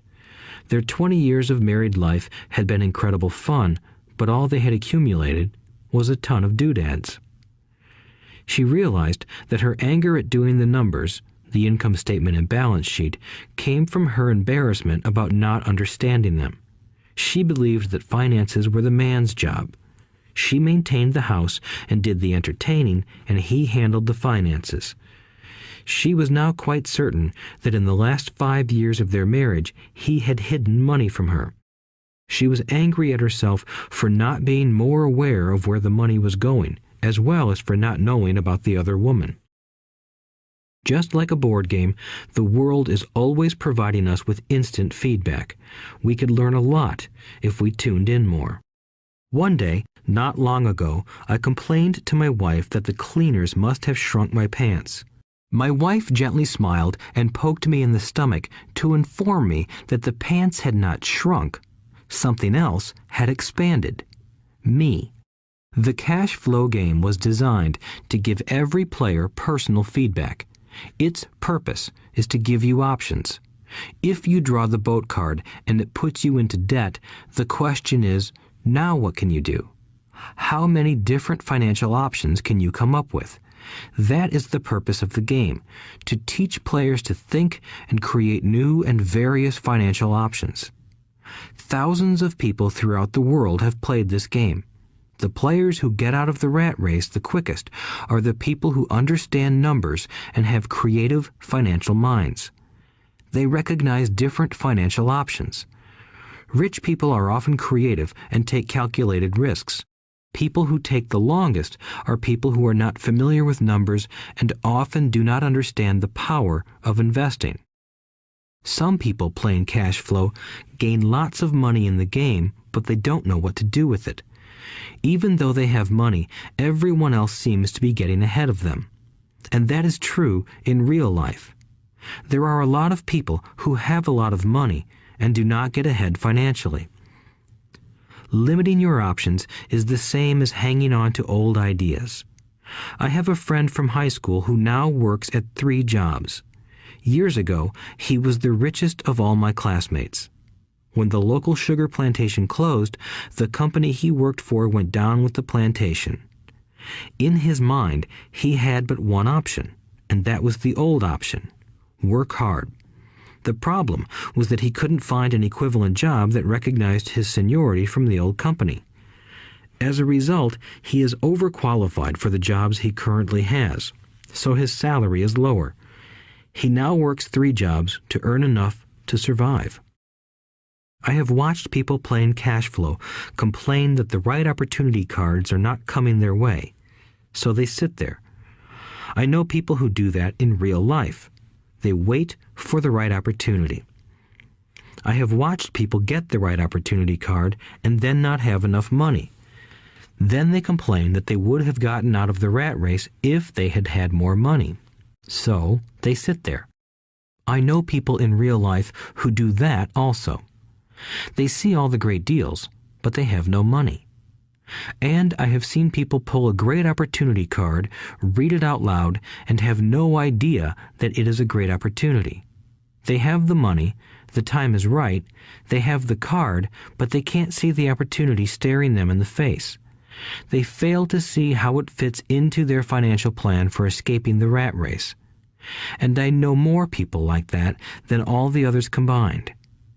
Most people have an opportunity of a lifetime flash right in front of them, and they fail to see it.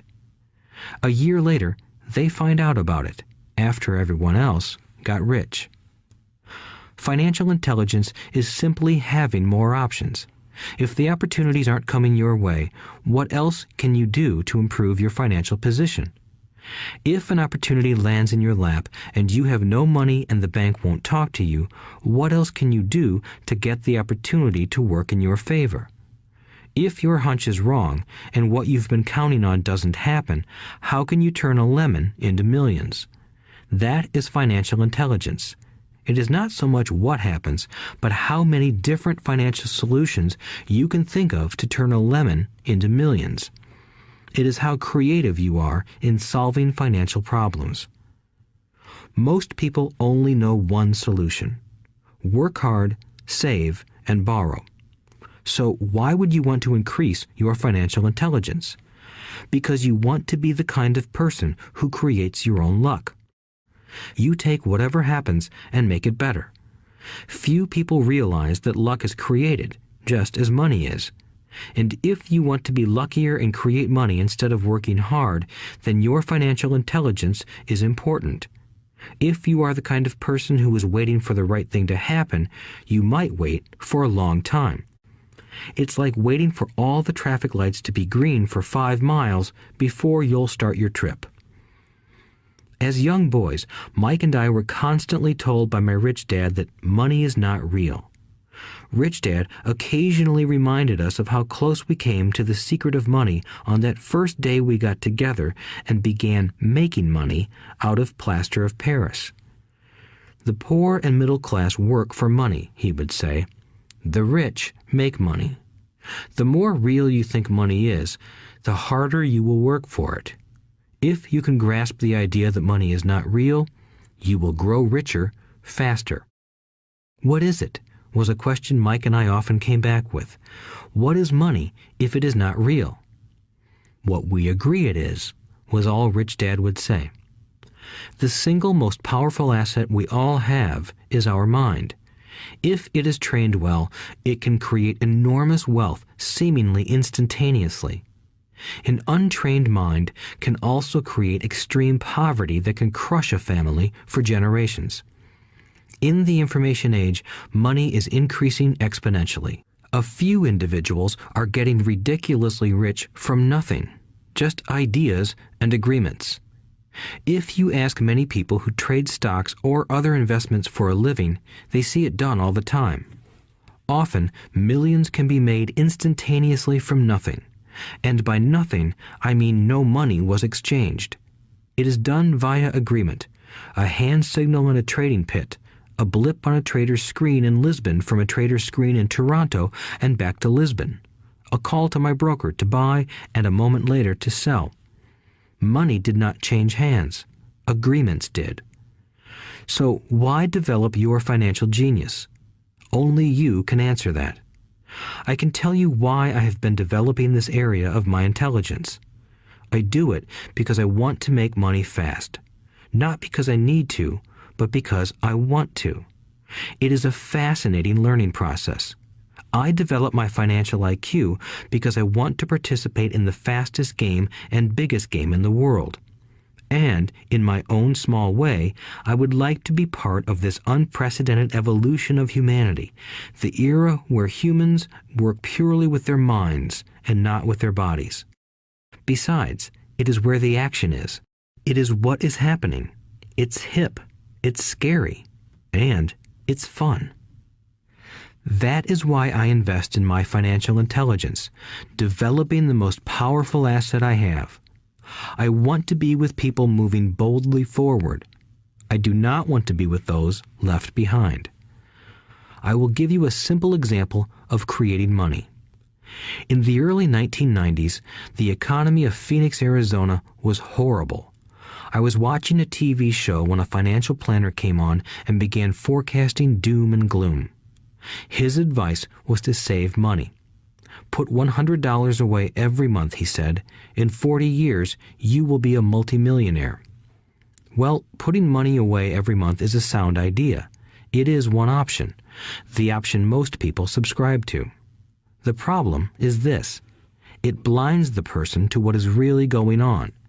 It causes them to miss major opportunities for much more significant growth of their money. The world is passing them by. As I said, the economy was terrible at that time. For investors, this is the perfect market condition. A chunk of my money was in the stock market and in apartment houses. I was short of cash. Because people were giving properties away, I was buying. I was not saving money. I was investing. Kim and I had more than $1 million in cash working in a market that was rising fast. It was the best opportunity to invest. The economy was terrible. I just could not pass up these small deals. Houses that were once $100,000 were now $75,000. But instead of shopping with local real estate agents, I began shopping at the bankruptcy attorney's office or the courthouse steps. In these shopping places, a $75,000 house could sometimes be bought for $20,000 or less. For $2,000, which was loaned to me from a friend for 90 days for $200, I gave an attorney a cashier's check as a down payment. While the acquisition was being processed, I ran an ad advertising a $75,000 house for only $60,000 and no money down. The phone rang hard and heavy. Prospective buyers were screened, and once the property was legally mine, all the prospective buyers were allowed to look at the house. It was a feeding frenzy. The house sold in a few minutes. I asked for a $2,500 processing fee, which they gladly handed over, and the escrow and title company took over from there. I returned the $2,000 to my friend with an additional $200. He was happy, the home buyer was happy, the attorney was happy, and I was happy. I had sold a house for $60,000 that cost me $20,000. The $40,000 was created from money in my asset column in the form of a promissory note from the buyer. Total working time, 5 hours. So, now that you are on your way to becoming more financially literate and skilled at reading numbers, I will tell you why this is an example of money being invented. During this depressed market, Kim and I were able to do 6 of these simple transactions in our spare time. While the bulk of our money was in larger properties and the stock market, we were able to create more than $190,000 in assets, notes at 10% interest, in those 6 buy, create, and sell transactions. That comes to approximately $19,000 a year income, much of it sheltered through our private corporation. Much of that $19,000 a year goes to pay for our company cars, gas, trips, insurance, dinners with clients, and other things. By the time the government gets a chance to tax that income, it's been spent on legally allowed pre-tax expenses. This was a simple example of how money is invented, created, and protected using financial intelligence. Ask yourself, how long would it take to save $190,000? Would the bank pay you 10% interest on your money? And the promissory note is good for 30 years. I hope they never pay me the $190,000. I have to pay a tax if they pay me the principal, and besides, $19,000 paid over 30 years is a little over $500,000 in income. I have people ask, what happens if the person doesn't pay? That does happen, and it's good news. That $60,000 home could be taken back and resold for $70,000 and another $2,500 collected as a loan processing fee. It would still be a zero-down transaction in the mind of the new buyer, and the process would go on. The first time I sold the house, I paid back the $2,000, so technically I have no money in the transaction. My return on investment, ROI, is infinity. It's an example of no money making a lot of money. In the second transaction, when resold, I would have put $2,000 in my pocket and re-extended the loan to 30 years. What would my ROI be if I got paid money to make money? I do not know, but it sure beats saving $100 a month, which actually starts out as $150 because it's after-tax income for 40 years earning low interest. And again, you're taxed on the interest. That is not too intelligent. It may be safe, but it's not smart. A few years later, as the Phoenix real estate market strengthened, those houses we sold for $60,000 became worth $110,000. Foreclosure opportunities were still available, but became rare. It cost a valuable asset, my time, to go out looking for them. Thousands of buyers were looking for the few available deals. The market had changed. It was time to move on and look for other opportunities to put in the asset column. You cannot do that here. That is against the law. You're lying. I hear those comments much more often than, "Can you show me how to do that?" The math is simple. You do not need algebra or calculus, and the escrow company handles the legal transaction and the servicing of the payments. I have no roofs to fix or toilets to unplug because the owners do that. It's their house. Occasionally, someone does not pay, and that is wonderful because there are late fees, or they move out and the property is sold again. The court system handles that. And it may not work in your area. The market conditions may be different, but the example illustrates how a simple financial process can create hundreds of thousands of dollars with little money and low risk.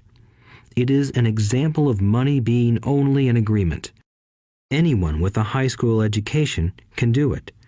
Yet most people won't. Most people listen to the standard advice of work hard and save money.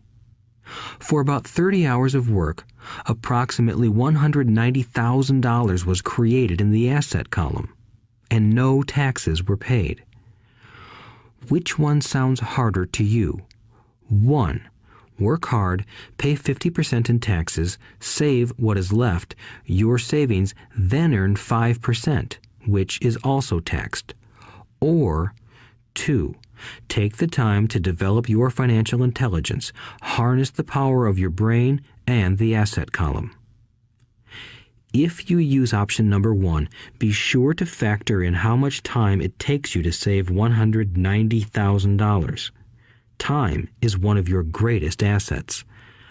Now, you may understand why I silently shake my head when I hear parents say, "My child is doing well in school and receiving a good education."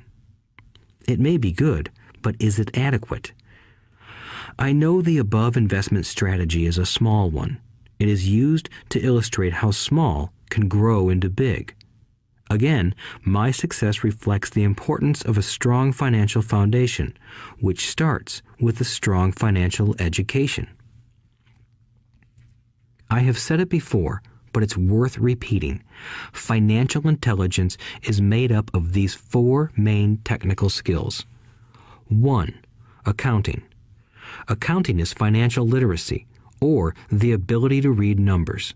This is a vital skill if you want to build businesses or investments.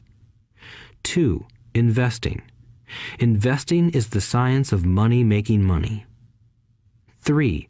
Understanding markets. Understanding markets is the science of supply and demand. Alexander Graham Bell gave the market what it wanted. So did Bill Gates. A $75,000 house offered for $60,000 that cost $20,000 was also the result of seizing an opportunity created by the market. Somebody was buying, and someone was selling. 4. The law. The law is the awareness of accounting, corporate, state, and federal regulations. I recommend playing by the rules. It is this basic foundation, or the combination of these skills, that is needed to be successful in the pursuit of wealth, whether it be through the buying of small homes, apartment buildings, companies, stocks, bonds, precious metals, baseball cards, or the like. A few years later, the real estate market rebounded and everyone else was getting in. The stock market was booming and everyone was getting in. The U.S. economy was getting back on its feet. I began selling and was now traveling to Peru, Norway, Malaysia, and the Philippines. The investment landscape had changed. We were no longer buying real estate. Now I just watch the values climb inside the asset column and will probably begin selling. I suspect that some of those 6 little house deals will sell and the $40,000 note will be converted to cash. I need to call my accountant to be prepared for cash and seek ways to shelter it. The point I would like to make is that investments come and go. The market goes up and comes down. Economies improve and crash. The world is always handing you opportunities of a lifetime, every day of your life, but all too often we fail to see them. But they are there. And the more the world changes and the more technology changes, the more opportunities there will be to allow you and your family to be financially secure for generations to come. So why bother developing your financial intelligence? Again, only you can answer that. I know why I continue to learn and develop. I do it because I know there are changes coming. I'd rather welcome change than cling to the past. I know there will be market booms and market crashes. I want to continually develop my financial intelligence because at each market change, some people will be on their knees begging for their jobs. Others, meanwhile, will take the lemons that life hands them, and we are all handed lemons occasionally, and turn them into millions. That's financial intelligence. I am often asked about the lemons I have turned into millions. I hesitate using many more examples of personal investments because I am afraid it comes across as bragging or tooting my own horn. That is not my intention. I use the examples only as numerical and chronological illustrations of actual and simple cases. I use the examples because I want you to know that it is easy. And the more familiar you become with the 4 pillars of financial intelligence, the easier it becomes. Personally, I use 2 main vehicles to achieve financial growth: real estate and small cap stocks. I use real estate as my foundation. Day in and day out, my properties provide cash flow and occasional spurts of growth and value. The small cap stocks are used for fast growth. I do not recommend anything that I do. The examples are just that, examples. If the opportunity is too complex and I do not understand the investment, I don't do it. Simple math and common sense are all you need to do well financially. There are 5 reasons for using examples. 1. To inspire people to learn more. 2. To let people know it is easy if the foundation is strong. 3. To show that anyone can achieve great wealth. 4. To show that there are millions of ways to achieve your goals. 5. To show that it's not rocket science. In 1989, I used to jog through a lovely neighborhood in Portland, Oregon. It was a suburb that had little gingerbread houses. They were small and cute. I almost expected to see Little Red Riding Hood skipping down the sidewalk on her way to Granny's. There were for sale signs everywhere. The timber market was terrible. The stock market had just crashed, and the economy was depressed. On one street, I noticed a for sale sign that was up longer than most. It looked old. Jogging past it one day, I ran into the owner, who looked troubled. "What are you asking for your house?" I asked. The owner turned and smiled weakly. "Make me an offer," he said. "It's been for sale for over a year. Nobody even comes by anymore to look at it." "I'll look," I said, and I bought the house a half hour later for $20,000 less than his asking price. It was a cute little 2-bedroom home with gingerbread trim on all the windows. It was light blue with gray accents and had been built in 1930. Inside, there was a beautiful rock fireplace, as well as 2 tiny bedrooms. It was a perfect rental house. I gave the owner $5,000 down for a $45,000 house that was really worth $65,000, except that no one wanted to buy it. The owner moved out in a week, happy to be free, and my first tenant moved in, a local college professor. After the mortgage, expenses, and management fees were paid, I put a little less than $40 in my pocket at the end of each month. Hardly exciting. A year later, the depressed Oregon real estate market had begun to pick up. California investors, flush with money from their still booming real estate market, were moving north and buying up Oregon and Washington. I sold that little house for $95,000 to a young couple from California who thought it was a bargain. My capital gains of approximately $40,000 were placed into a 1031 tax-deferred exchange, and I went shopping for a place to put my money. In about a month, I found a 12-unit apartment house right next to the Intel plant in Beaverton, Oregon. The owners lived in Germany, had no idea what the place was worth, and again, just wanted to get out of it. I offered $275,000 for a $450,000 building. They agreed to $300,000. I bought it and held it for 2 years. Utilizing the same 1031 exchange process, we sold the building for $495,000 and bought a 30-unit apartment building in Phoenix, Arizona. We had moved to Phoenix by then to get out of the rain and needed to sell anyway. Like the former Oregon market, the real estate market in Phoenix was depressed. The price of the 30-unit apartment building in Phoenix was $875,000, with $225,000 down. The cash flow from the 30 units was a little over $5,000 a month. The Arizona market began moving up, and a few years later, a Colorado investor offered us $1.2 million for the property. The point of this example is how a small amount can grow into a large amount. Again, it is a matter of understanding financial statements, investment strategies, a sense of the market, and the laws. If people are not versed in these subjects, then obviously they must follow standard dogma, which is to play it safe, diversify, and only invest in secure investments. The problem with secure investments is that they are often sanitized, that is, made so safe that the gains are less. Most large brokerage houses will not touch speculative transactions in order to protect themselves and their clients, and that is a wise policy. The really hot deals are not offered to people who are novices. Often, the best deals that make the rich even richer are reserved for those who understand the game. It is technically illegal to offer speculative deals to someone who is considered not sophisticated, but of course, it happens. The more sophisticated I get, the more opportunities come my way. Another case for developing your financial intelligence over a lifetime is simply that more opportunities are presented to you. And the greater your financial intelligence, the easier it is to tell whether a deal is good.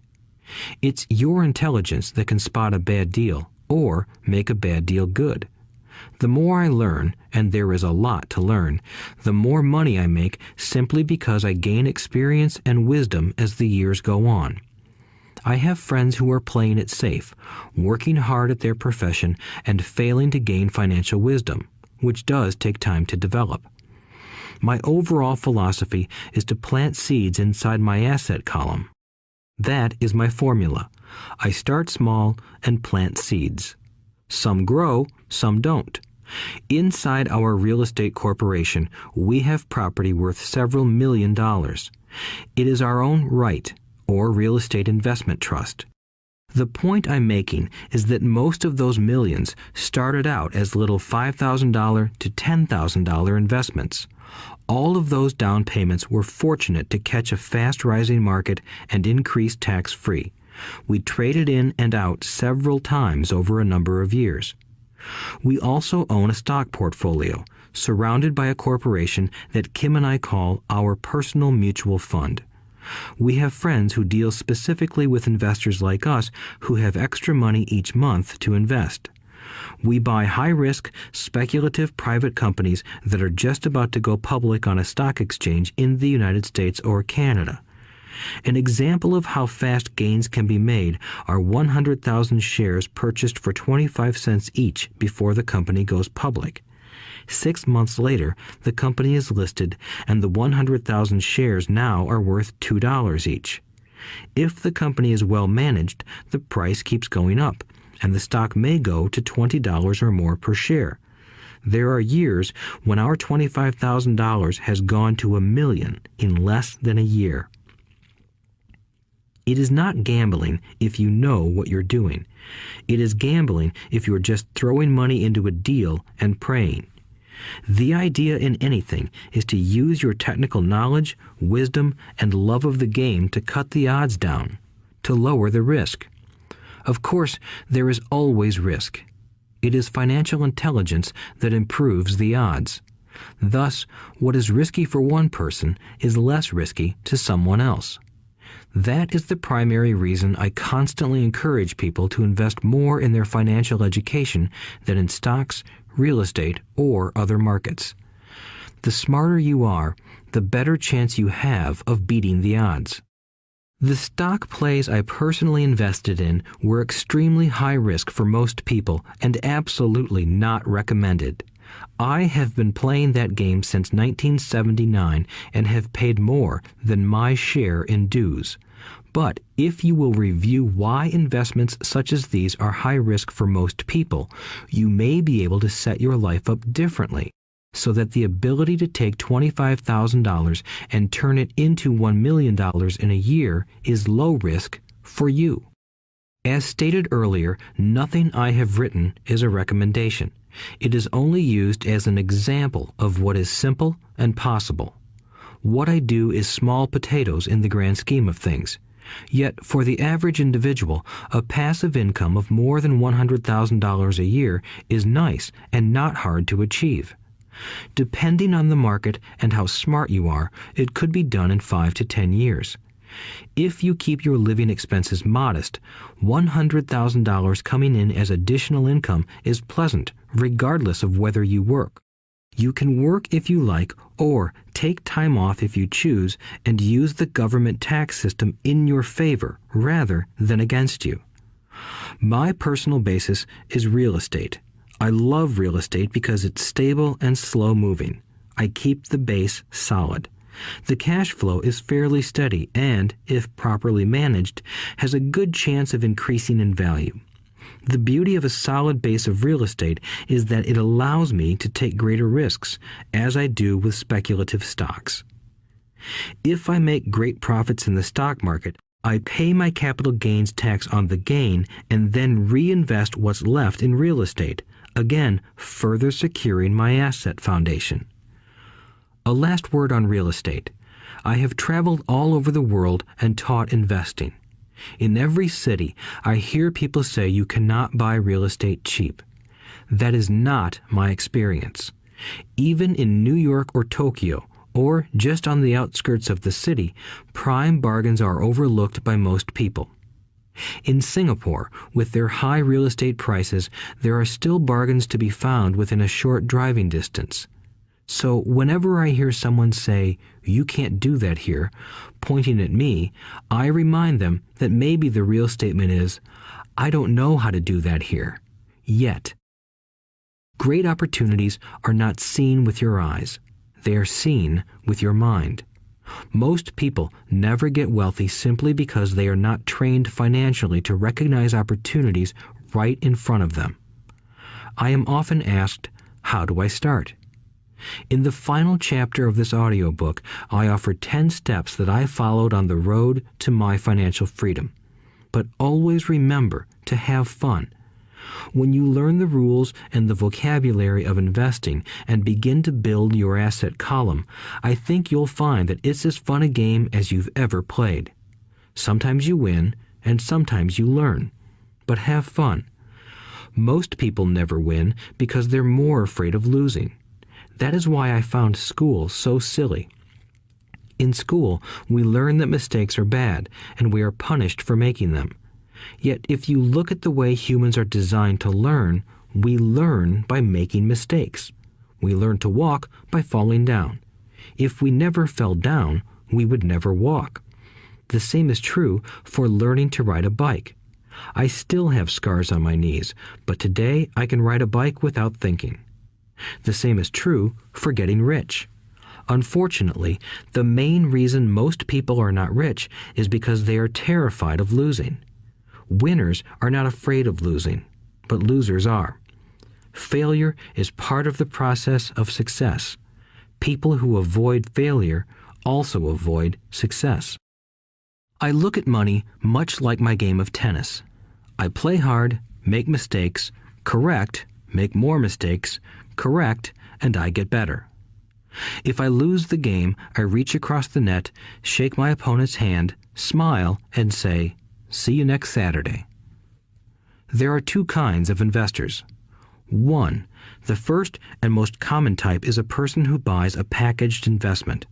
They call a retail outlet, such as a real estate company, a stockbroker, or a financial planner, and they buy something. It could be a mutual fund, a right, a stock, or bond. It is a clean and simple way of investing. An analogy would be a shopper who goes to a computer store and buys a computer right off the shelf. 2. The second type is an investor who creates investments. This investor usually assembles a deal in the same way a person who buys components builds a computer. I do not know the first thing about putting components of a computer together, but I do know how to put pieces of opportunities together, or know people who know how. It is this second type of investor who is the more professional investor. Sometimes it may take years for all the pieces to come together. And sometimes they never do. It is this second type of investor that my rich dad encouraged me to be. It is important to learn how to put the pieces together, because that is where the huge wins reside, and sometimes some huge losses if the tide goes against you.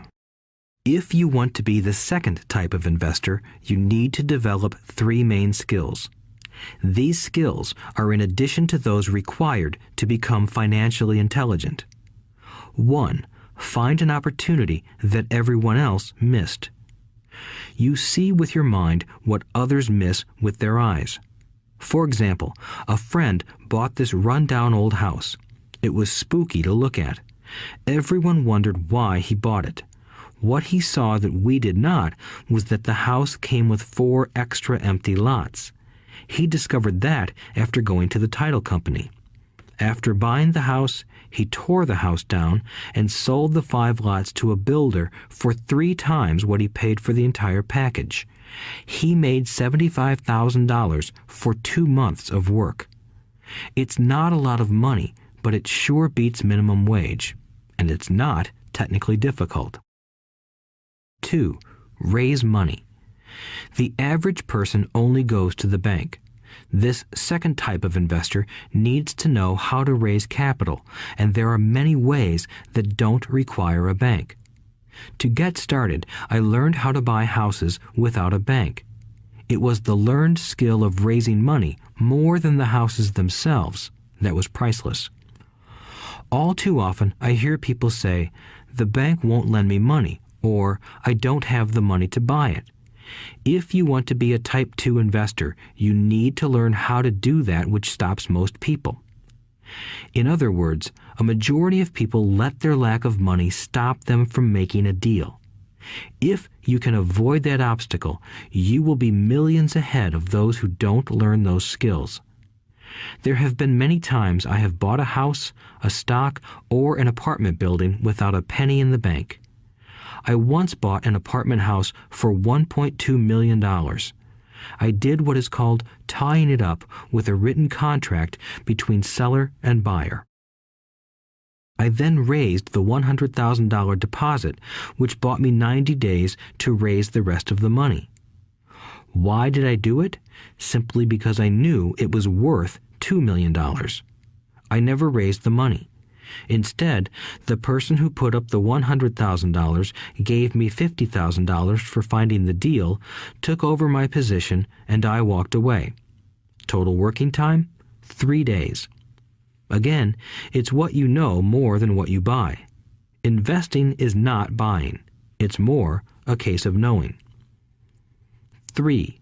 Organize smart people.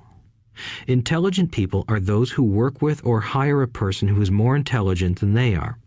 When you need advice, make sure you choose your advisor wisely. There is a lot to learn, but the rewards can be astronomical. If you do not want to learn those skills, then being a Type 1 investor is highly recommended.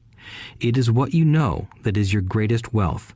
It is what you do not know that is your greatest risk. There is always risk, so learn to manage risk instead of avoiding it.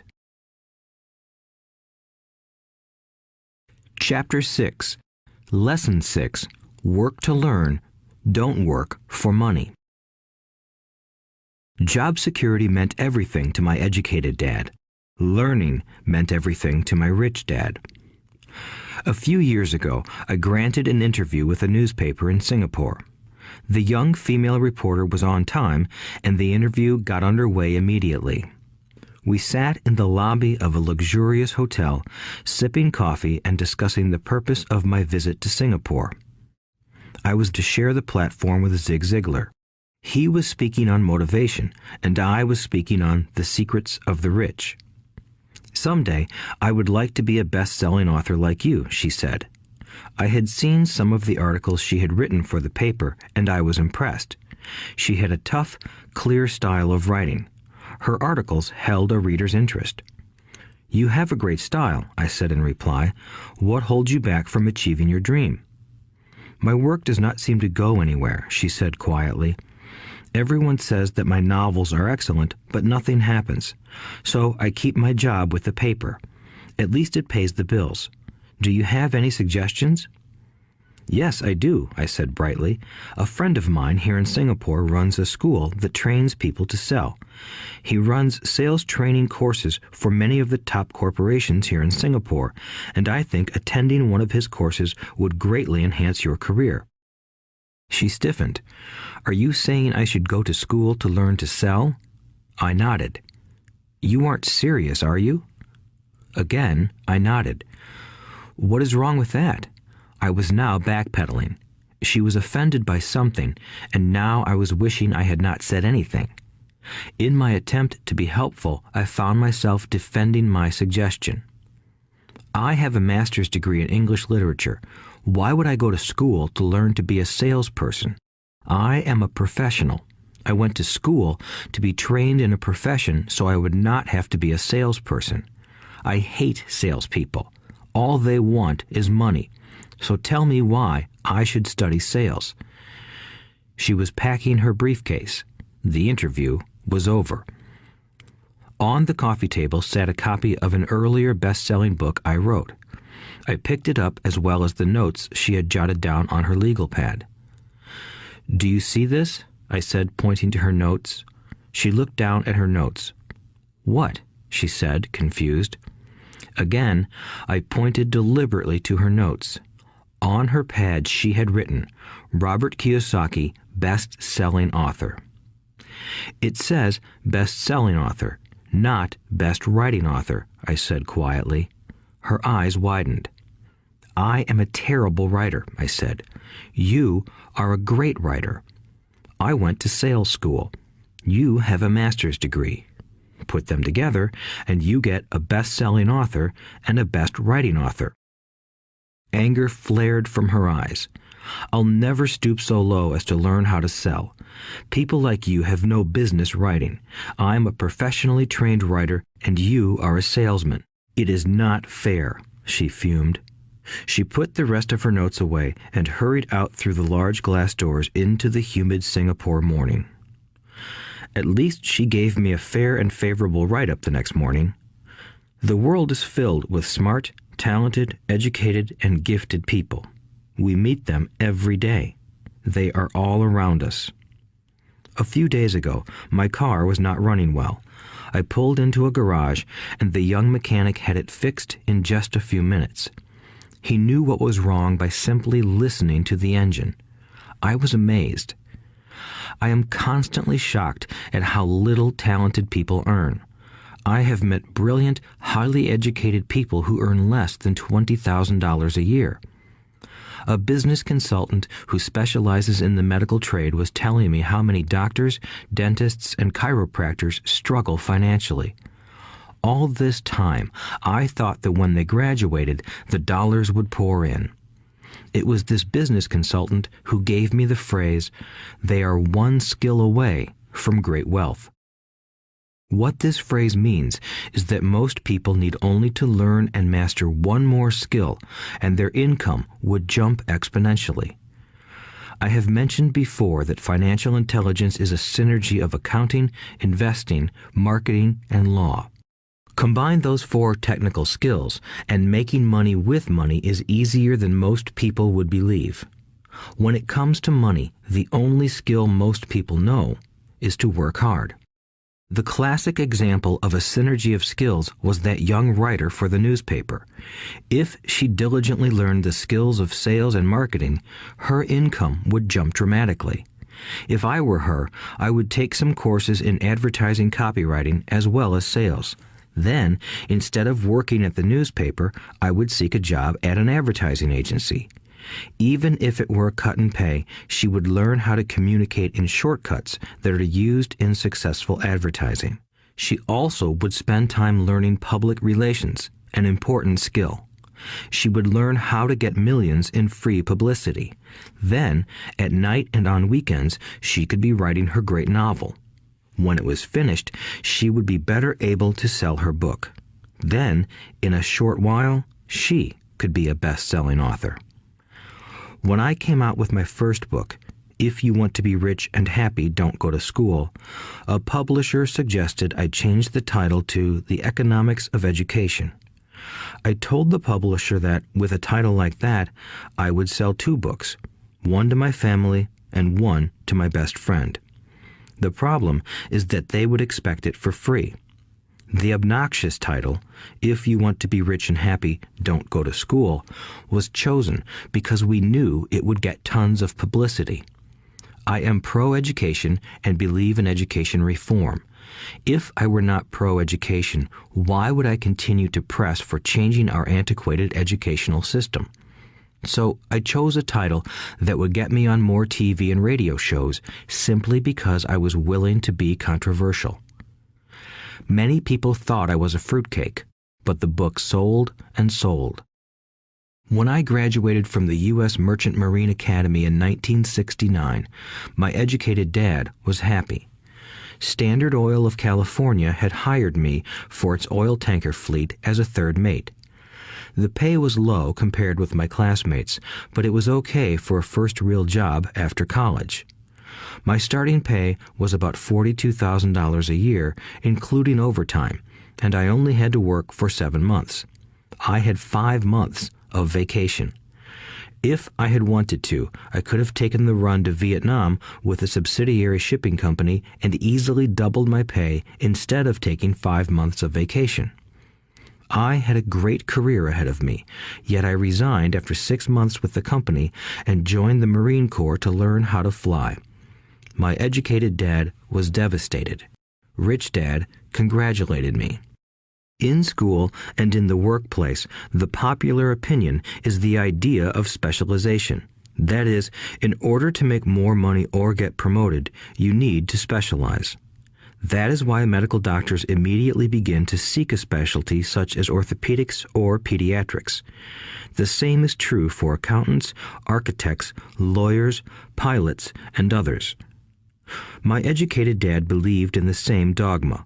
That is why he was thrilled when he eventually achieved his doctorate. He often admitted that schools reward people who study more and more about less and less. Rich Dad encouraged me to do exactly the opposite. You want to know a little about a lot, was his suggestion. That is why for years I worked in different areas of his companies. For a while, I worked in his accounting department. Although I would probably never have been an accountant, he wanted me to learn via osmosis. Rich Dad knew I would pick up jargon and a sense of what is important and what is not. I also worked as a busboy and construction worker as well as in sales, reservations, and marketing. He was grooming Mike and me. That is why he insisted we sit in on the meetings with his bankers, lawyers, accountants, and brokers. He wanted us to know a little about every aspect of his empire. When I quit my high-paying job with Standard Oil, my educated dad had a heart-to-heart talk with me. He was bewildered. He could not understand my decision to resign from a career that offered high pay, great benefits, lots of time off, and opportunity for promotion. When he asked me one evening, "Why did you quit?" I could not explain it to him, though I tried hard to. My logic did not fit his logic. The big problem was that my logic was my rich dad's logic. Job security meant everything to my educated dad. Learning meant everything to my rich dad. Educated dad thought I went to school to learn to be a ship's officer. Rich dad knew that I went to school to study international trade. So as a student, I made cargo runs, navigating large freighters, oil tankers, and passenger ships to the Far East and the South Pacific. Rich Dad emphasized that I should stay in the Pacific instead of taking ships to Europe because he knew that the emerging nations were in Asia, not Europe. While most of my classmates, including Mike, were partying at their fraternity houses, I was studying trade, people, business styles, and cultures in Japan, Taiwan, Thailand, Singapore, Hong Kong, Vietnam, Korea, Tahiti, Samoa, and the Philippines. I was partying also, but it was not in any frat house. I grew up rapidly. Educated Dad just could not understand why I decided to quit and join the Marine Corps. I told him I wanted to learn to fly, but really I wanted to learn to lead troops. Rich Dad explained to me that the hardest part of running a company is managing people. He had spent 3 years in the Army. My educated dad was draft exempt. Rich Dad valued learning to lead men into dangerous situations. Leadership is what you need to learn next, he said. If you are not a good leader, you'll get shot in the back, just like they do in business. Returning from Vietnam in 1973, I resigned my commission, even though I loved flying. I found a job with Xerox Corporation. I joined it for one reason, and it was not for the benefits. I was a shy person, and the thought of selling was the most frightening subject in the world. Xerox has one of the best sales trainings programs in America. Rich Dad was proud of me. My educated dad was ashamed. Being an intellectual, he thought that salespeople were below him. I worked with Xerox for 4 years until I overcame my fear of knocking on doors and being rejected. Once I could consistently be in the top 5 in sales, I again resigned and moved on, leaving behind another great career with an excellent company. In 1977, I formed my first company. Rich Dad had groomed Mike and me to take over companies, so I now had to learn to form them and put them together.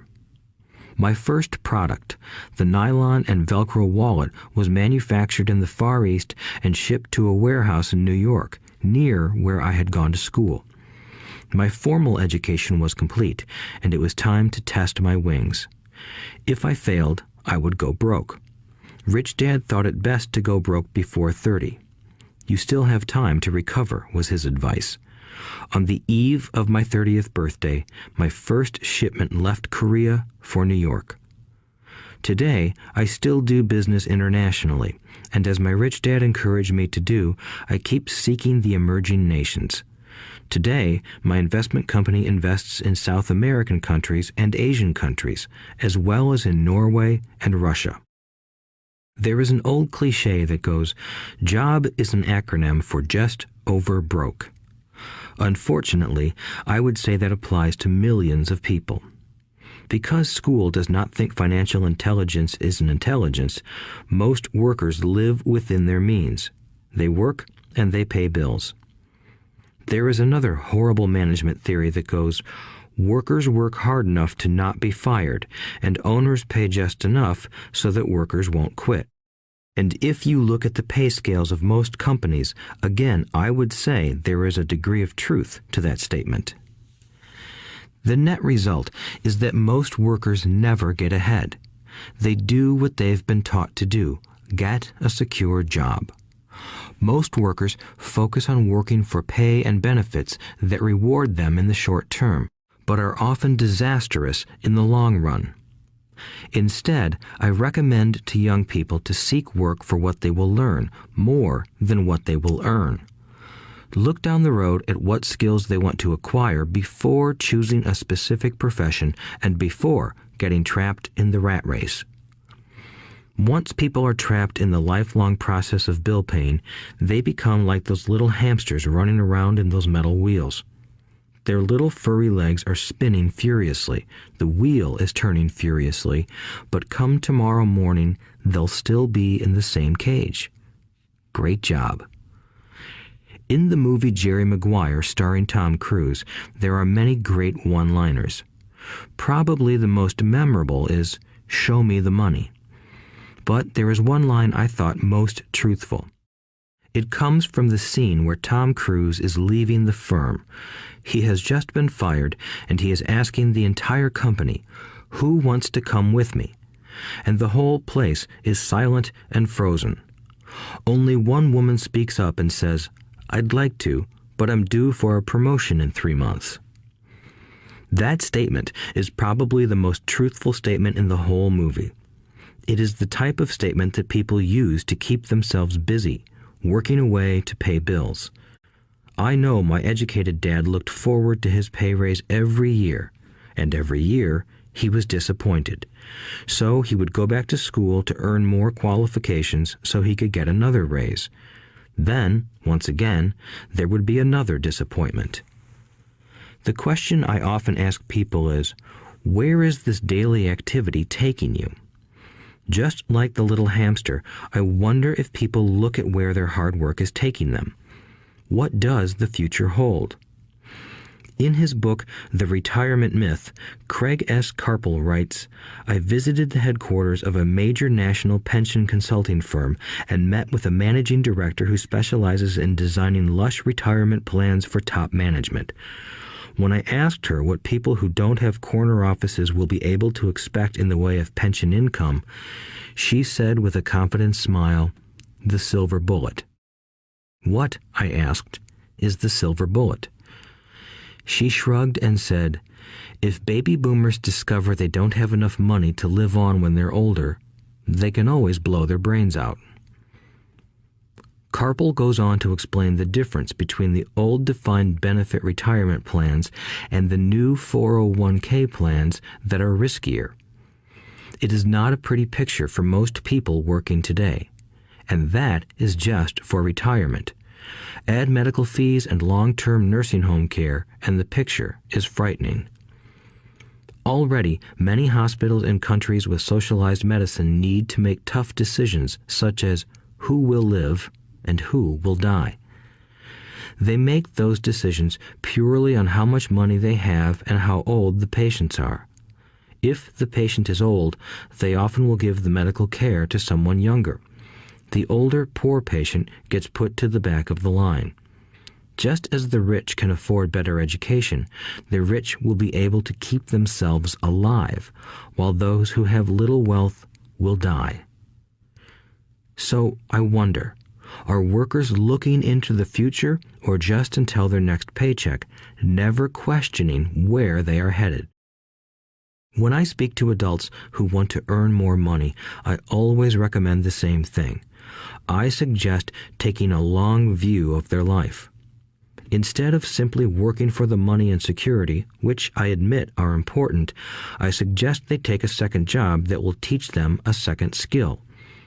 Often I recommend joining a network marketing company, also called multi-level marketing, if they want to learn sales skills. Some of these companies have excellent training programs that help people get over their fear of failure and rejection, which are the main reasons people are unsuccessful. Education is more valuable than money in the long run. When I offer this suggestion, I often hear in response, "Oh, that is too much hassle," or "I only want to do what I am interested in." If they say it's too much of a hassle, I ask, so you would rather work all your life giving 50% of what you earn to the government? If they tell me, I only do what I am interested in, I say, I'm not interested in going to the gym, but I go because I want to feel better and live longer. Unfortunately, there is some truth to the old statement, you can't teach an old dog new tricks. Unless a person is used to changing, it's hard to change. But for those of you who might be on the fence when it comes to the idea of working to learn something new, I offer this word of encouragement. Life is much like going to the gym. The most painful part is deciding to go. Once you get past that, it's easy. There have been many days I have dreaded going to the gym, but once I am there and in motion, it is a pleasure. After the workout is over, I am always glad I talked myself into going. If you are unwilling to work to learn something new and instead insist on becoming highly specialized within your field, make sure the company you work for is unionized. Labor unions are designed to protect specialists. My educated dad, after falling from grace with the governor, became the head of the teachers' union in Hawaii. He told me that it was the hardest job he ever held. My rich dad, on the other hand, spent his life doing his best to keep his companies from becoming unionized. He was successful. Although the unions came close, Rich Dad was always able to fight them off. Personally, I take no sides because I can see the need for and the benefits of both sides. If you do as school recommends, become highly specialized, then seek union protection. For example, had I continued with my flying career, I would have sought a company that had a strong pilots union. Why? Because my life would be dedicated to learning a skill that was valuable in only one industry. If I were pushed out of that industry, my life's skills would not be as valuable to another industry. A displaced senior pilot with 100,000 hours of heavy airline transport time, earning $150,000 a year, would have a hard time finding an equivalent high-paying job teaching in school. Skills do not necessarily transfer from industry to industry.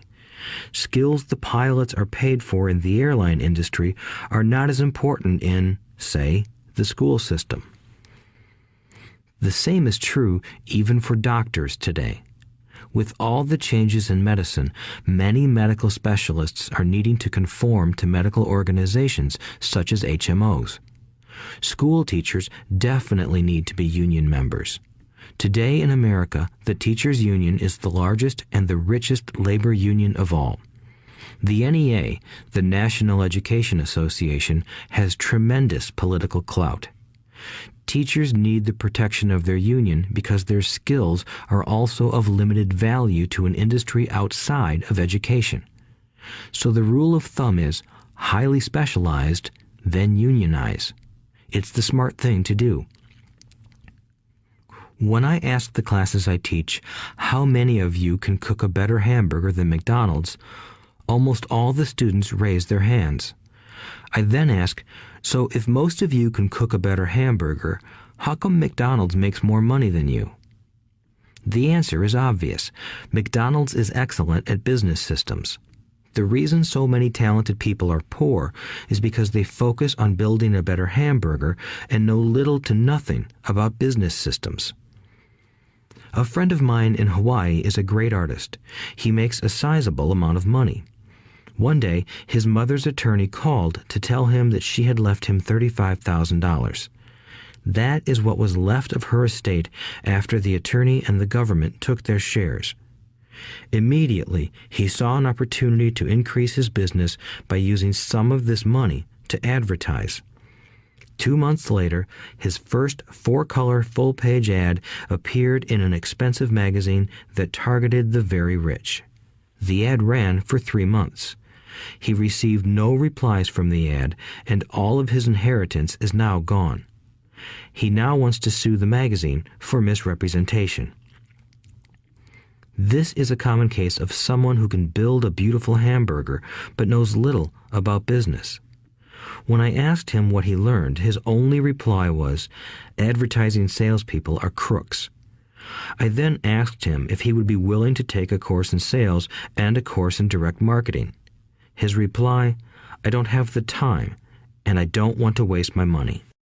The world is filled with talented poor people.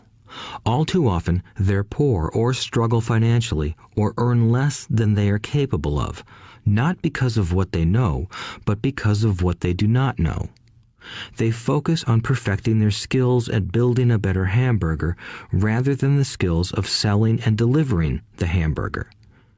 Maybe McDonald's does not make the best hamburger, but they are the best at selling and delivering a basic average burger. Poor Dad wanted me to specialize. That was his view on how to be paid more. Even after being told by the governor of Hawaii that he could no longer work in state government, my educated dad continued to encourage me to get specialized. Educated Dad then took up the cause of the teachers' union, campaigning for further protection and benefits for these highly skilled and educated professionals. We argued often, but I know he never agreed that over-specialization is what caused the need for union protection. He never understood that the more specialized you become, the more you are trapped and dependent on that specialty. Rich Dad advised that Mike and I groom ourselves. Many corporations do the same thing. They find a young, bright student just out of business school and begin grooming that person to someday take over the company. So these bright young employees do not specialize in one department. They are moved from department to learn all the aspects of business systems. The rich often groom their children or the children of others. By doing so, their children gain an overall knowledge of the operations of the business and how the various departments interrelate. For the World War II generation, it was considered bad to skip from company to company. Today, it is considered smart. Since people will skip from company to company rather than seek greater specialization in skills, why not seek to learn more than to earn? In the short term, it may earn you less, but it will pay dividends in the long term. The main management skills needed for success are 1. Management of cash flow, 2. Management of systems, 3. Management of people. The most important specialized skills are sales and marketing. The ability to sell, to communicate to another human being, be it a customer, employee, boss, spouse, or child, is the base skill of personal success. Communication skills such as writing, speaking, and negotiating are crucial to a life of success. These are skills I work on constantly, attending courses or buying educational resources to expand my knowledge. As I have mentioned, my educated dad worked harder and harder the more competent he became. He also became more trapped the more specialized he got. Although his salary went up, his choices diminished. Soon after he was locked out of government work, he found out how vulnerable he really was professionally. It is like professional athletes who suddenly are injured or are too old to play. Their once high-paying position is gone, and they have limited skills to fall back on. I think that is why my educated dad sided so much with the unions after that.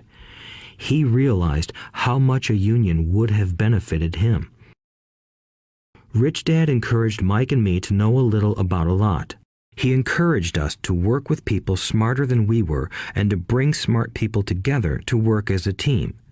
Today, it would be called a synergy of professional specialties. Today, I meet ex-school teachers earning hundreds of thousands of dollars a year. They earn that much because they have specialized skills in their field as well as other skills. They can teach as well as sell and market. I know of no other skills to be more important than selling and marketing. The skills of selling and marketing are difficult for most people, primarily due to their fear of rejection. The better you are at communicating, negotiating, and handling your fear of rejection, the easier life is. Just as I advise that newspaper writer who wanted to become a best-selling author, I advise anyone else today. Being technically specialized has its strengths as well as its weaknesses. I have friends who are geniuses, but they cannot communicate effectively with other human beings, and, as a result, their earnings are pitiful. I advise them to just spend a year learning to sell. Even if they earn nothing, their communication skills will improve, and that is priceless. In addition to being good learners, sellers, and marketers, we need to be good teachers as well as good students. To be truly rich, we need to be able to give as well as to receive. In cases of financial or professional struggle, there is often a lack of giving and receiving. I know many people who are poor because they are neither good students nor good teachers. Both of my dads were generous men. Both made it a practice to give first. Teaching was one of their ways of giving. The more they gave, the more they received. One glaring difference was in the giving of money. My rich dad gave lots of money away. He gave to his church, to charities, and to his foundation. He knew that to receive money, you had to give money. Giving money is the secret to most great wealthy families. That is why there are organizations like the Rockefeller Foundation and the Ford Foundation. These are organizations designed to take their wealth and increase it, as well as give it away in perpetuity. My educated dad always said, "When I have some extra money, I'll give it." The problem was that there was never any extra. So he worked harder to draw more money in rather than focus on the most important law of money. Give and you shall receive. Instead, he believed in receive and then you give. In conclusion, I became both dads. One part of me is a hardcore capitalist who loves the game of money making money. The other part is a socially responsible teacher who is deeply concerned with this ever-widening gap between the haves and have-nots. I personally hold the archaic educational system primarily responsible for this growing gap. Chapter 7. Overcoming Obstacles. The primary difference between a rich person and a poor person is how they manage fear. Once people have studied and become financially literate, they may still face roadblocks to becoming financially independent. There are 5 main reasons why financially literate people may still not develop abundant asset columns that could produce a large cash flow. The 5 reasons are: 1. Fear.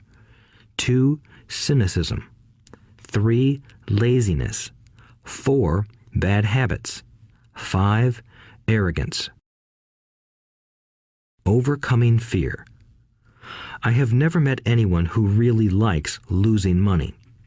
And in all my years, I have never met a rich person who has never lost money. But I have met a lot of poor people who have never lost a dime. Investing, that is. The fear of losing money is real. Everyone has it, even the rich. But it's not having fear that is the problem. It's how you handle fear. It's how you handle losing. It's how you handle failure that makes the difference in one's life. The primary difference between a rich person and a poor person is how they manage that fear. It's okay to be fearful. It's okay to be a coward when it comes to money. You can still be rich. We're all heroes at something and cowards at something else. My friend's wife is an emergency room nurse. When she sees blood, she flies into action. When I mention investing, she runs away. When I see blood, I don't run. I pass out. My rich dad understood phobias about money. Some people are terrified of snakes. Some people are terrified about losing money. Both are phobias, he would say. So his solution to the phobia of losing money was this little rhyme. If you hate risk and worry, start early. If you start young, it's easier to be rich. I won't go into it here, but there is a staggering difference between a person who starts investing at age 20 versus age 30. The purchase of Manhattan Island is said to be one of the greatest bargains of all time. New York was purchased for $24 in trinkets and beads. Yet if that $24 had been invested at 8% annually, that $24 would have been worth more than $28 trillion by 1995. Manhattan could be repurchased with money left over to buy much of Los Angeles. But what if you don't have much time left or would like to retire early? How do you handle the fear of losing money? My poor dad did nothing. He simply avoided the issue, refusing to discuss the subject. My rich dad, on the other hand, recommended that I think like a Texan. I like Texas and Texans, he used to say. In Texas, everything is bigger. When Texans win, they win big. And when they lose, it's spectacular. They like losing? I asked. That's not what I'm saying. Nobody likes losing. Show me a happy loser, and I'll show you a loser, said Rich Dad. It's a Texan's attitude toward risk, reward, and failure I'm talking about. It's how they handle life. They live it big. Not like most of the people around here, living like roaches when it comes to money, terrified that someone will shine a light on them and whimpering when the grocery clerk shortchanges them a quarter. Rich Dad went on, "What I like best is the Texas attitude. They're proud when they win, and they brag when they lose. Texans have a saying, if you're going to go broke, go big. You don't want to admit you went broke over a duplex." He constantly told Mike and me that the greatest reason for lack of financial success was because most people played it too safe. People are so afraid of losing that they lose, were his words. Fran Tarkenton, a one-time great NFL quarterback, says it still another way. Winning means being unafraid to lose. In my own life, I've noticed that winning usually follows losing. Before I finally learned to ride a bike, I first fell down many times. I've never met a golfer who has never lost a golf ball. I've never met people who have fallen in love who have never had their heart broken. And I've never met someone rich who has never lost money. So for most people, the reason they don't win financially is because the pain of losing money is far greater than the joy of being rich. Another saying in Texas is, everyone wants to go to heaven, but no one wants to die. Most people dream of being rich, but are terrified of losing money, so they never get to heaven. Rich Dad used to tell Mike and me stories about his trips to Texas. If you really want to learn the attitude of how to handle risk, losing, and failure, go to San Antonio and visit the Alamo. The Alamo is a great story of brave people who chose to fight, knowing there was no hope of success. They chose to die instead of surrendering. It's an inspiring story worthy of study. Nonetheless, it's still a tragic military defeat. They got their butts kicked. So, how do Texans handle failure? They still shout, "Remember the Alamo." Mike and I heard this story a lot.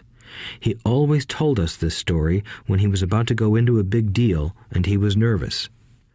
After he had done all his due diligence and it was time to put up or shut up, he told us this story. Every time he was afraid of making a mistake or losing money, he told us this story. It gave him strength, for it reminded him that he could always turn a financial loss into a financial win. Rich Dad knew that failure would only make him stronger and smarter. It's not that he wanted to lose. He just knew who he was and how he would take a loss. He would take a loss and make it a win. That's what made him a winner and others losers.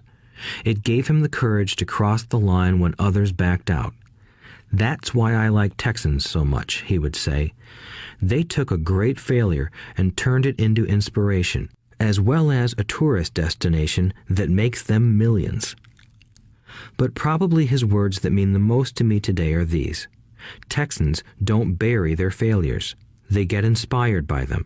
They take their failures and turn them into rallying cries. Failure inspires Texans to become winners. But that formula is not just the formula for Texans. It is the formula for all winners.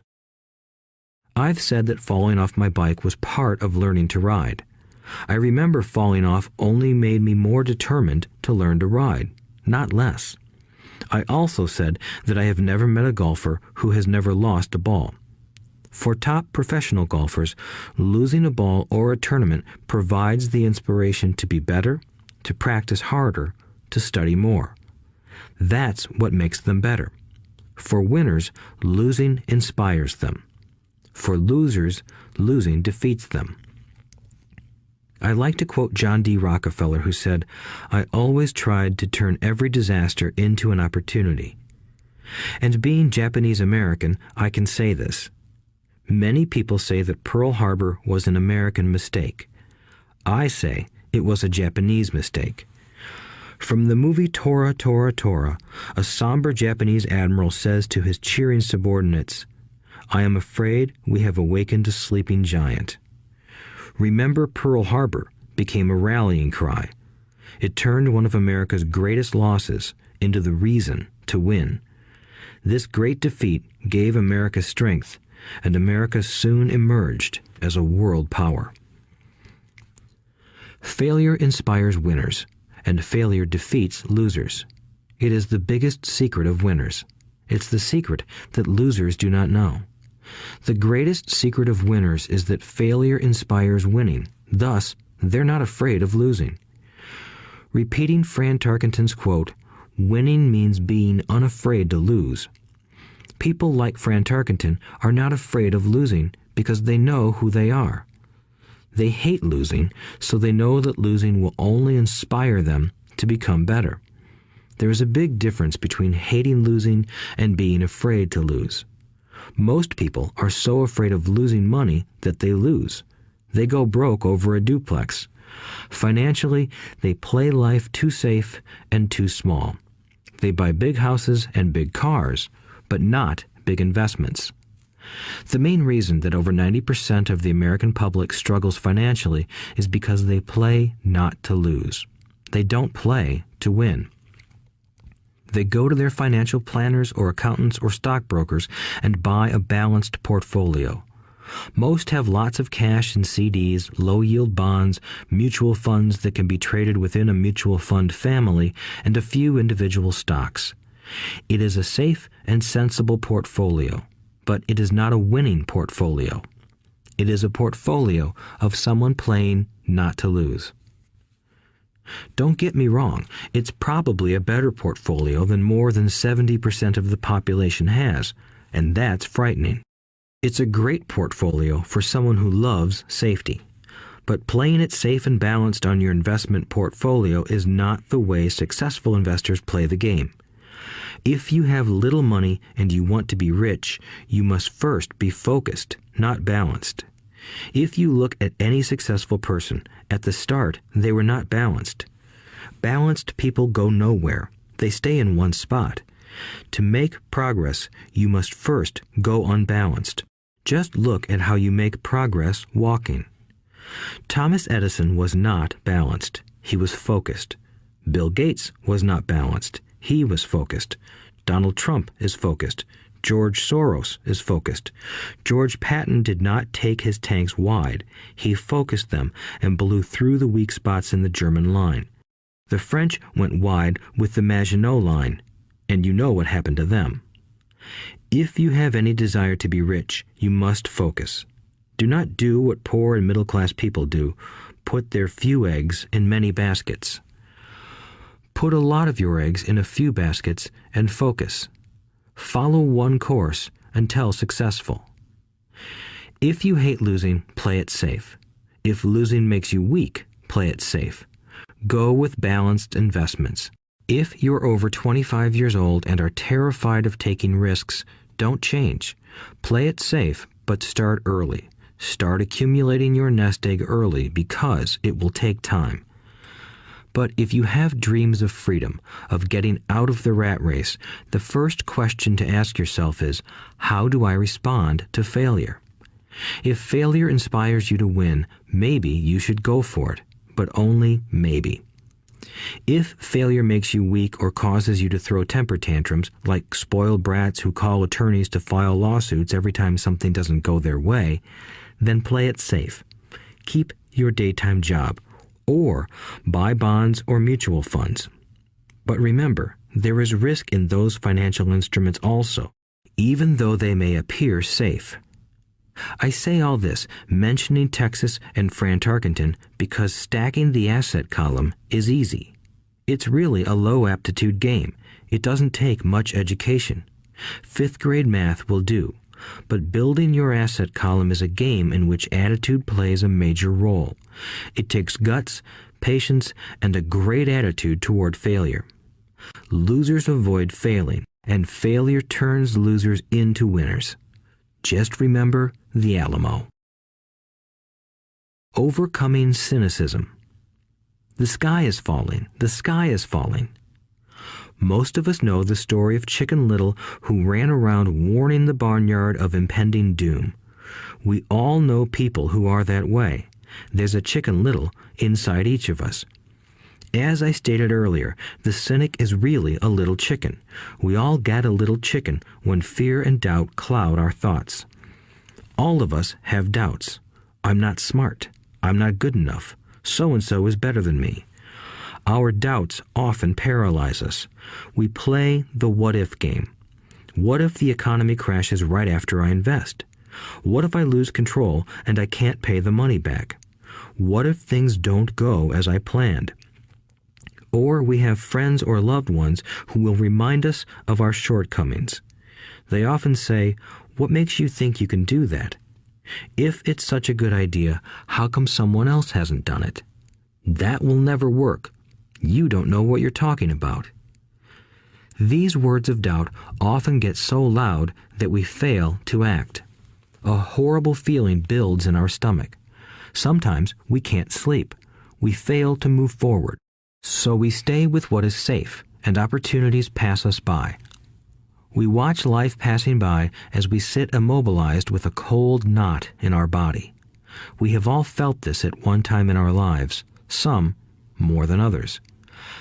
Peter Lynch of Fidelity Magellan Mutual Fund fame refers to warnings about the sky falling as noise, and we all hear it. Noise is either created inside our heads or comes from outside, often from friends, family, co-workers, and the media.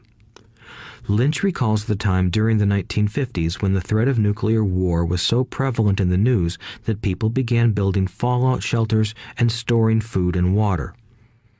If they had invested that money wisely in the market, instead of building a fallout shelter, they'd probably be financially independent today. When violence breaks out in a city, gun sales go up all over the country. A person dies from rare hamburger meat in the state of Washington, and the Arizona Health Department orders restaurants to have all beef cooked well done. A drug company runs a TV commercial in February showing people catching the flu. Colds go up as well as sales of cold medicine. Most people are poor because when it comes to investing, the world is filled with Chicken Littles running around yelling, "The sky is falling, the sky is falling." And Chicken Littles are effective because every one of us is a little chicken. It often takes great courage to not let rumors and talk of doom and gloom affect your doubts and fears. But a savvy investor knows that the seemingly worst of times is actually the best of times to make money. When everyone else is too afraid to act, they pull the trigger and are rewarded. Some time ago, a friend named Richard came from Boston to visit Kim and me in Phoenix. He was impressed with what we had done through stocks and real estate. The Phoenix real estate prices were depressed. We spent 2 days showing him what we thought were excellent opportunities for cash flow and capital appreciation. Kim and I are not real estate agents. We are strictly investors. After identifying a unit in a resort community, we called an agent who sold it to him that afternoon. The price was a mere $42,000 for a 2-bedroom townhome. Similar units were going for $65,000.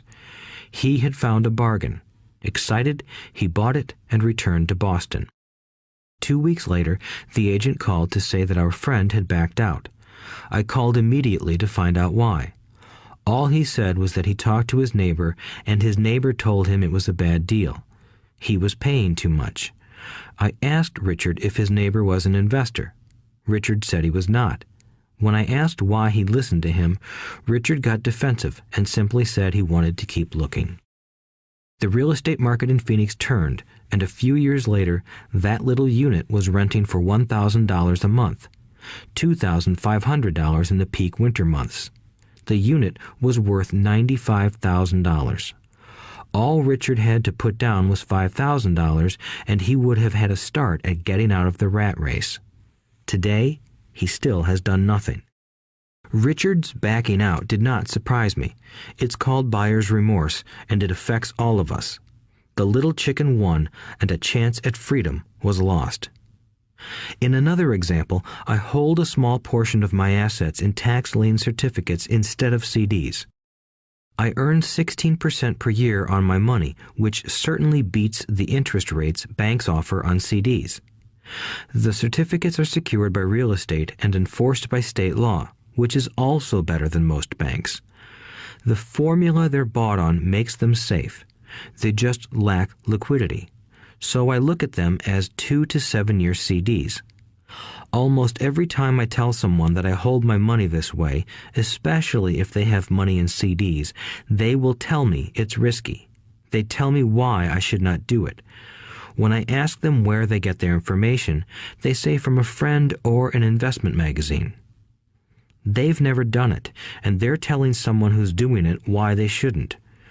The lowest yield I look for is 16%, but people who are filled with doubt are willing to accept a far lower return. Doubt is expensive.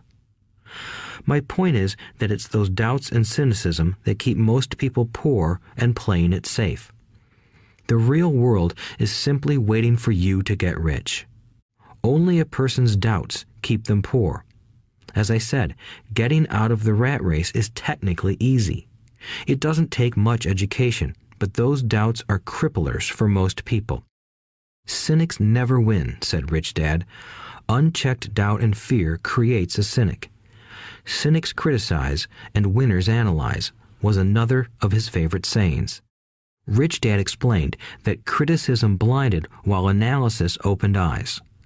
Analysis allowed winners to see that critics were blind and to see opportunities that everyone else missed. And finding what people miss is key to any success. Real estate is a powerful investment tool for anyone seeking financial independence or freedom. It is a unique investment tool.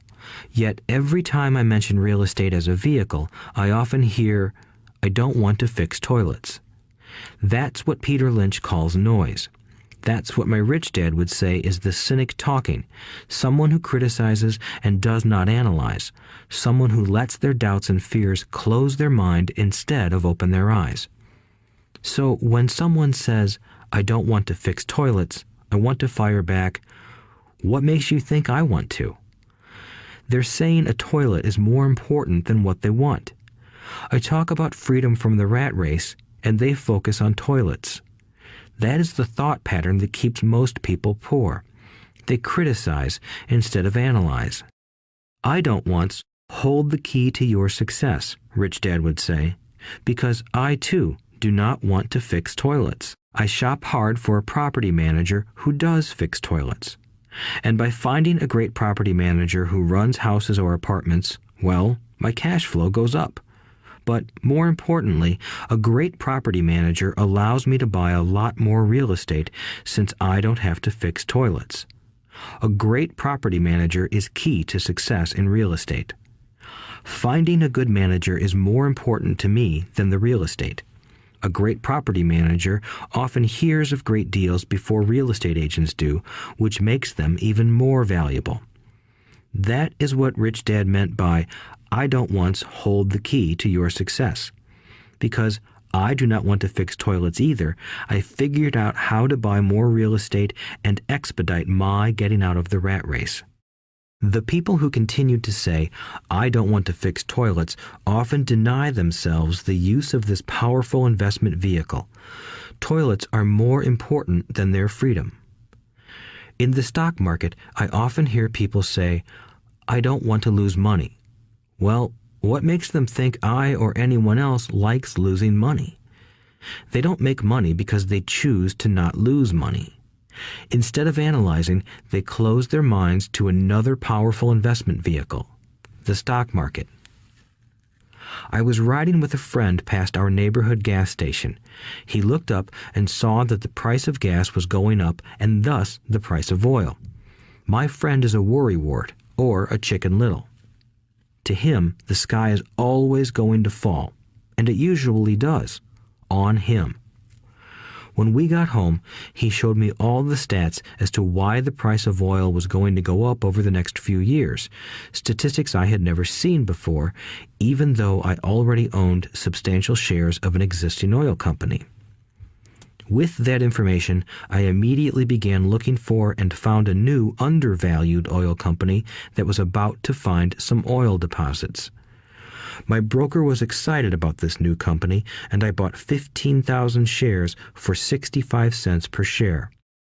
3 months later, this same friend and I drove by the same gas station, and sure enough, the price per gallon had gone up nearly 15%. Again, the Chicken Little worried and complained. I smiled, because a month earlier, that little oil company hit oil, and those 15,000 shares went up to more than $3 per share since he had first given me the tip. And the price of gas will continue to go up if what my friend says is true. If most people understood how a stop worked in stock market investing, there would be more people investing to win instead of investing not to lose. A stop is simply a computer command that sells your stock automatically if the price begins to drop, helping to minimize your losses and maximize some gains. It's a great tool for those who are terrified of losing. So whenever I hear people focusing on their I don't wants rather than what they do want, I know the noise in their head must be loud. Chicken Little has taken over their brain and is yelling, the sky is falling and toilets are breaking. So they avoid their don't wants, but they pay a huge price. They may never get what they want in life. Instead of analyzing, their inner Chicken Little closes their mind. Rich Dad gave me a way of looking at Chicken Little. Just do what Colonel Sanders did. At the age of 66, he lost his business and began to live on his Social Security check. It wasn't enough. He went around the country selling his recipe for fried chicken. He was turned down 1,009 times before someone said yes, and he went on to become a multimillionaire at an age when most people are quitting. He was a brave and tenacious man, Rich Dad said of Harlan Sanders. So when you're in doubt and feeling a little afraid, just do what Colonel Sanders did to his little chicken. He fried it. Overcoming laziness. Busy people are often the most lazy. We have all heard stories of a businessman who works hard to earn money. He works hard to be a good provider for his wife and children. He spends long hours at the office and brings work home on weekends. One day he comes home to an empty house. His wife has left with the kids. He knew he and his wife had problems, but rather than work to make the relationship strong, he stayed busy at work. Dismayed, his performance at work slips and he loses his job. Today, I often meet people who are too busy to take care of their wealth, and there are people too busy to take care of their health. The cause is the same. They're busy, and they stay busy as a way of avoiding something they do not want to face. Nobody has to tell them. Deep down, they know. In fact, if you remind them, they often respond with anger or irritation. If they aren't busy at work or with the kids, they're often busy watching TV, fishing, playing golf, or shopping. Yet deep down, they know they are avoiding something important. That's the most common form of laziness. Laziness by staying busy. So, what is the cure for laziness? The answer is a little greed. For many of us, we were raised thinking of greed or desire as bad. Greedy people are bad people, my mom used to say, yet we all have inside of us this yearning to have nice, new, or exciting things. So to keep that emotion of desire under control, often parents find ways of suppressing that desire with guilt. You only think about yourself. Don't you know you have brothers and sisters? Was one of my mom's favorites. You want me to buy you what? Was a favorite of my dad. Do you think we're made of money? Do you think money grows on trees? We're not rich people, you know. It wasn't so much the words, but the angry guilt trip that went with the words that got to me. Or the reverse guilt trip was the, I'm sacrificing my life to buy this for you. I'm buying this for you because I never had this advantage when I was a kid. I have a neighbor who is stone broke but can't park his car in his garage. The garage is filled with toys for his kids. Those spoiled brats get everything they ask for. I don't want them to know the feeling of want are his everyday words. He has nothing set aside for their college or his retirement, but his kids have every toy ever made. He recently got a new credit card in the mail and took his kids to visit Las Vegas. I'm doing it for the kids, he said with great sacrifice. Rich Dad forbade the words, I can't afford it. In my real home, that's all I heard. Instead, Rich Dad required his children to say, how can I afford it? He believed that the words, I can't afford it, shut down your brain. It didn't have to think anymore. How can I afford it opened up the brain and forced it to think and search for answers. But most importantly, he felt the words, I can't afford it, were a lie, and the human spirit knows it. The human spirit is very, very powerful, he would say. It knows it can do anything. By having a lazy mind that says, I can't afford it, a war breaks out inside you. Your spirit is angry, and your lazy mind must defend its lie. The spirit is screaming, come on, let's go to the gym and work out. And the lazy mind says, but I'm tired. I worked really hard today. Or the human spirit says, I'm sick and tired of being poor. Let's get out there and get rich. To which the lazy mind says, rich people are greedy. Besides, it's too much bother. It's not safe. I might lose money. I'm working hard enough as it is. I've got too much to do at work anyway. Look at what I have to do tonight. My boss wants it finished by morning. I can't afford it also causes sadness, a helplessness that leads to despondency and often depression. How can I afford it opens up possibilities, excitement, and dreams. So Rich Dad was not so concerned about what we wanted to buy as long as we understood that how can I afford it creates a stronger mind and a dynamic spirit. Thus, he rarely gave Mike or me anything. He would instead ask, how can you afford it? And that included college, which we paid for ourselves. It was not the goal, but the process of attaining the goal that he wanted us to learn. The problem I see today is that there are millions of people who feel guilty about their desire or their greed. It's old conditioning from their childhood. While they desire to have the finer things that life offers, most have been conditioned subconsciously to say, "I can't have that," or "I'll never be able to afford that." When I decided to exit the rat race, it was simply a question of how can I afford to never work again? And my mind began to kick out answers and solutions. The hardest part was fighting my real parents' dogma. We can't afford that. Stop thinking only about yourself. Why don't you think about others?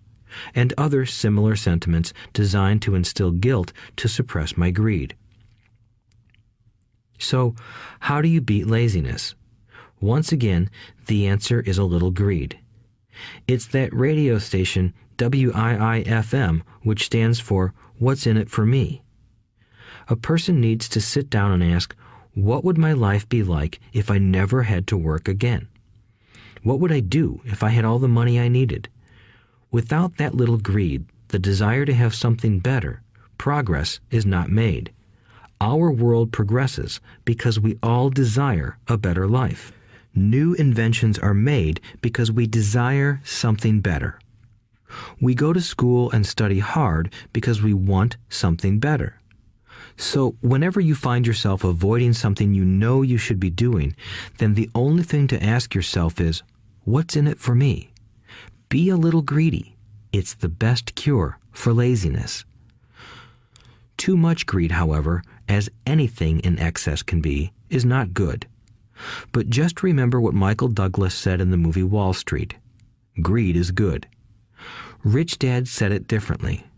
Guilt is worse than greed, for guilt robs the body of its soul. I think Eleanor Roosevelt said it best.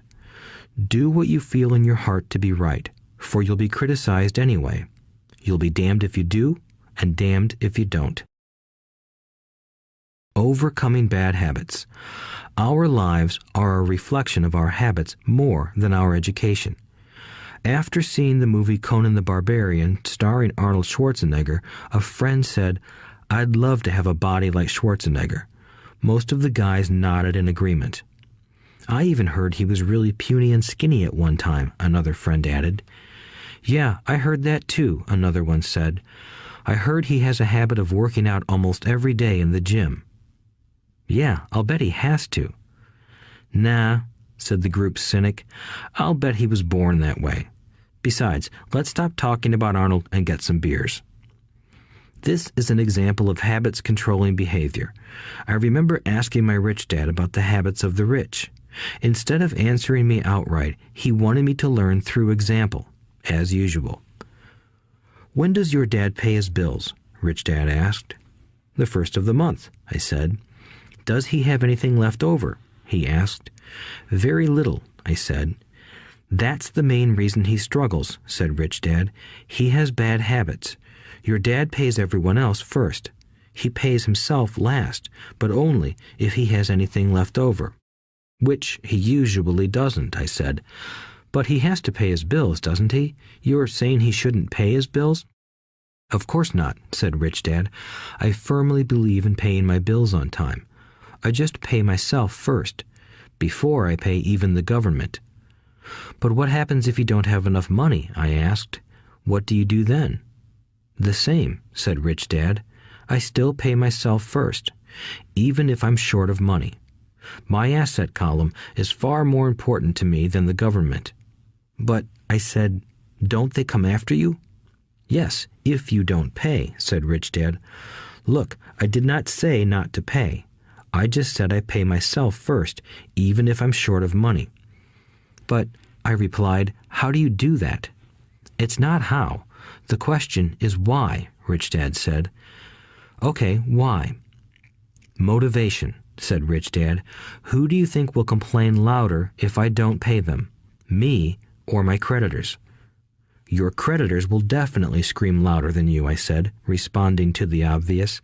"You wouldn't say anything if you didn't pay yourself."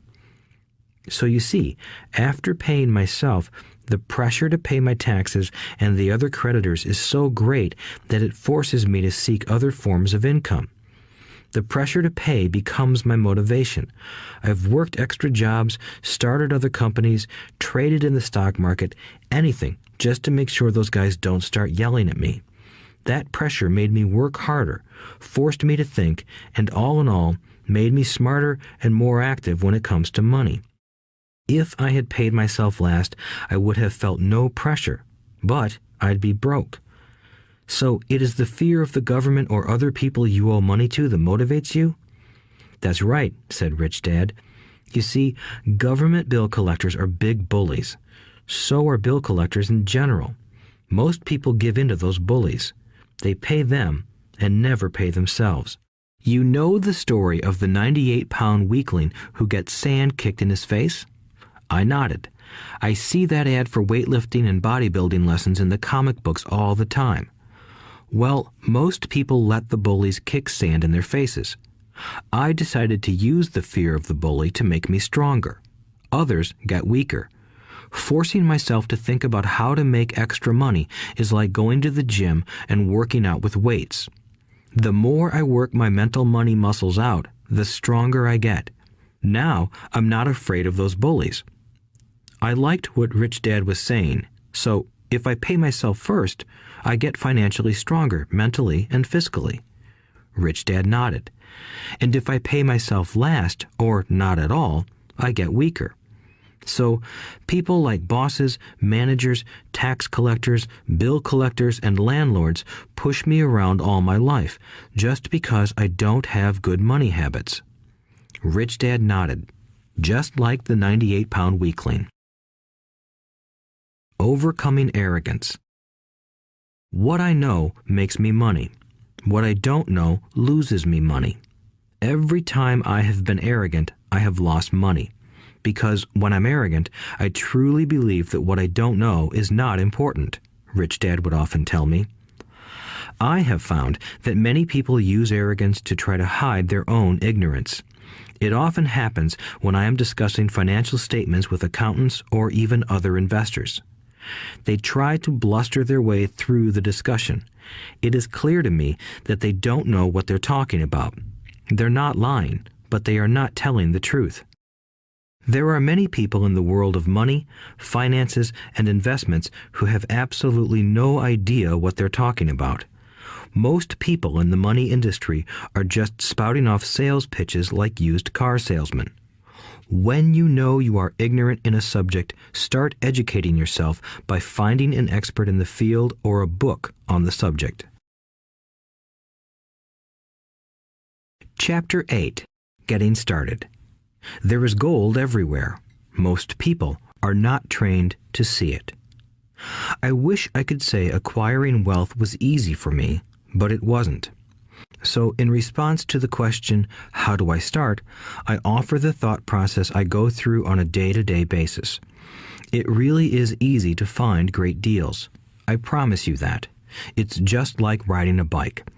After a little wobbling, it's a piece of cake. But when it comes to money, it takes determination to get through the wobbling. That's a personal thing. To find million-dollar deals of a lifetime requires us to call on our financial genius. I believe that each of us has a financial genius within us. The problem is that our financial genius lies asleep, waiting to be called upon. It lies asleep because our culture has educated us into believing that the love of money is the root of all evil. It has encouraged us to learn a profession so we can work for money, but failed to teach us how to have money work for us. It taught us not to worry about our financial future because our company or the government would take care of us when our working days are over. However, it is our children, educated in the same school system, who will end up paying for this absence of financial education. The message is still to work hard, earn money, and spend it. And when we run short, we can always borrow more.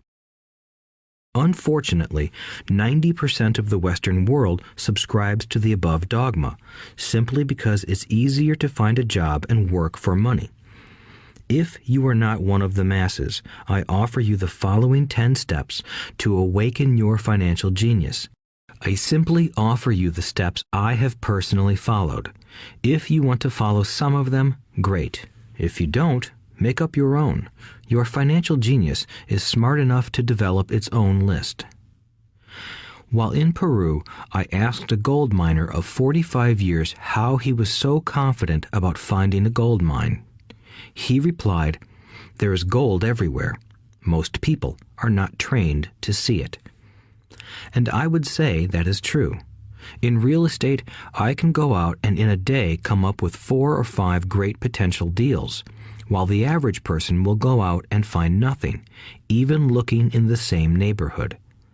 The reason is that they have not taken the time to develop their financial genius. I offer you the following 10 steps as a process to develop your God-given powers, powers over which only you have control. 1. Find a reason greater than reality, the power of spirit. If you ask most people if they would like to be rich or financially free, they would say yes. But then reality sets in. The road seems too long with too many hills to climb. It's easier to just work for money and hand the excess over to your broker. I once met a young woman who had dreams of swimming for the U.S. Olympic team. The reality was that she had to get up every morning at 4 o'clock to swim for 3 hours before going to school. She did not party with her friends on Saturday night. She had to study and keep her grades up, just like everyone else. When I asked her what fueled her superhuman ambition and sacrifice, she simply said, "I do it for myself and the people I love. It's love that gets me over the hurdles and sacrifices." A reason or a purpose is a combination of wants and don't wants. When people ask me what my reason for wanting to be rich is, I tell them that it is a combination of deep emotional wants and don't wants. I will list a few. First, the don't wants, for they create the wants. I don't want to work all my life. I don't want what my parents aspired for, which was job security and a house in the suburbs. I don't like being an employee. I hated that my dad always missed my football games because he was so busy working on his career. I hated it when my dad worked hard all his life and the government took most of what he worked for at his death. He could not even pass on what he worked so hard for when he died. The rich don't do that. They work hard and pass it on to their children. Now, the wants. I want to be free to travel the world and live in the lifestyle I love. I want to be young when I do this. I want to simply be free. I want control over my time and my life. I want money to work for me. Those are my deep-seated emotional reasons. What are yours? If they are not strong enough, then the reality of the road ahead may be greater than your reasons. I have lost money and been set back many times, but it was the deep emotional reasons that kept me standing up and going forward. I wanted to be free by age 40, but it took me until I was 47, with many learning experiences along the way. As I said, I wish I could say it was easy. It wasn't, but it wasn't that hard either. I've learned that without a strong reason or purpose, anything in life is hard. If you do not have a strong reason, there is no sense listening further. It will sound like too much work. 2. Make daily choices. The power of choice. Choice is the main reason people want to live in a free country. We want the power to choose. Financially, with every dollar we get in our hands, we hold the power to choose our future, to be rich, poor, or middle class. Our spending habits reflect who we are. Poor people simply have poor spending habits. The benefit I had as a boy was that I loved playing Monopoly constantly. Nobody told me Monopoly was only for kids, so I just kept playing the game as an adult. I also had a rich dad who pointed out to me the difference between an asset and a liability. So a long time ago, as a little boy, I chose to be rich, and I knew that all I had to do was learn to acquire assets, real assets. My best friend, Mike, had an asset column handed to him, but he still had to choose to learn to keep it. Many rich families lose their assets in the next generation simply because there was no one trained to be a good steward over their assets. Most people choose not to be rich. For 90% of the population, being rich is too much of a hassle. So they invent sayings that go, "I'm not interested in money. I'll never be rich. I don't have to worry. I'm still young. When I make some money, then I'll think about my future. My husband or wife handles the finances." The problem with those statements is that they rob the person who chooses to think such thoughts of two things. One is time, which is your most precious asset. The second is learning. Having no money should not be an excuse to not learn, but that is a choice we all make daily. The choice of what we do with our time, our money, and what we put in our heads. That is the power of choice. All of us have choice. I just choose to be rich, and I make that choice every day. Invest first in education. In reality, the only real asset you have is your mind, the most powerful tool we have dominion over. Each of us has the choice of what we put in our brain once we're old enough. You can watch TV, read golf magazines, or go to ceramics class or a class on financial planning. You choose. Most people simply buy investments rather than first investing in learning about investing. A friend of mine recently had her apartment burglarized. The thieves took her electronics and left all the books. And we all have that same choice. 90% of the population buys TV sets, and only about 10% buy business books. So what do? I go to seminars. I like it when they are at least 2 days long because I like to immerse myself in a subject. In 1973, I was watching this guy on TV who was advertising a 3-day seminar on how to buy real estate for nothing down. I spent $385, and that course has made me at least $2 million, if not more. But more importantly, it bought me life. I don't have to work for the rest of my life because of that one course. I go to at least 2 such courses every year. I love CDs and audiobooks. The reason? I can easily review what I just heard. I was listening to an investor say something I completely disagreed with. Instead of becoming arrogant and critical, I simply listened to that 5-minute stretch at least 20 times, maybe more. But suddenly, by keeping my mind open, I understood why he said what he said. It was like magic. I felt like I had a window into the mind of one of the greatest investors of our time. I gained tremendous insight into the vast resources of his education and experience. The net result? I still have the old way I used to think, and I now have a new way of looking at the same problem or situation. I have 2 ways to analyze a problem or trend, and that is priceless. Today, I often say, how would Donald Trump do this, or Warren Buffett, or George Soros? The only way I can access their vast mental power is to be humble enough to read or listen to what they have to say. Arrogant or critical people are often people with low self-esteem who are afraid of taking risks. That's because if you learn something new, you are then required to make mistakes in order to fully understand what you have learned. If you have listened this far, arrogance is not one of your problems.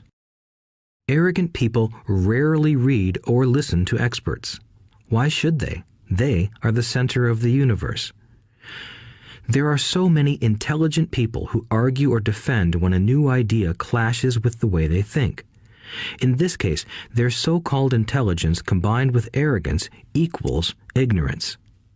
Each of us knows people who are highly educated or believe they are smart, but their balance sheet paints a different picture. A truly intelligent person welcomes new ideas, for new ideas can add to the synergy of other accumulated ideas. Listening is more important than talking. If that were not true, God would not have given us 2 ears and only 1 mouth. Too many people think with their mouth instead of listening in order to absorb new ideas and possibilities. They argue instead of asking questions. I take a long view on my wealth. I do not subscribe to the get-rich-quick mentality most lottery players or casino gamblers have. I may go in and out of stocks, but I am long on education. If you want to fly an airplane, I advise taking lessons first. I am always shocked at people who buy stocks or real estate but never invest in their greatest asset, their mind. Just because you bought a house or two does not make you an expert at real estate. 3. Choose friends carefully. The power of association. First of all, I do not choose my friends by their financial statements. I have friends who have actually taken a vow of poverty, as well as friends who earn millions every year. The point is that I learn from all of them. Now, I will admit that there are people I have actually sought out because they had money. But I was not after their money. I was seeking their knowledge. In some cases, these people who had money have become dear friends. I've noticed that my friends with money talk about money. They don't do it to brag. They're interested in the subject. So I learn from them, and they learn from me. My friends who are in dire financial straits do not like talking about money, business, or investing. They often think it rude or unintellectual. So I also learn from my friends who struggle financially. I find out what not to do. I have several friends who have generated over $1 billion in their short lifetimes. The 3 of them report the same phenomenon. Their friends who have no money have never come to them to ask them how they did it, but they do come asking for one of 2 things, or both, a loan or a job. Warning: don't listen to poor or frightened people. I have such friends, and while I love them dearly, they are the Chicken Littles of life. To them, when it comes to money, especially investments, it's always the sky is falling, the sky is falling. They can always tell you why something won't work. The problem is that people listen to them. But people who blindly accept doom and gloom information are also Chicken Littles. As that old saying goes, birds of a feather flock together. If you watch business channels on TV, they often have a panel of so-called experts. One expert will say the market is going to crash, and the other will say it's going to boom. If you're smart, you listen to both. Keep your mind open, because both have valid points. Unfortunately, most poor people listen to Chicken Little. I have had many close friends try to talk me out of a deal or an investment. Not long ago, a friend told me he was excited because he found a 6% certificate of deposit. I told him I earned 16% from the state government. The next day, he sent me an article about why my investment was dangerous. I have received 16% for years now, and he still receives 6%. I would say that one of the hardest things about wealth building is to be true to yourself and to be willing to not go along with the crowd. This is because, in the market, it is usually the crowd that shows up late that is slaughtered. If a great deal is on the front page, it's too late in most instances. Look for a new deal. As we used to say as surfers, there is always another wave. People who hurry and catch a wave late usually are the ones who wipe out. Smart investors don't time the markets. If they miss a wave, they search for the next one and get themselves in position. This is hard for most investors because buying what is not popular is frightening. Timid investors are like sheep going along with the crowd. Or their greed gets them in when wise investors have already taken their profits and moved on. Wise investors buy an investment when it's not popular. They know their profits are made when they buy, not when they sell. They wait patiently. As I said, they do not time the market. Just like a surfer, they get in position for the next big swell. It's all insider trading. There are forms of insider trading that are illegal, and there are forms of insider trading that are legal. But either way, It's insider trading. The only distinction is how far away from the inside are you? The reason you want to have rich friends is because that is where the money is made. It's made on information.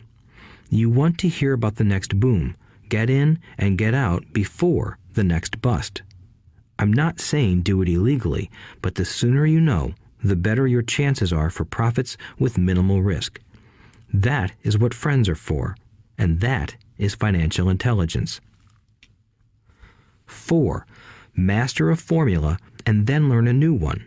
The power of learning quickly.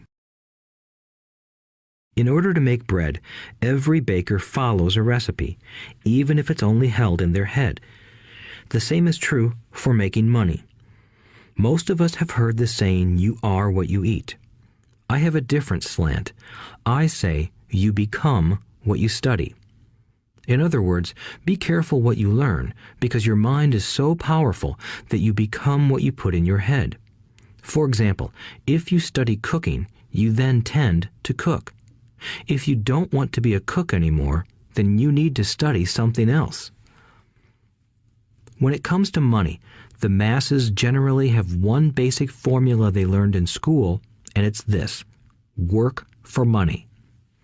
The predominant formula I see in the world is that every day millions of people get up, go to work, earn money, pay bills, balance checkbooks, buy some mutual funds, and go back to work. That is the basic formula, or recipe. If you're tired of what you're doing, or you're not making enough, it's simply a case of changing the formula via which you make money. Years ago, when I was 26, I took a weekend class called How to Buy Real Estate Foreclosures. I learned a formula. The next trick was to have the discipline to actually put into action what I had learned. That is where most people stop. For 3 years, while working for Xerox, I spent my spare time learning to master the art of buying foreclosures. I've made several $million using that formula. So after I mastered that formula, I went in search of other formulas. For many of the classes, I did not directly use the information I learned, but I always learned something new. I have attended classes designed for derivative traders, commodity option traders, and chaologists. I was way out of my league, being in a room full of people with doctorates in nuclear physics and space science. Yet, I learned a lot that made my stock and real estate investing more meaningful and lucrative. Most junior colleges and community colleges have classes on financial planning and buying traditional investments. They are good places to start, but I always search for a faster formula. That is why, on a fairly regular basis, I make more in a day than many people will make in their lifetime. Another side note, in today's fast-changing world, it's not so much what you know anymore that counts, because often what you know is old. It is how fast you learn. That skill is priceless. It's priceless in finding faster formulas, recipes, if you will, for making dough.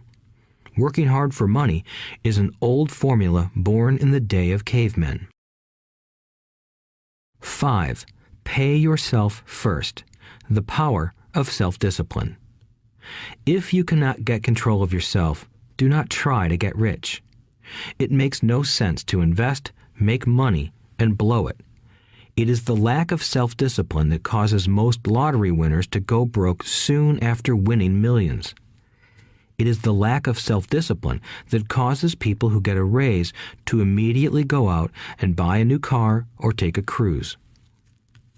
It is difficult to say which of the 10 steps is the most important, but of all the steps, this step is probably the most difficult to master if it is not already a part of your makeup. I would venture to say that personal self-discipline is the number one delineating factor between the rich, the poor, and the middle class. Simply put, people who have low self-esteem and low tolerance for financial pressure can never be rich. As I have said, a lesson learned from my rich dad was that the world will push you around. The world pushes people around, not because other people are bullies, but because the individual lacks internal control and discipline. People who lack internal fortitude often become victims of those who have self-discipline. In the entrepreneur classes I teach, I constantly remind people to not focus on their product, service, or widget, but to focus on developing management skills. The 3 most important management skills necessary to start your own business are management of 1. Cash flow, 2. People, 3. Personal time. I would say the skills to manage these 3 apply to anything, not just entrepreneurs. The 3 matter in the way you live your life as an individual or as part of a family, a business, a charitable organization, a city, or a nation. Each of these skills is enhanced by the mastery of self-discipline. I do not take the saying, "pay yourself first," lightly.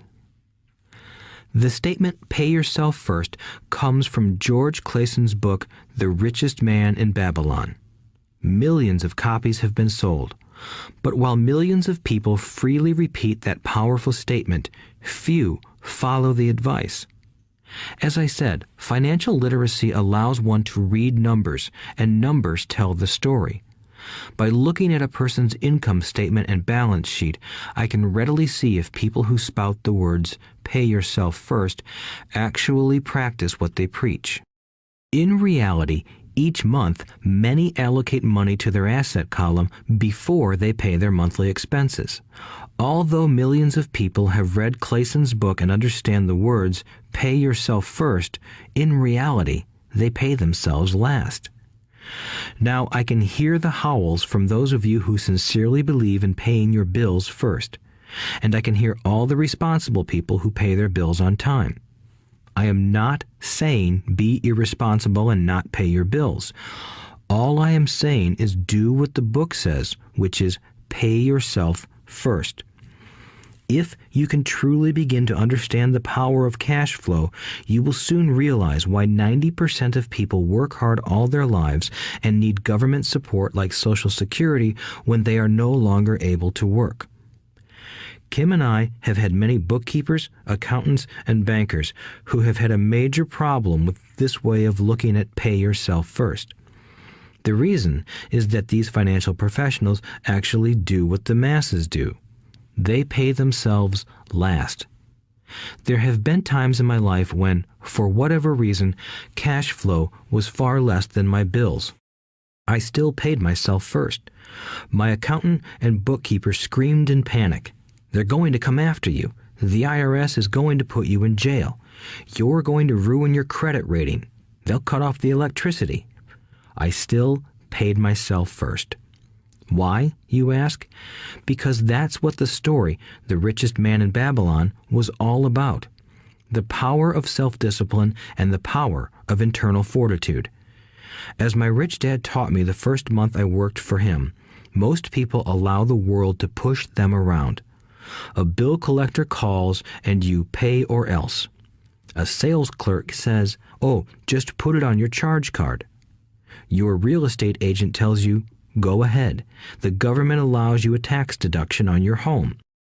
That is what the book is really about. Having the guts to go against the tide and get rich. You may not be weak, but when it comes to money, many people get wimpy. I am not saying be irresponsible.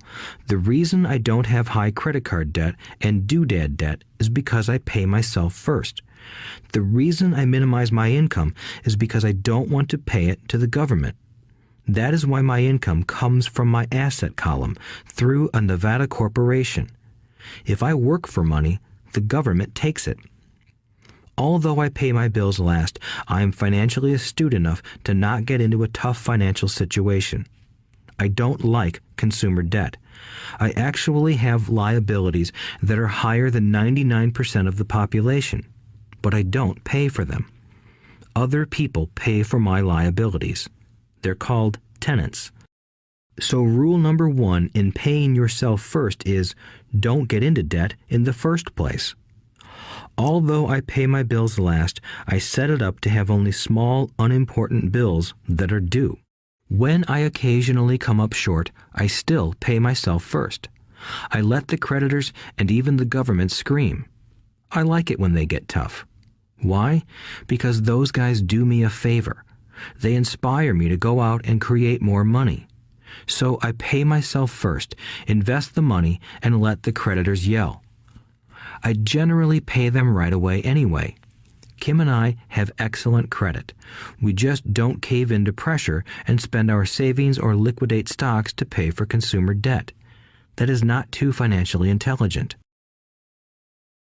To successfully pay yourself first, keep the following in mind. 1. Don't get into large debt positions that you have to pay for. Keep your expenses low. Build up assets first. Then buy the big house or nice car.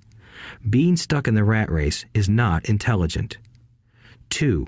When you come up short, let the pressure build and don't dip into your savings or investments. Use the pressure to inspire your financial genius to come up with new ways of making more money and then pay your bills. You will have increased your ability to make more money as well as your financial intelligence. So many times I have gotten into financial hot water and used my brain to create more income while staunchly defending the assets in my asset column. My bookkeeper has screamed and dived for cover, but I was like a good soldier defending the fort. Fort assets. Poor people have poor habits. A common bad habit is innocently called dipping into savings. The rich know that savings are only used to create more money, not to pay bills. I know that sounds tough, but as I said, if you're not tough inside, the world will always push you around anyway. If you do not like financial pressure, then find a formula that works for you.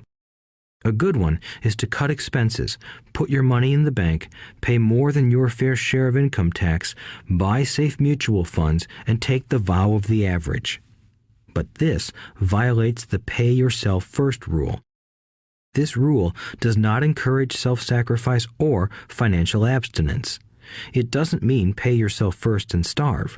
Life was meant to be enjoyed. If you call on your financial genius, you can have all the goodies of life, get rich, and pay bills. And that is financial intelligence. 6. Pay your brokers well. The power of good advice. Sometimes I see people posting a sign in front of their house that says, "For sale by owner," or I see people on TV claiming to be discount brokers. My rich dad taught me to take the opposite approach. He believed in paying professionals well, and I have adopted that policy also. Today, I have expensive attorneys, accountants, real estate brokers, and stockbrokers. Why? Because if, and I do mean if, the people are professionals, their services should make you money. And the more money they make, the more money I make. We live in the information age. Information is priceless. A good broker should provide you with information as well as take the time to educate you. I have several brokers who do that for me. Some taught me when I had little or no money, and I am still with them today. What I pay a broker is tiny in comparison with what kind of money I can make because of the information they provide. I love it when my real estate broker or stockbroker makes a lot of money because that usually means I made a lot of money. A good broker saves me time in addition to making me money. Like when I bought the vacant land for $9,000 and sold it immediately for over $25,000 so I could buy my Porsche quicker. A broker is my eyes and ears in the market. They're there every day, so I do not have to be. I'd rather play golf.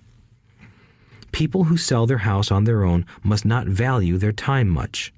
Why would I want to save a few bucks when I could use that time to make more money or spend it with those I love? What I find funny is that so many poor and middle-class people insist on tipping restaurant help 15 to 20%, even for bad service, but complain about paying a broker 3 to 7%. They enjoy tipping people in the expense column and stiffing people in the asset column. That is not financially intelligent. Keep in mind that not all brokers are created equal. Unfortunately, most brokers are only salespeople. They sell, but they themselves own little or no real estate. There is a tremendous difference between a broker who sells houses and a broker who sells investments. The same is true for stock, bond, mutual fund, and insurance, brokers who call themselves financial planners. When I interview any paid professional, I first find out how much property or stocks they personally own and what percentage they pay in taxes. And that applies to my tax attorney as well as my accountant. I have an accountant who minds his own business. His profession is accounting, but his business is real estate. I used to have an accountant who was a small business accountant, but he had no real estate. I switched because we did not love the same business. Find a broker who has your best interests at heart. Many brokers will spend the time educating you, and they could be the best asset you find. Just be fair, and most of them will be fair to you. If all you can think about is cutting their commissions, then why should they want to help you? It's just simple logic. As I said earlier, one of the management skills is the management of people. Many people only manage people they feel smarter than and they have power over. Many middle managers remain middle managers, failing to get promoted because they know how to work with people below them, but not with people above them. The real skill is to manage and reward the people who are smarter than you in some technical area. That is why companies have a board of directors. You should have one too. That is financial intelligence. 7. Be an Indian giver. The power of getting something for nothing. When the first European settlers came to America, they were taken aback by a cultural practice some American Indians had. For example, if a settler was cold, the Indian would give the person a blanket. Mistaking it for a gift, the settler was often offended when the Indian asked for it back. The Indians also got upset when they realized that settlers did not want to give it back. That is where the term Indian giver came from, a simple cultural misunderstanding. In the world of the asset column, being an Indian giver is vital to wealth. The sophisticated investor's first question is, how fast do I get my money back? They also want to know what they get for free, also called a piece of the action. That is why the ROI, or return on investment, is so important. For example, I found a small condominium that was in foreclosure a few blocks from where I lived. The bank wanted $60,000 and I submitted a bid for $50,000, which they took simply because, along with my bid, was a cashier's check for $50,000. They realized I was serious. Most investors would say, "Aren't you tying up a lot of cash? Would it not be better to get a loan on it?" The answer is, not in this case. My investment company uses this condominium as a vacation rental in the winter months when the snowbirds come to Arizona. It rents for $2,500 a month for 4 months out of the year. For rental during the off-season, it rents for only $1,000 a month. I had my money back in about 3 years. Now I own this asset, which pumps money out for me, month in and month out. The same is done with stocks. Frequently, my broker calls and recommends I move a sizable amount of money into the stock of a company that he feels is just about to make a move that will add value to the stock, like announcing a new product. I will move my money in for a week to a month while the stock moves up. Then I pull my initial dollar amount out and stop worrying about the fluctuations of the market because my initial money is back and ready to work on another asset. So my money goes in, and then it comes out, and I own an asset that was technically free. True, I have lost money on many occasions, but I only play with money I can afford to lose. I would say, on an average 10 investments, I hit home runs on 2 or 3, while 5 or 6 do nothing, and I lose on 2 or 3. But I limit my losses to only the money I have in at that time. People who hate risk put their money in the bank. In the long run, safe savings are better than no savings. But it takes a long time to get your money back, and, in most instances, you don't get anything for free with it. On every one of my investments, there must be an upside, something for free, like a condominium, a mini storage, a piece of free land, a house, stock shares, or an office building. And there must be limited risk, or a low-risk idea. There are books devoted entirely to this subject, so I will not talk about it here.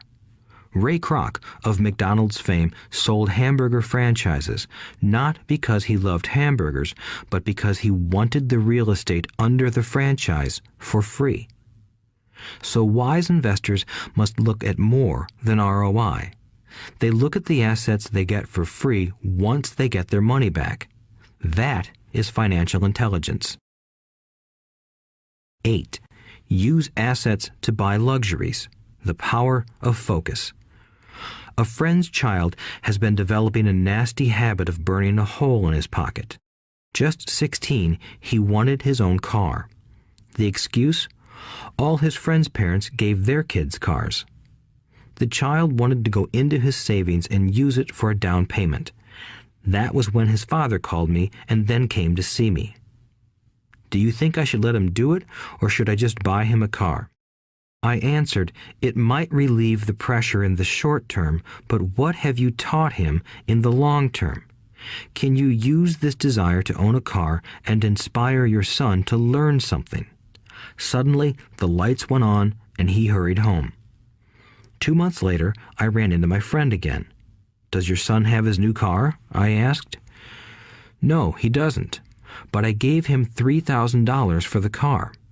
I told him to use my money instead of his college money. Well, that's generous of you, I said. Not really. The money came with a hitch. So what was the hitch? I asked. Well, first we played your cash flow game. We then had a long discussion about the wise use of money. After that, I gave him a subscription to the Wall Street Journal and a few books on the stock market. Then what? I asked. What was the catch? I told him that $3,000 was his, but he could not directly buy a car with it. He could use it to find a stockbroker and buy and sell stocks. Once he had made $6,000 with the $3,000, the money would be his for the car, and the $3,000 would go into his college fund. And what are the results? I asked. Well, he got lucky early in his trading, but lost everything a few days later. Then he really got interested. Today, I would say he is down $2,000, but his interest is up. He has read all the books I bought him, and he's gone to the library to get more. He reads the Wall Street Journal voraciously, watching for indicators. He's only got $1,000 left, but his interest and learning are sky high. He knows that if he loses that money, he walks for 2 more years. But he does not seem to care. He even seems uninterested in getting a car because he's found a game that is more fun. What happens if he loses all the money? I asked. We'll cross that bridge when we get to it. I'd rather have him lose everything now than wait till he's our age to risk losing everything. And besides, that is the best $3,000 I've ever spent on his education. What he is learning will serve him for life, and he seems to have gained a new respect for the power of money. As I said earlier, if a person cannot master the power of self-discipline, it is best not to try to get rich. I say this because although the process of developing cash flow from an asset column is easy in theory, what's hard is the mental fortitude to direct money to the correct use. Due to external temptations, it is much easier in today's consumer world to simply blow money out the expense column. With weak mental fortitude, that money flows into the paths of least resistance. That is the cause of poverty and financial struggle. The following example illustrates the financial intelligence needed to direct money to make more money. If we give 100 people $10,000 at the start of the year, I believe that at the end of the year, 80 would have nothing left. In fact, many would have created greater debt by making a down payment on a new car, refrigerator, electronics, or a holiday. 16 would have increased that $10,000 by 5 to 10%. 4 would have increased it to $20,000 or into the millions. We go to school to learn a profession so we can work for money. It is my opinion that it's just as important to learn how to have money work for you. I love my luxuries as much as anyone else. The difference is I don't buy them on credit. It's the keep up with the Joneses trap. When I wanted to buy a Porsche, the easy road would have been to call my banker and get a loan. Instead of choosing to focus in the liability column, I chose to focus in the asset column. As a habit, I use my desire to consume to inspire and motivate my financial genius to invest. Too often today, we focus on borrowing money to get the things we want instead of focusing on creating money. One is easier in the short term, but harder in the long term. It's a bad habit that we as individuals and as a nation have gotten into. Remember, the easy road often becomes hard, and the hard road often becomes easy. The earlier you can train yourself and those you love to be masters of money, the better. Money is a powerful force. Unfortunately, people use the power of money against themselves. If your financial intelligence is low, money will run all over you. It will be smarter than you. If money is smarter than you, you will work for it all your life.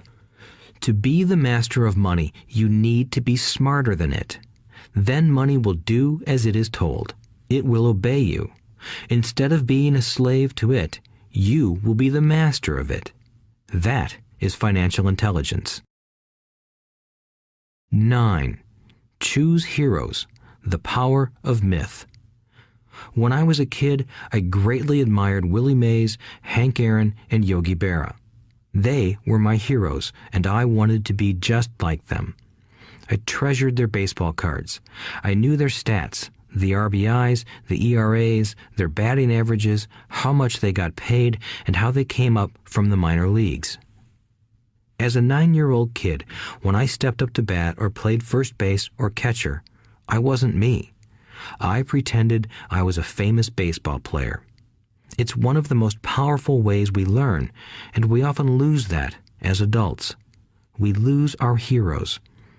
Today, I watch young kids playing basketball near my home. On the court, they're not little Johnny.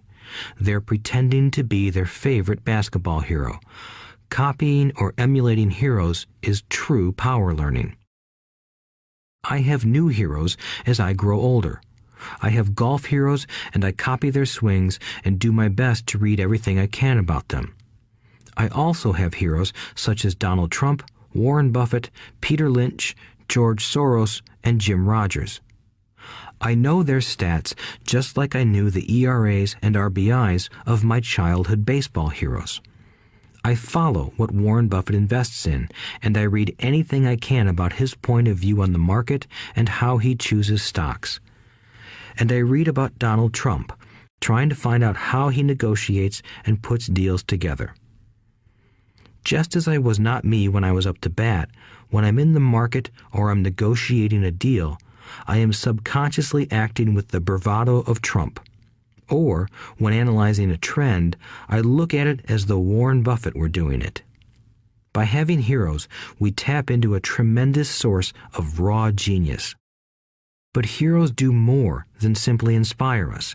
Heroes make things look easy. Making it look easy convinces us to want to be just like them. If they can do it, so can I. When it comes to investing, too many people make it sound hard. Instead, find heroes who make it look easy. 10. Teach and you shall receive. The power of giving. Both of my dads were teachers. My rich dad taught me a lesson I have carried all my life, the necessity of being charitable or giving. My educated dad gave a lot of his time and knowledge, but almost never gave away money. He usually said that he would give when he had some extra money, but of course, there was rarely any extra. My rich dad gave money as well as education. He believed firmly in tithing. If you want something, you first need to give, he would always say. When he was short of money, he gave money to his church or to his favorite charity.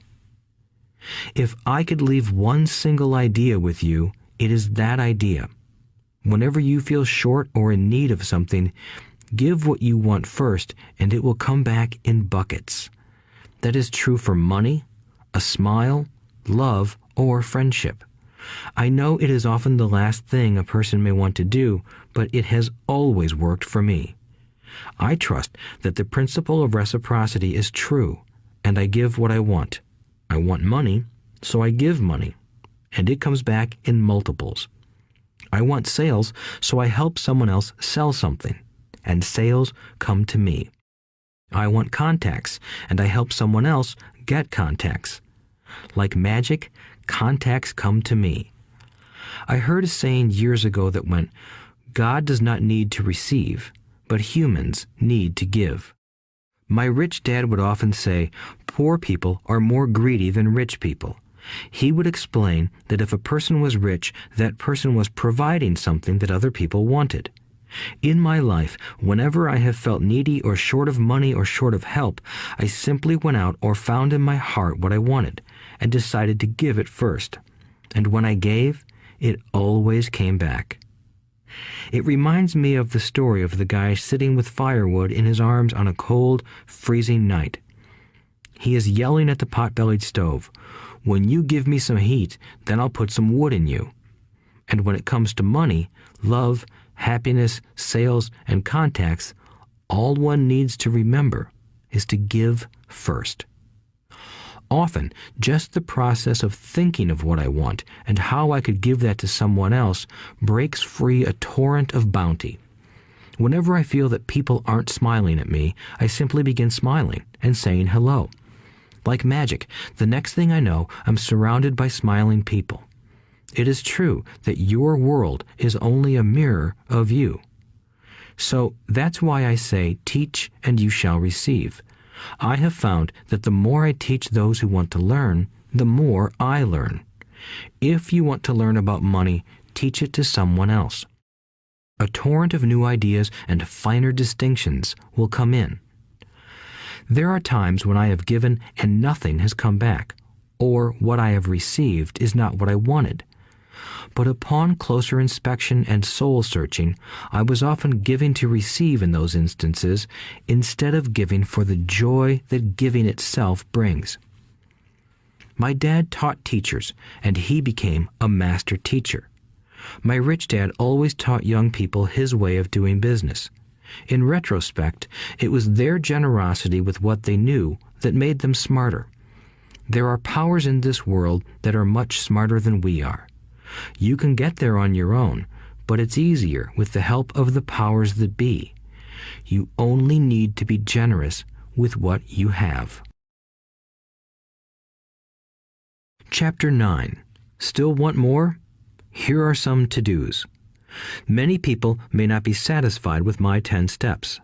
They see them more as philosophies than actions. I think understanding the philosophy is just as important as the action. There are many people who want to do instead of think, and then there are people who think but do not do. I would say that I am both. I love new ideas, and I love action. So for those who want a to-do list on how to get started, I will share with you some of the things I do in abbreviated form. Stop doing what you're doing. In other words, take a break and assess what is working and what is not working. The definition of insanity is doing the same thing over and over and expecting a different result. Stop doing what is not working and look for something new. Look for new ideas.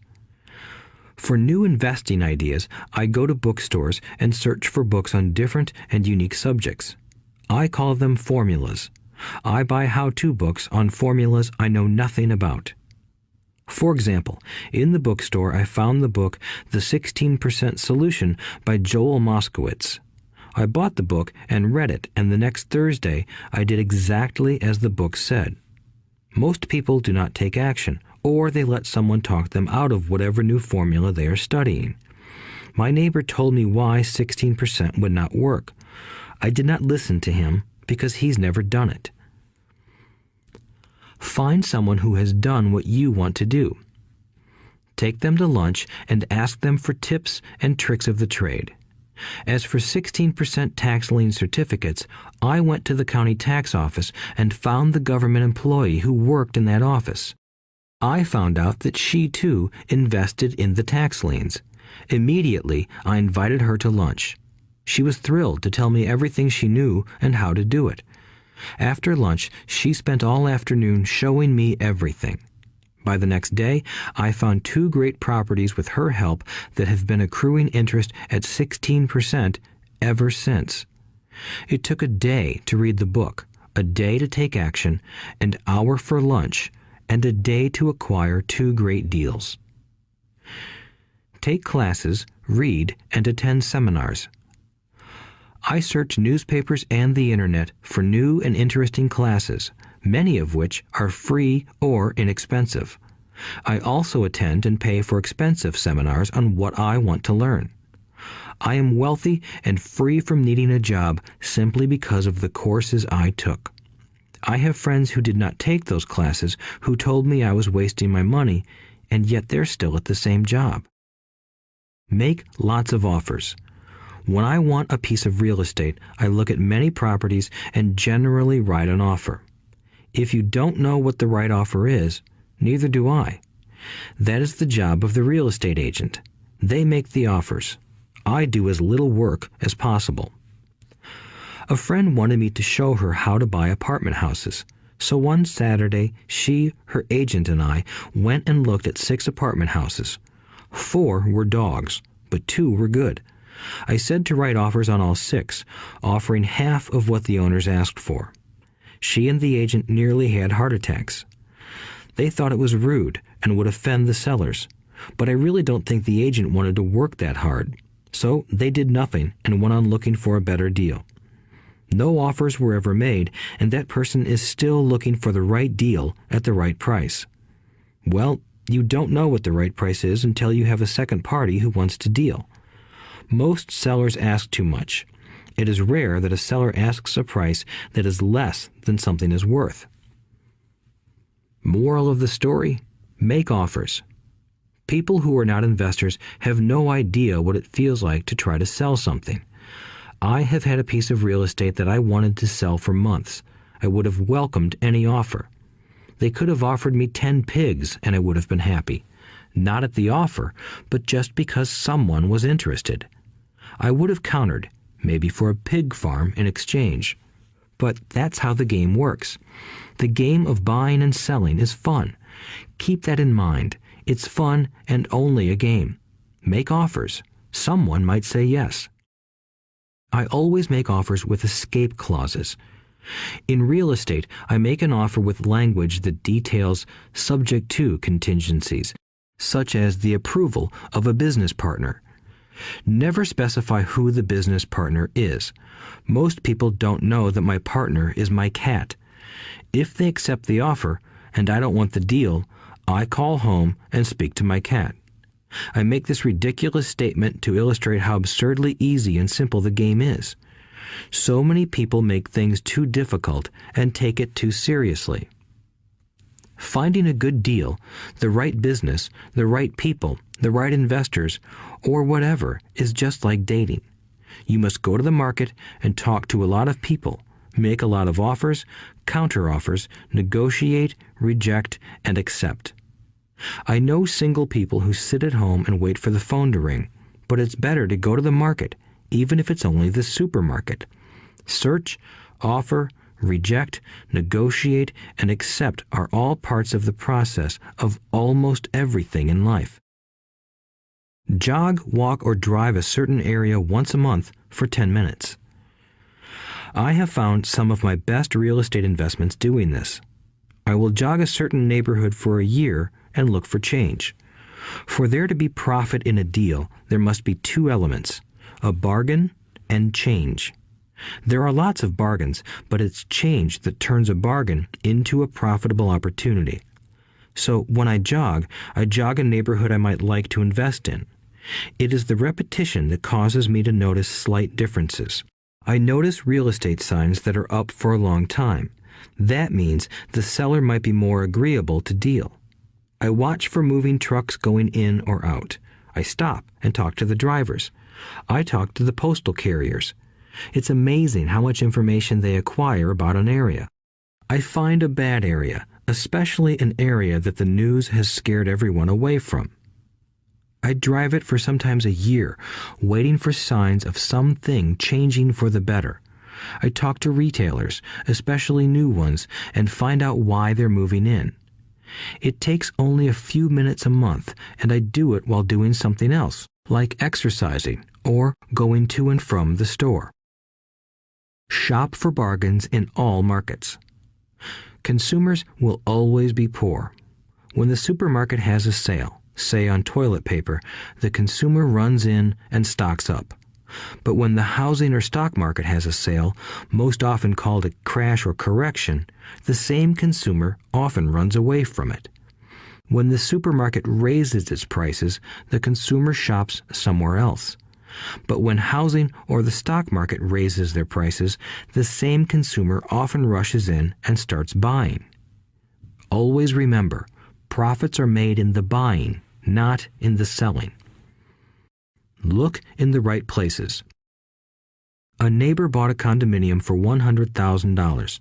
I bought the identical condo next door for $50,000. He told me he's waiting for the price to go up. I told him that profit is made when you buy, not when you sell. He shopped with a real estate broker who owns no property of her own. I shopped at the foreclosure auction. I paid $500 for a class on how to do this. My neighbor thought that the $500 for a real estate investment class was too expensive. He said he could not afford the money or the time. So he waits for the prices to go up.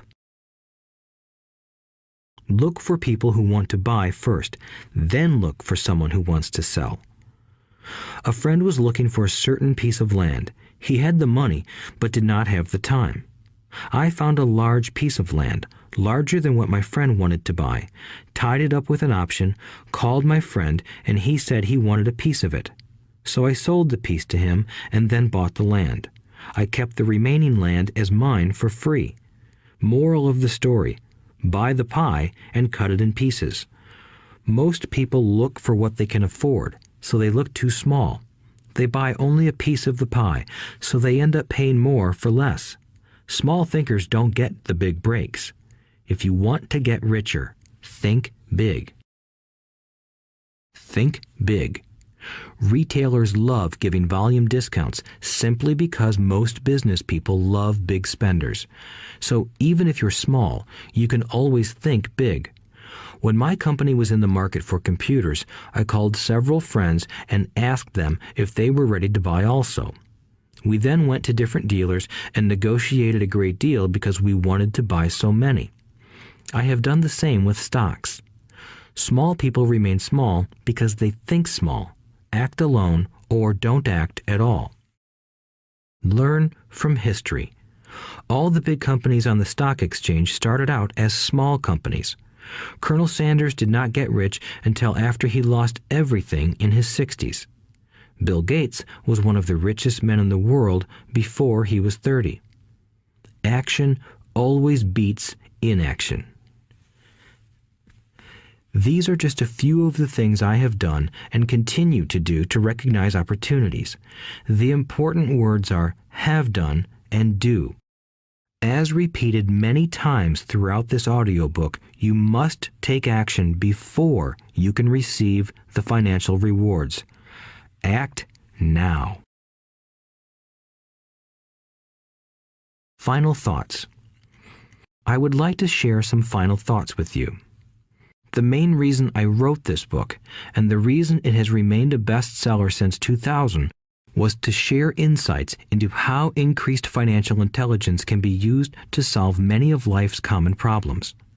Without financial training, we all too often use the standard formulas to get through life. Work hard, save, borrow, and pay excessive taxes. Today, more than ever, we need better information. I use the following story as an example of a financial problem that confronts many young families today. How do you afford a good education for your children and provide for your own retirement? It requires using financial intelligence instead of hard work. A friend of mine was griping one day about how hard it was to save money for his 4 children's college educations. He was putting $300 away in a college fund each month and had so far accumulated only about $12,000. He had about 12 more years to save for college since his oldest child was then 6 years old. At the time, the real estate market in Phoenix was terrible. People were giving houses away. I suggested to my friend that he buy a house with some of the money in his college fund. The idea intrigued him, and we began to discuss the possibility. His primary concern was that he did not have credit with the bank to buy another house since he was so overextended. I assured him that there were other ways to finance a property rather than through the bank. We looked for a house for 2 weeks, a house that would fit all our criteria. There were plenty to choose from, so shopping was fun. Finally, we found a 3-bedroom, 2-bath home in a prime neighborhood. The owner had been downsized and needed to sell that day because he and his family were moving to California where another job waited. The owner wanted $102,000, but we offered only $79,000. He took it immediately and agreed to carry back the loan with a 10% down payment. All my friend had to come up with was $7,900. As soon as the owner moved, my friend put the house up for rent. After all expenses were paid, including the mortgage, he put $125 in his pocket each month. His plan was to keep the house for 12 years and let the mortgage get paid down faster by applying the extra $125 to the principal each month. We figured that in 12 years, a large portion of the mortgage would be paid off and he could possibly be clearing $800 a month by the time his first child went to college. He could also sell the house if it had appreciated in value. 3 years later, the real estate market greatly improved in Phoenix, and he was offered $156,000 for the same house by the tenant who lived in it. Again, he asked me what I thought. I advised that he sell it, using a 1031 tax-deferred exchange. Suddenly, he had nearly $80,000 to operate with. I called another friend in Austin, Texas, who then moved this tax-deferred capital gain into a mini storage facility. Within 3 months, he began receiving checks for a little less than $1,000 a month, which he then poured back into the college fund. A couple of years later, the mini warehouse sold, and he received a check for nearly $330,000 as proceeds from the sale. He rolled those funds into a new project that would now generate over $3,000 a month in income, again going into the college fund. He is now very confident that his goal will be met easily. It only took $7,900 to start and a little financial intelligence.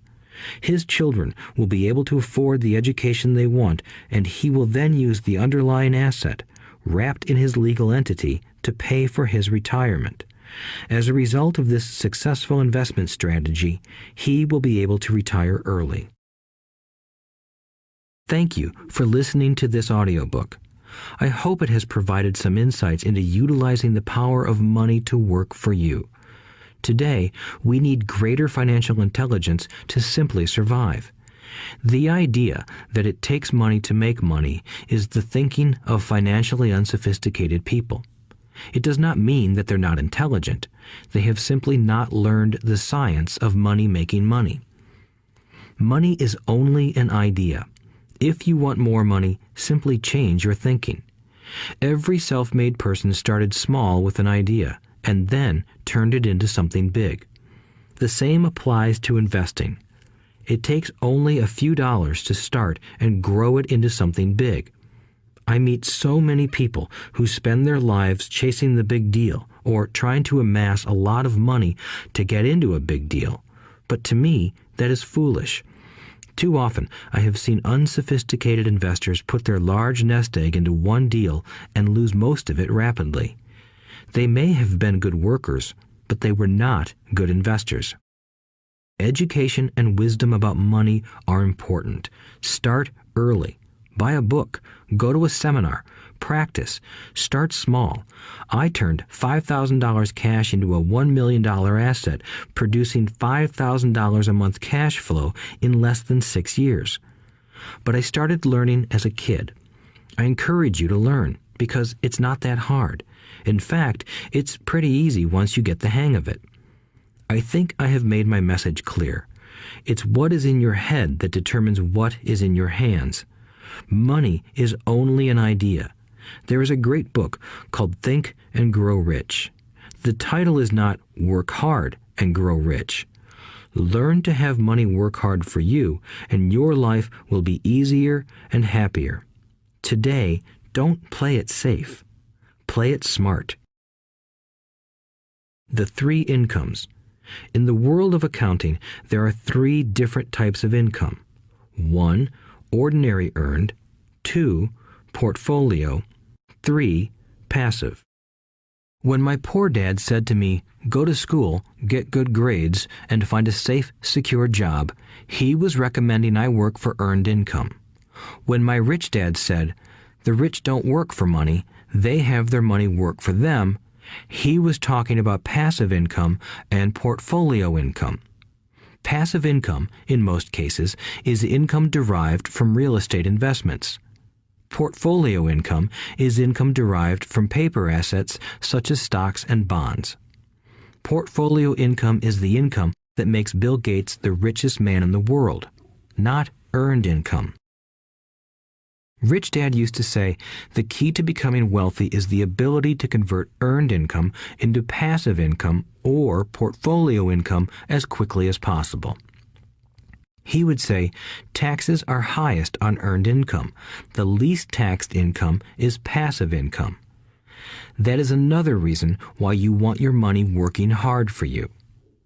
The government taxes the income you work hard for more than the income your money works hard for. In my second book, Rich Dad's Cash Flow Quadrant, I explain the 4 different types of people who make up the world of business. They are E, employee, S, self-employed, B, business owner, and I, investor. Most people go to school to learn to be an E or an S.